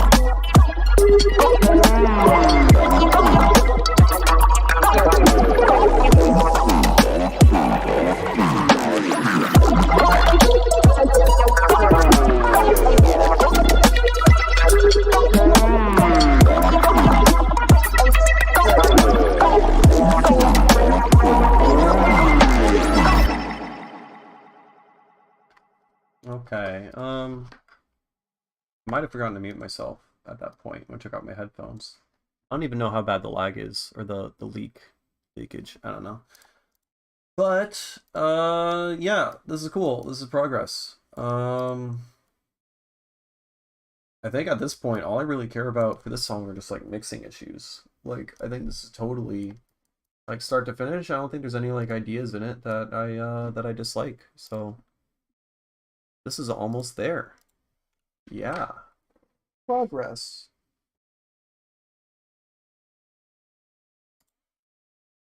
Like, I feel like I should stop streaming probably, but no, I'm gonna keep working on music anyways for a bit, I think, so might as well. Yeah, this glitch hob thing, this project from yesterday sucked. I'm probably never gonna open it again. This one is good. I don't know if I have the juice in me to figure out how to make the other section good.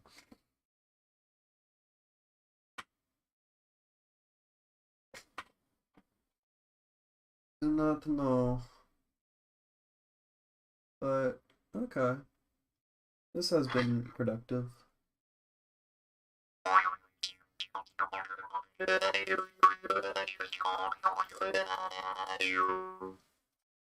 Does that even get picked up on the fucking...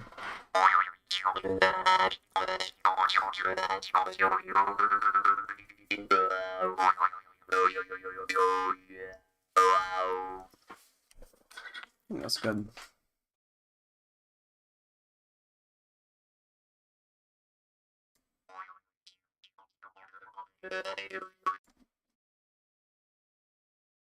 It is not loading. Yeah, jaw harps are the shit. Where's my other one? I have a bass harp somewhere. It's like 60 or 50 hertz or something.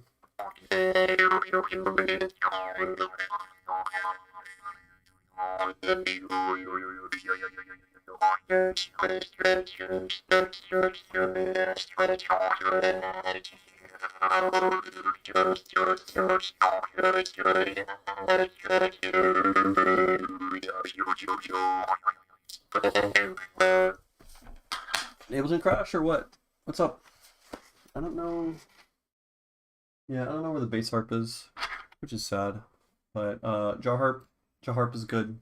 I bring it everywhere, and I annoy the shit out of all my friends all the time. I aspire to someday.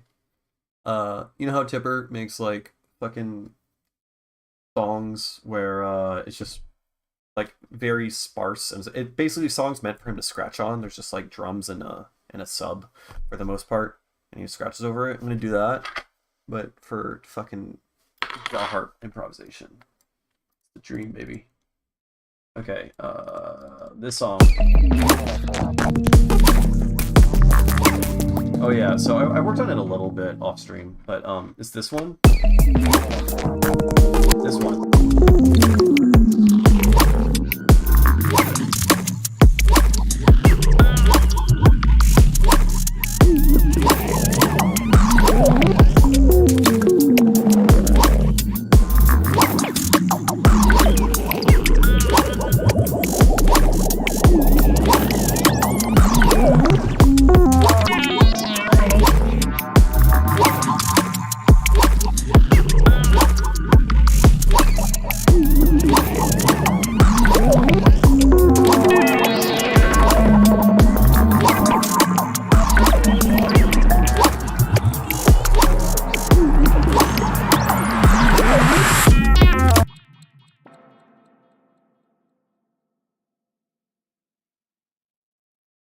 Alright, cool.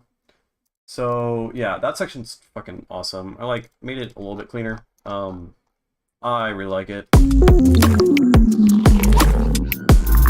And...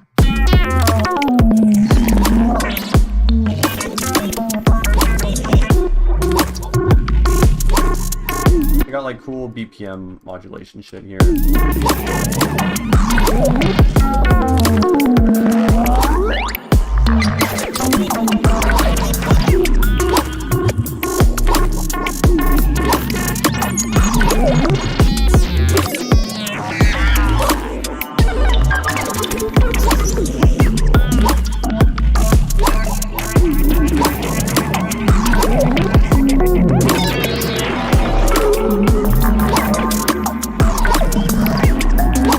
I think the BPM modulation stuff is super interesting. Which, door, because someone is playing piano. But, yeah, so that's cool. Anyways, so I tried going back and I've made, like, a more melodic kind of section over here.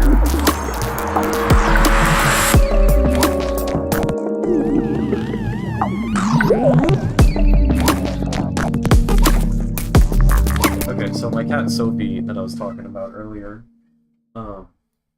how she's anxious. My mom is playing piano right now, And whenever she plays piano, she gets terrified and then runs into my room. Scared of the piano. We don't understand.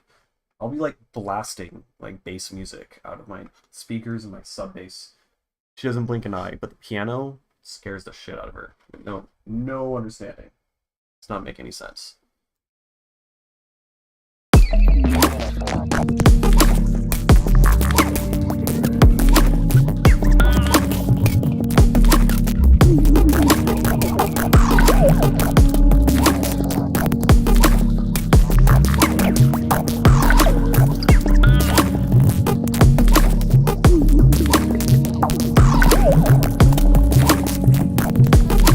Yeah, at this point he's like more percussion and stuff has to come in.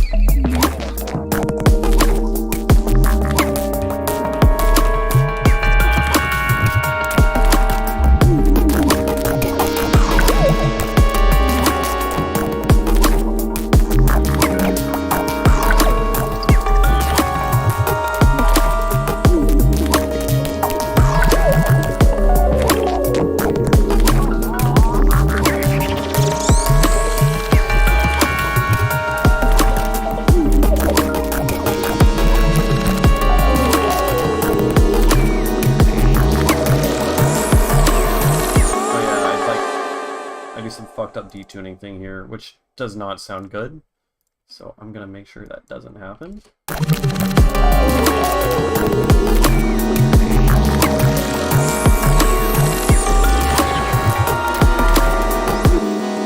Sounds so weird. What is happening? Is there detuning here? No? I don't think so.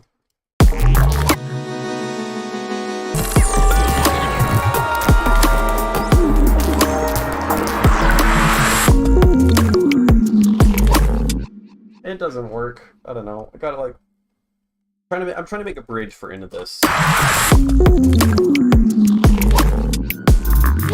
And that's just like the melodic thing isn't working. I mean, I made it like microtonal. Trying to try hard. But the this rack is pretty interesting. So normally it sounds like this.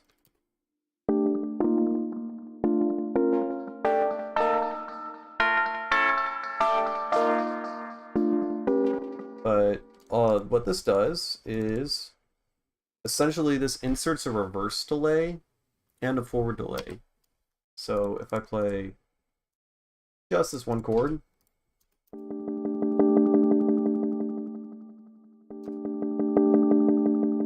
it starts from the left and then goes da da da da da da da da, right? And normally if you want to do that, you have to like make the thing reverse a sample, play it with a delay, freeze and flatten the delay, and then reverse the delay, and then put that behind the sample. But what this does, and it is a massive pain in the ass, is it's a rack. It splits into a delay. Right, ignore that. This goes into a rack, and then this goes into something really quiet and panned to the right, and then that gets split into another rack that gets delayed, and then goes into a rack that is panned to the right and is a little bit less quiet, and then that goes into a rack, and then just does this over and over and over and over again. It's just nested racks and racks and racks and racks, where it just gets less and less and less quiet, and then becomes loud, and then it becomes quiet again, and it just does that. So this is like, there's like 10 delays in here basically, and each delay is manually inserted. So that thing gets delayed by like 1 bar, then it splits, goes out, gets delayed by 1 bar, gets panned a little bit, splits, goes out, and just keeps doing that. That was super interesting, I'm sure.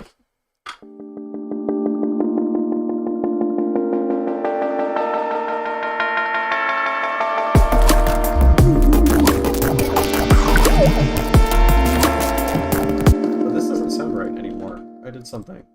I fucked up something.